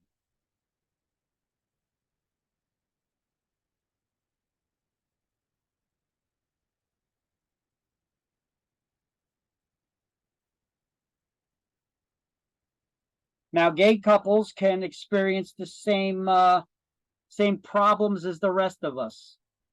The same arguments, all the other same nonsense. So there we go. They could join in the misery. No, I'm just kidding. All right. So tenancy by the entirety is a special tenancy between cross out husband and wife and write married couples. Now, the distinguishing characteristics of this tenancy are the owners must be husband and wife when they receive the property. The owners have the right of survivorship. You know, your spouse dies, then you get the property, at least for the primary marital residence. If you own several properties, well, those other properties you could leave to somebody else, right? But your spouse is entitled to 1/3 of the estate, depending when you were married. If you were married before May 28, 1980, your spouse is entitled to half the estate. And there's no right to partition. Imagine that, being married and suing your spouse, forcing them to sell the property because you want to move and they don't. You guys got other issues. So there's no right to partition by married couples. Get divorced first and then you could partition. Then you become a tenancy in common and then you're free to partition the property. So tenancy by the entirety is ownership by married couples, at least for the primary marital residence if married after May 28, 1980, or to all properties if married before. You have dower and courtesy rights. Owners have the right of survivorship. So just like joint tenancy, when your spouse dies, you get the property, at least the one that's the primary marital residence. New Jersey does not have common law marriage, never did. And states that do, a lot of people misinterpret what this means. Common law marriage does not mean that if you live with somebody for so many years, you automatically are married. It means you could be considered legally married if you wanted to be, without actually having to go through the paperwork and the signing of documents or anything. States that do have common law marriage, if you live together for a long enough period of time and you want to be considered married, you would be married.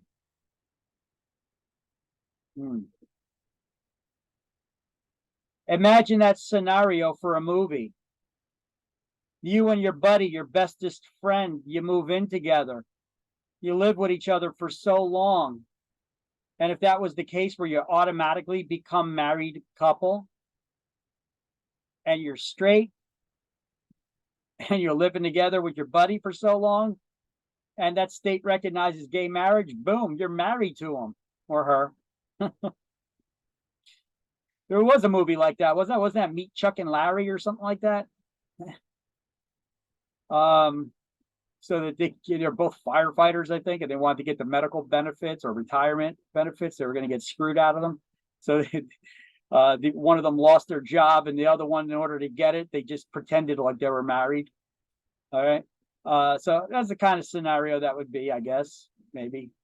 So, but New Jersey doesn't have common law marriage. So when a couple divorces, ownership reverts to a tenancy in common, which is the default form of ownership by two or more parties that are not married to each other. And they no longer have the right of survivorship. There's no right to partition while you're married, only after you get divorced. And a corporation can never be a tenant by the entirety. Why? Because corporations don't get married, people do. Corporation also can't be a joint tenant because its life is perpetual. It lives on forever until it's formally dissolved. So when corporations get together, they don't get married. We call those mergers when they get together. And when they break up, they have to be formally dissolved. So tenants by the entirety have the right of survivorship. There's no right to partition, but a partition is a court proceeding where one co-owner sues the other, forcing them to divide the property if possible, or sell it. And that's a form of involuntary alienation.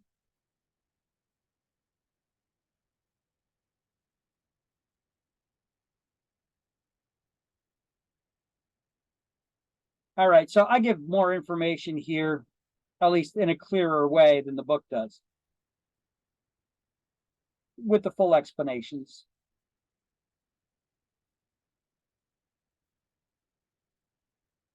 All right, so once again, a recap of these forms of ownership. We have tenancy and severalty, that's ownership by one person or entity.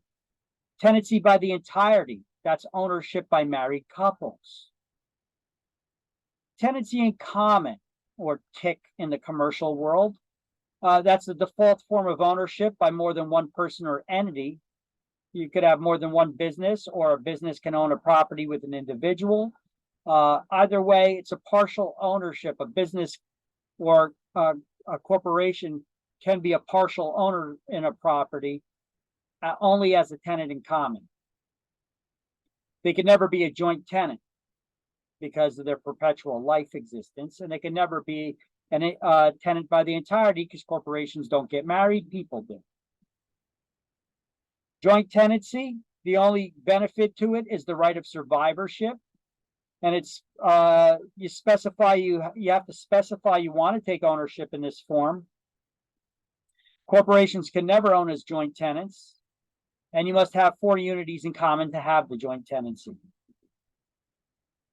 And real estate licensees must never advise someone which form of ownership they should take. Only be aware of the different forms and the requirements so that you can be able to spot and identify what form of ownership it is.